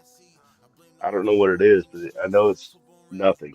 And he has no guaranteed money. Yeah, 0. And I don't see him signing for 4 years. I mean, I just don't. I mean, 30. He signed a 3-year deal, $33 million. Yeah. 5.5 signing bonus, $1 a year or something like that.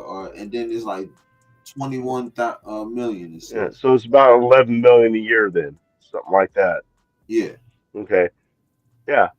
So I think you dangle Like I said earlier. 17 in front of them. That's what I said earlier. You know, Yep, that's what I said. 17 17. million. 17. I mean, that's a fucking hell of a raise. And then throw in some gear, make a lot of it, make it a signing bonus so it comes out of Mark's pocket, it doesn't hit the salary So cap. what? Cortland Sutton getting how much a year, huh? I think, what did Natman say? 23? Natman, I mean, not Natman. Jack was saying he thinks it's 23. He's not sure. He'd have to look it No, up. it is 23. It is 23. It is 23. Yeah. Yeah. So he getting what? Like, he getting 23 a year? I can see that. I mean, No, I'm that's saying appropriate. what? I think like he getting here.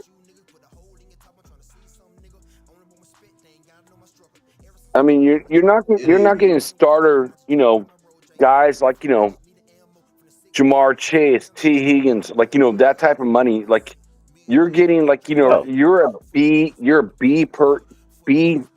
number 2, right? A number 2 wide receiver, but a high end number 2 wide receiver money. That's where I see him. You know what I mean? Okay, so that's why you're comparing to Sutton because he's a high end number 2. So you're comparing the salaries to what he got. Okay, I got what you're saying. Because you know what, he is the number 1 on the Denver Broncos, just like he. Oh, so he's number 1. Okay, so that's not the same thing. He's in number 1, but he's not a number 1. It's the same thing. What I'm seeing with Jacoby Myers is like he's okay. So he's not a number 1. Like we go back with Devontae, right? He's in number 2. Right now, he's in number 2. I'm sorry, our tight end Brock Bowers is a number 1. He's a number 2 on this team, so it's like he might be the number 1 wide receiver, but he's not a number 1 in the NFL for sure. Who? Jacoby Myers. Yeah. Who are you talking about, bro? Jacoby Myers could be a number 1 on several teams, just not on this team. He is number 1. He's our number 1. He is our number 1 on the team, but he's not going to get paid like a number 1. That's why I said. That's what I've been talking about. You don't know that though. You can't say he's not. You don't know that. You don't know what they're thinking. You don't know that. They think highly of Jacoby Myers, so you can't say that. Okay, if the Raiders think so highly, then this is what's killing me. Why has he not had a new contract? Because they still have to see what's going on, man. There's still other shit going on.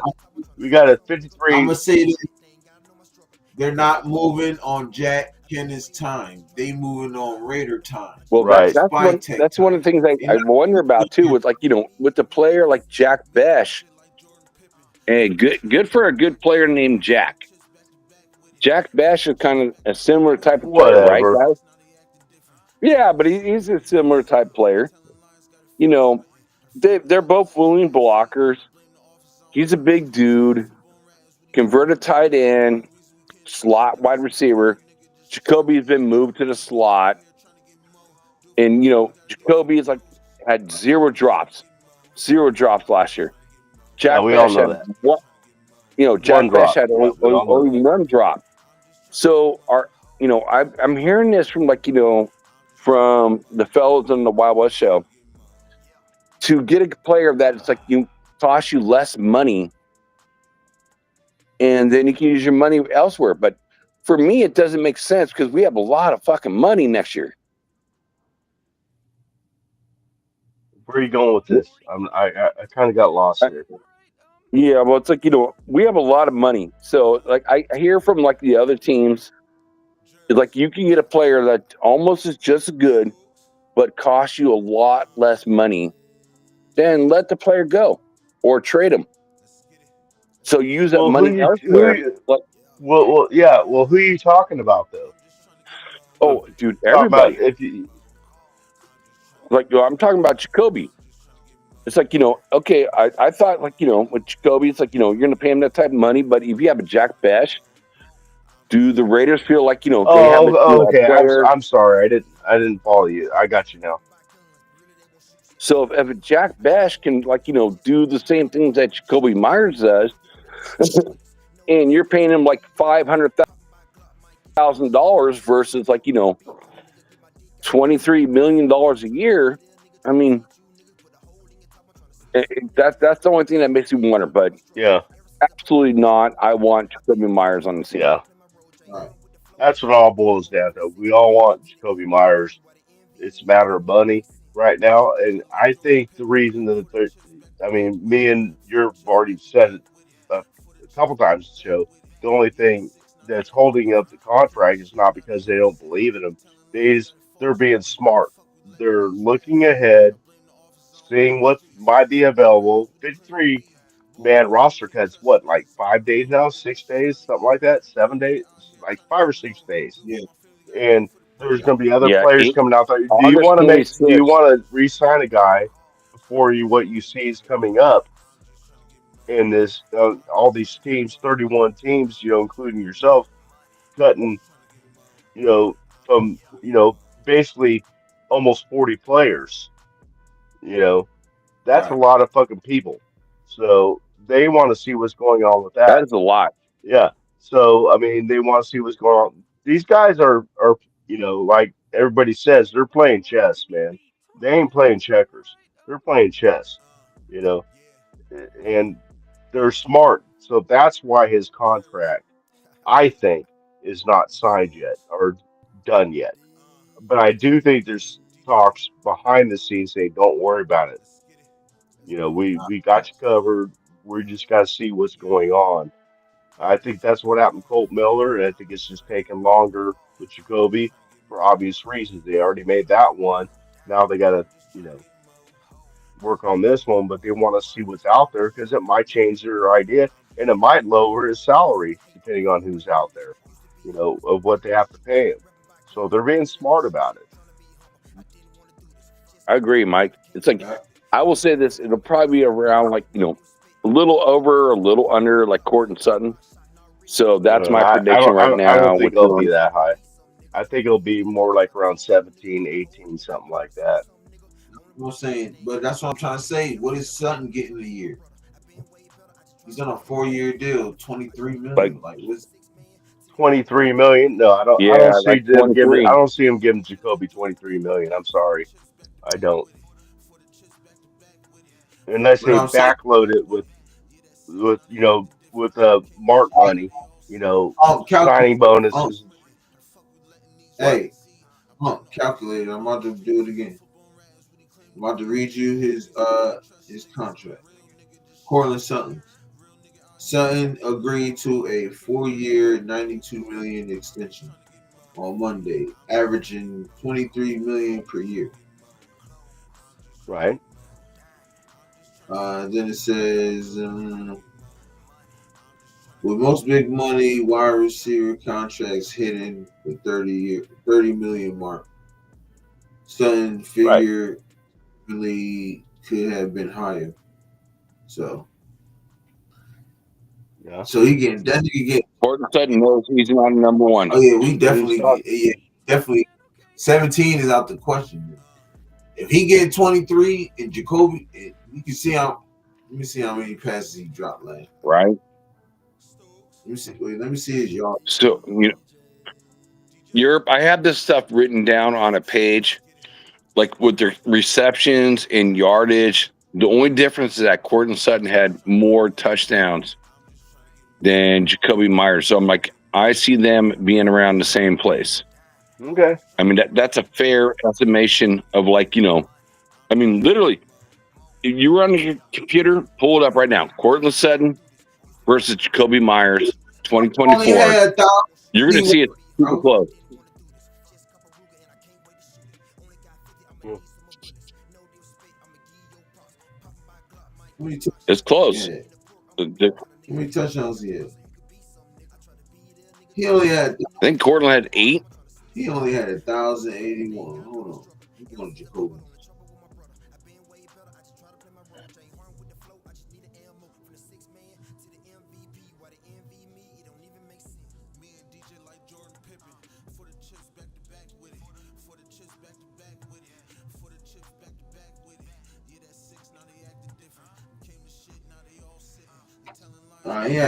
He got about like 70 yards. Close, About right? 70 yards. Something got Jacoby by like 70 yards. So you might get that nigga like What's the difference? The difference is touchdowns, right, bro? It's like, I mean, he might give him 19, 20. If I'm gonna say this. If Cortland Sutton's getting 23, we either gotta get that nigga more, just under 23. It gotta be just a little bit over 23, or a little bit under 23. So it gotta be a little bit over, but close to 23. So maybe that's the holdup. It is in the contract. Thinking about what all you two are saying. I'm listening to you going, hmm.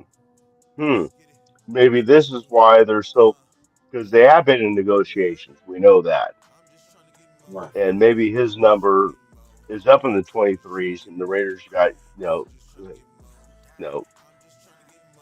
not that much. So maybe that's what it is.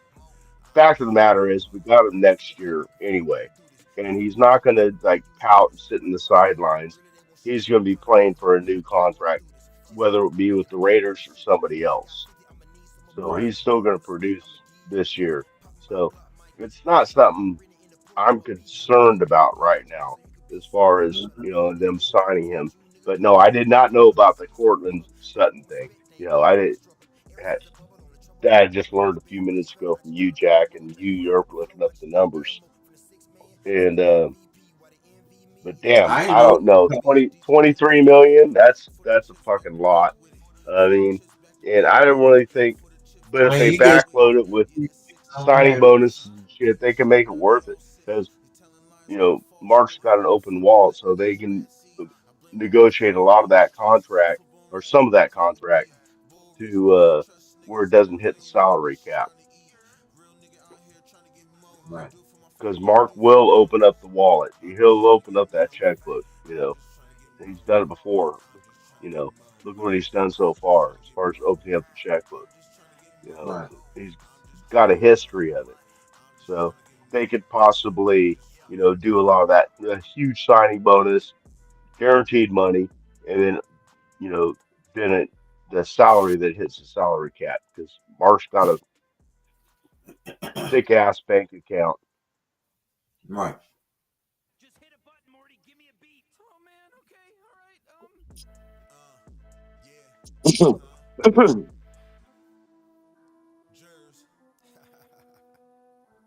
Man, I just hope so.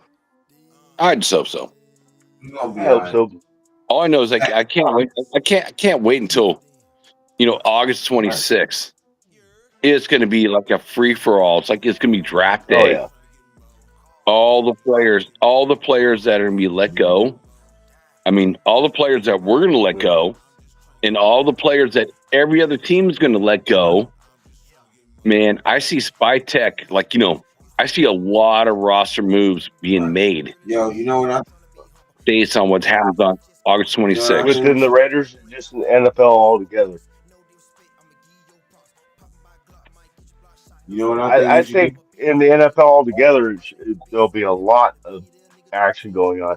But with the Raiders, I'm thinking they're going to make a couple moves, maybe out of it. You know what I think we should do? What? Get rid of Alex Kappa and Thayer Munford and pick up 2 offensive linemen. From a good team like Ooh, that. I want to I argue like that. Damn, you're. I will not argue with that at all. I like it. So here's kind of an Wait, off-ball one more thing. thing. So Jack, Hey, one more let thing. him finish. And we go younger. So at least like it's first or like or at least like a second or third year person. You know what I'm saying? Two linemen. That way our whole offensive line will be young and we can mold them on. You Damn, feel me? I never even that thought never even crossed my mind. But that's a great idea, man. And I then think that go could actually happen. I think that could actually happen. there you go off from there. You know what I'm saying? So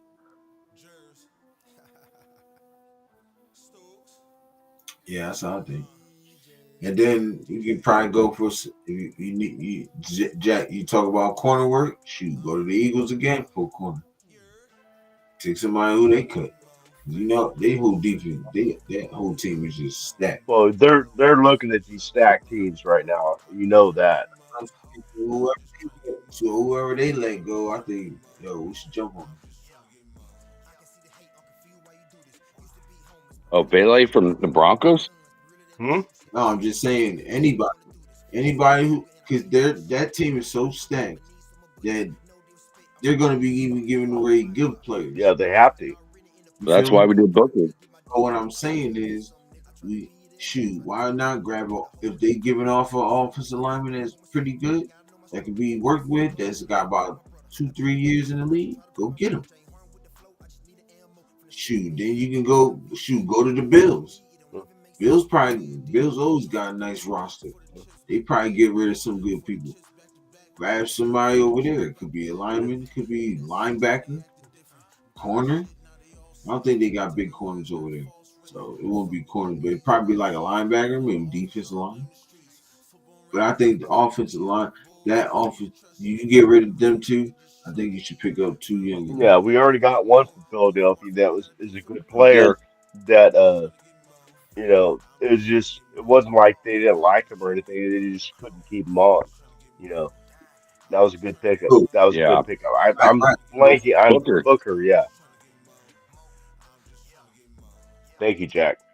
I mean, Booker, like his off, his ability is like off the charts. Like he's like one of those top guys, but he still needs to learn the game. But he doesn't get any reps because, man, when you got a Jalen Carter and man, who was the other guy that got from the same team the year before? I mean, those are your starters, and they still keep building and building and building. They build on the trenches, offensive line, defensive line. They sign free agents. This is where I would love to have David on right now, because David would say they build from the inside out, and they sign free agents wide receivers, cornerbacks, everything out there. I mean, you look at they got the best linebacker in the draft this year. They dropped all the way down, and it's like, this is what the Eagles do. So, man, I hate it, and I love it. Fucking beat Kansas City, beat whoever is going to be, on the AFC side. I'm cool with that. Man, I hope Howie Roseman's right-hand man is now on our team, and, and we're improving, but to say do it in 1 year, yeah, it ain't gonna happen 1 year.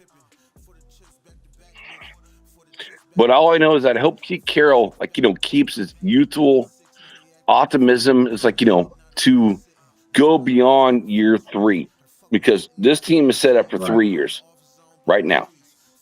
It's like if we have to go beyond 3 years, it's a reset, and my God, man, can someone get a wish and make Pete Carroll 20 years younger? Well, then I can see this team because I feel like we're gonna I feel like Pete Carroll's already molding the next head coach for him in the building. Well, are you saying that's Chip Kelly or Chip Patrick Kelly Graham? don't want to be a head coach no more. He just want to stay a coordinator. So it probably So Patrick Graham. And everybody's been trying to get him to be a head coach, but I mean, you know, he's been getting interviews to be a head coach. So you feel me?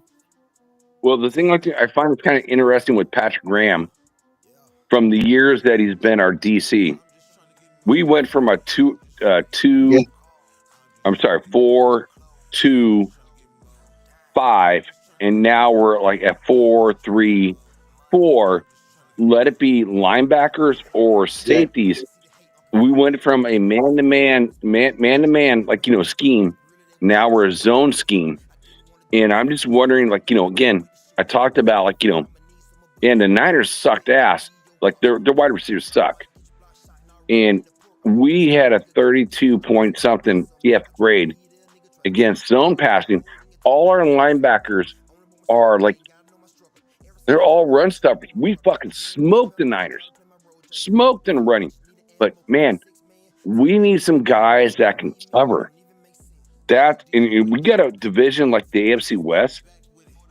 Patrick Mahomes, Herbert, and now Bo Nix. Yeah, they all improved on their running backs this year in the draft for sure. And I think so did we. I don't give a fuck about this. Of course we did. I'm not talking about us. I'm just talking about us stopping the pass with great quarterbacks in our division. And who? Now let me ask you this year: what? Give me one player, just any one player that improved our pass defense from last year. You can give me one.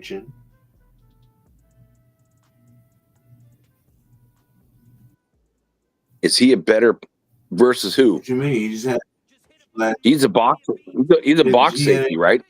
Yeah, he's a box safety. Last season. I mean, last game. No, I'm not going to argue that. And Polamalu got an interception in the game before. You asked but me I'm saying, you asked him a question, and he answered you, man, and I agree with him. Jeremy Chin was a huge pickup. Oh, he's a huge pickup. Yeah. I mean, I think it's great pickup. That's the answer to your question.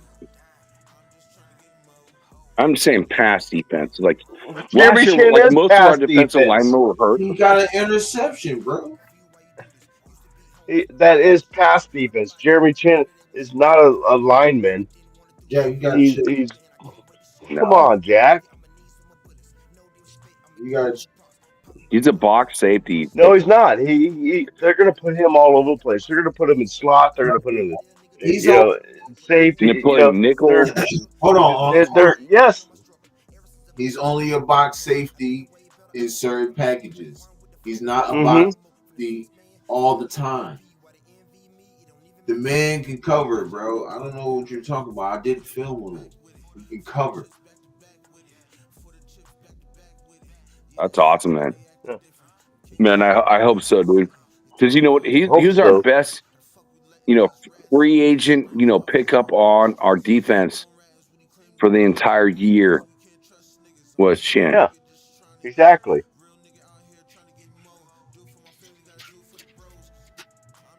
You asked the man what in the past defense, what was our best pickup? He answered Jeremy Chin, and he said, well, he's not really a pass defender.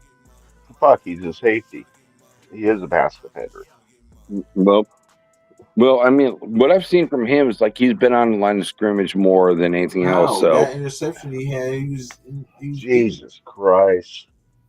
He plays strong safety. He plays close to the line. He can play fucking nickel safety. I mean, nickel cornerback. I'm sorry.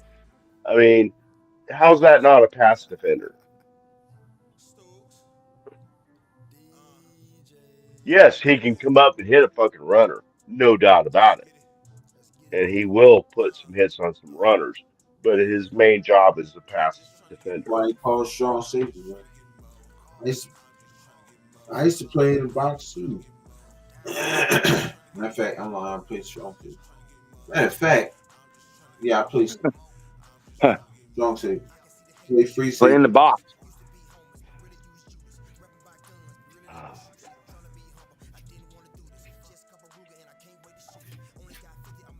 Yeah, Jack. I don't know what to tell you, bro. I don't either. He doesn't get it. It was his question. Telling you, Jack. Just watch my videos, bro. Well, it's like you gonna know that. What I guess I like that. It's like what you say. Yeah, I think the secondary gonna be fun. You got Caillou Blue Kelly he can play outside if he need to. Yeah. And now he plays everywhere too. Now he's playing nickel. Mm-hmm. Last practice. There you go. You're right there. You just said that. I agree with that. I think Blue's going to end up being the nickel. He'll probably be the nickel in certain packages. Like, yeah, he'll probably be the nickel if Jeremy Chin is high. If he's playing high safety, then I think I could be Chin. But they're gonna try to. But that's what they're doing. Like that's I'll be watching Adam Hill and Vinny Bonsignore, 2 B writers that's in the building, and they were saying that they said Caillou Blue Kelly. They trying to get it to where maybe they can get all 3 of them on the field. Caillou Blue Kelly, Eric Stokes, and what's his name? Porter. Porter. I think that'd be fire. Yeah. Yeah. Well, the thing, I mean, I'm sorry. You talking about Jeremy Chin, Palmer up top? You got yourself a pretty good secondary, my guy. Well, the thing too is like I didn't know. I mean, I know Kelly was on the team last year. I just didn't understand. I didn't know who Caillou Blue was. He says it's Caillou Blue Kelly. I'm like, oh, Kelly. I remember Kelly, but anyway, Caillou Blue Kelly can play multiple positions in the backfield. Mm-hmm. He can play the slot. He can play the outside. He can be a rover. You know, I mean, they're putting him in these positions during practice. So you got that, and then you got Jeremy Chin. Okay, so sometimes we have Caillou Blue Kelly in the slot. Other times we're going to bring Chin up in there in certain situations, and he can play the slot. You know, it's so interchangeable that Patrick Graham should have a field day, and with Pete Carroll's guidance, should have a field day with these DBs and safeties. You know, or cornerbacks and safeties. You know, running Pete Carroll's defense. I said that a long time ago. I said we're running Pete Carroll's defense, but Patrick Graham is sprinkling what his little defense in there too. So they're like mixing it. They're like combining their defense together and making it into like, you know what I mean? Yeah, I mean, and even Patrick Graham said it himself. You know, I'd be a fool if I didn't, if I'm not a sponge and learn everything I can from this guy. You know, so it's a collaboration of the two. You got your ideas, I got my ideas. Okay, let's make these 2 ideas work together. You know, and that's an amazing thing that we have this year. And it's not just that position, coaching position. It's all across the board. I mean, these coaches are together, and that's promising. Yeah. So, like me and your boys been, Mike. Like me and your boys been saying since the beginning of the after the drafts and stuff like that, 10-7. Yeah. You know. I don't have no floor of 8 or 9. I have 10-7 to possibly 12. And if they get Henderson, Well, yeah, I understand. I was saying that way before that, though. Before the draft, I was saying that. I didn't say it before the draft. Yeah, I met y'all around like after the draft and stuff. But before Yeah. saying that, I was saying right now I can see 10-7. And then once I seen the draft, I was like, shit, yeah, I could just stick with 10-7. You know what I mean? It's Spike Yeah, Checks first. you saw that before I did. That's for sure. You saw that Mhm. before I did. That's for sure. Then it was after the draft with Genty and Thornton, uh, Betch even, and with the draft, I went to. That's what. So I was thinking 8 or 9, and then with that put me at 10. Right. Man, I don't know how the NFL or the Raiders let Thornton go to the 4th round, because if Al Davis was here, shit, that dude would have been drafted way earlier. We probably wouldn't have Genty if Al Davis was alive. Right? I mean, Probably right? have Thornton. That's funny as shit. Right? I remember that nigga picked Darius Hayward. I was like, what the fuck? When he picked Darius Hayward Bay, I was like, dog. Oh yeah. After that number 7 humongous pick overall. injury. I forgot who right was on that board. right dog. after that fucking board. I just remember us picking Darius Hayward Bay. That's not who I wanted. Though. Yeah. I was like, who the fuck is right after that serious heart incident he had on the field in college, where they had to piece his heart artery back together, Yeah. because he got exploded on, similar to a car collision. That's what the surgeon said. You know what's funny is think about it. It's years later, Hayward Bay is gone. He went to Pittsburgh, and we got Crabtree, right? We got Crabtree from the Niners, who was the one player that was drafted ahead of him. It's like he was a better wide receiver, and he didn't have the speed or the height or anything like that. But it's him and Carr he wasn't Al's guy. No, that's true.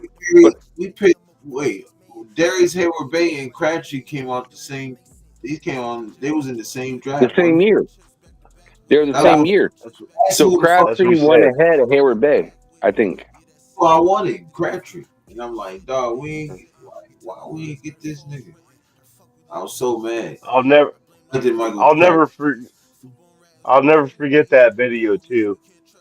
Of I think walking out of the courtroom. As soon as you walked out of the Crabtree came out number 10. Hayward Bay was number 7. So we drafted ahead. I wasn't finished. Of the Niners. I'm sorry, bro. It just came to my head. Finished. What I said, what I know, I still remember to this day when we drafted Crabtree, he was in some kind of legal issues. We'll put it that way. And he came walking out of the courtroom and throws his Raider hat on. I'm like, yeah, I like this guy. Yeah, facts. I fuck with Crabtree. I like him since Kyle. That's who I wanted. I'm like, dog, I want Michael Crabtree.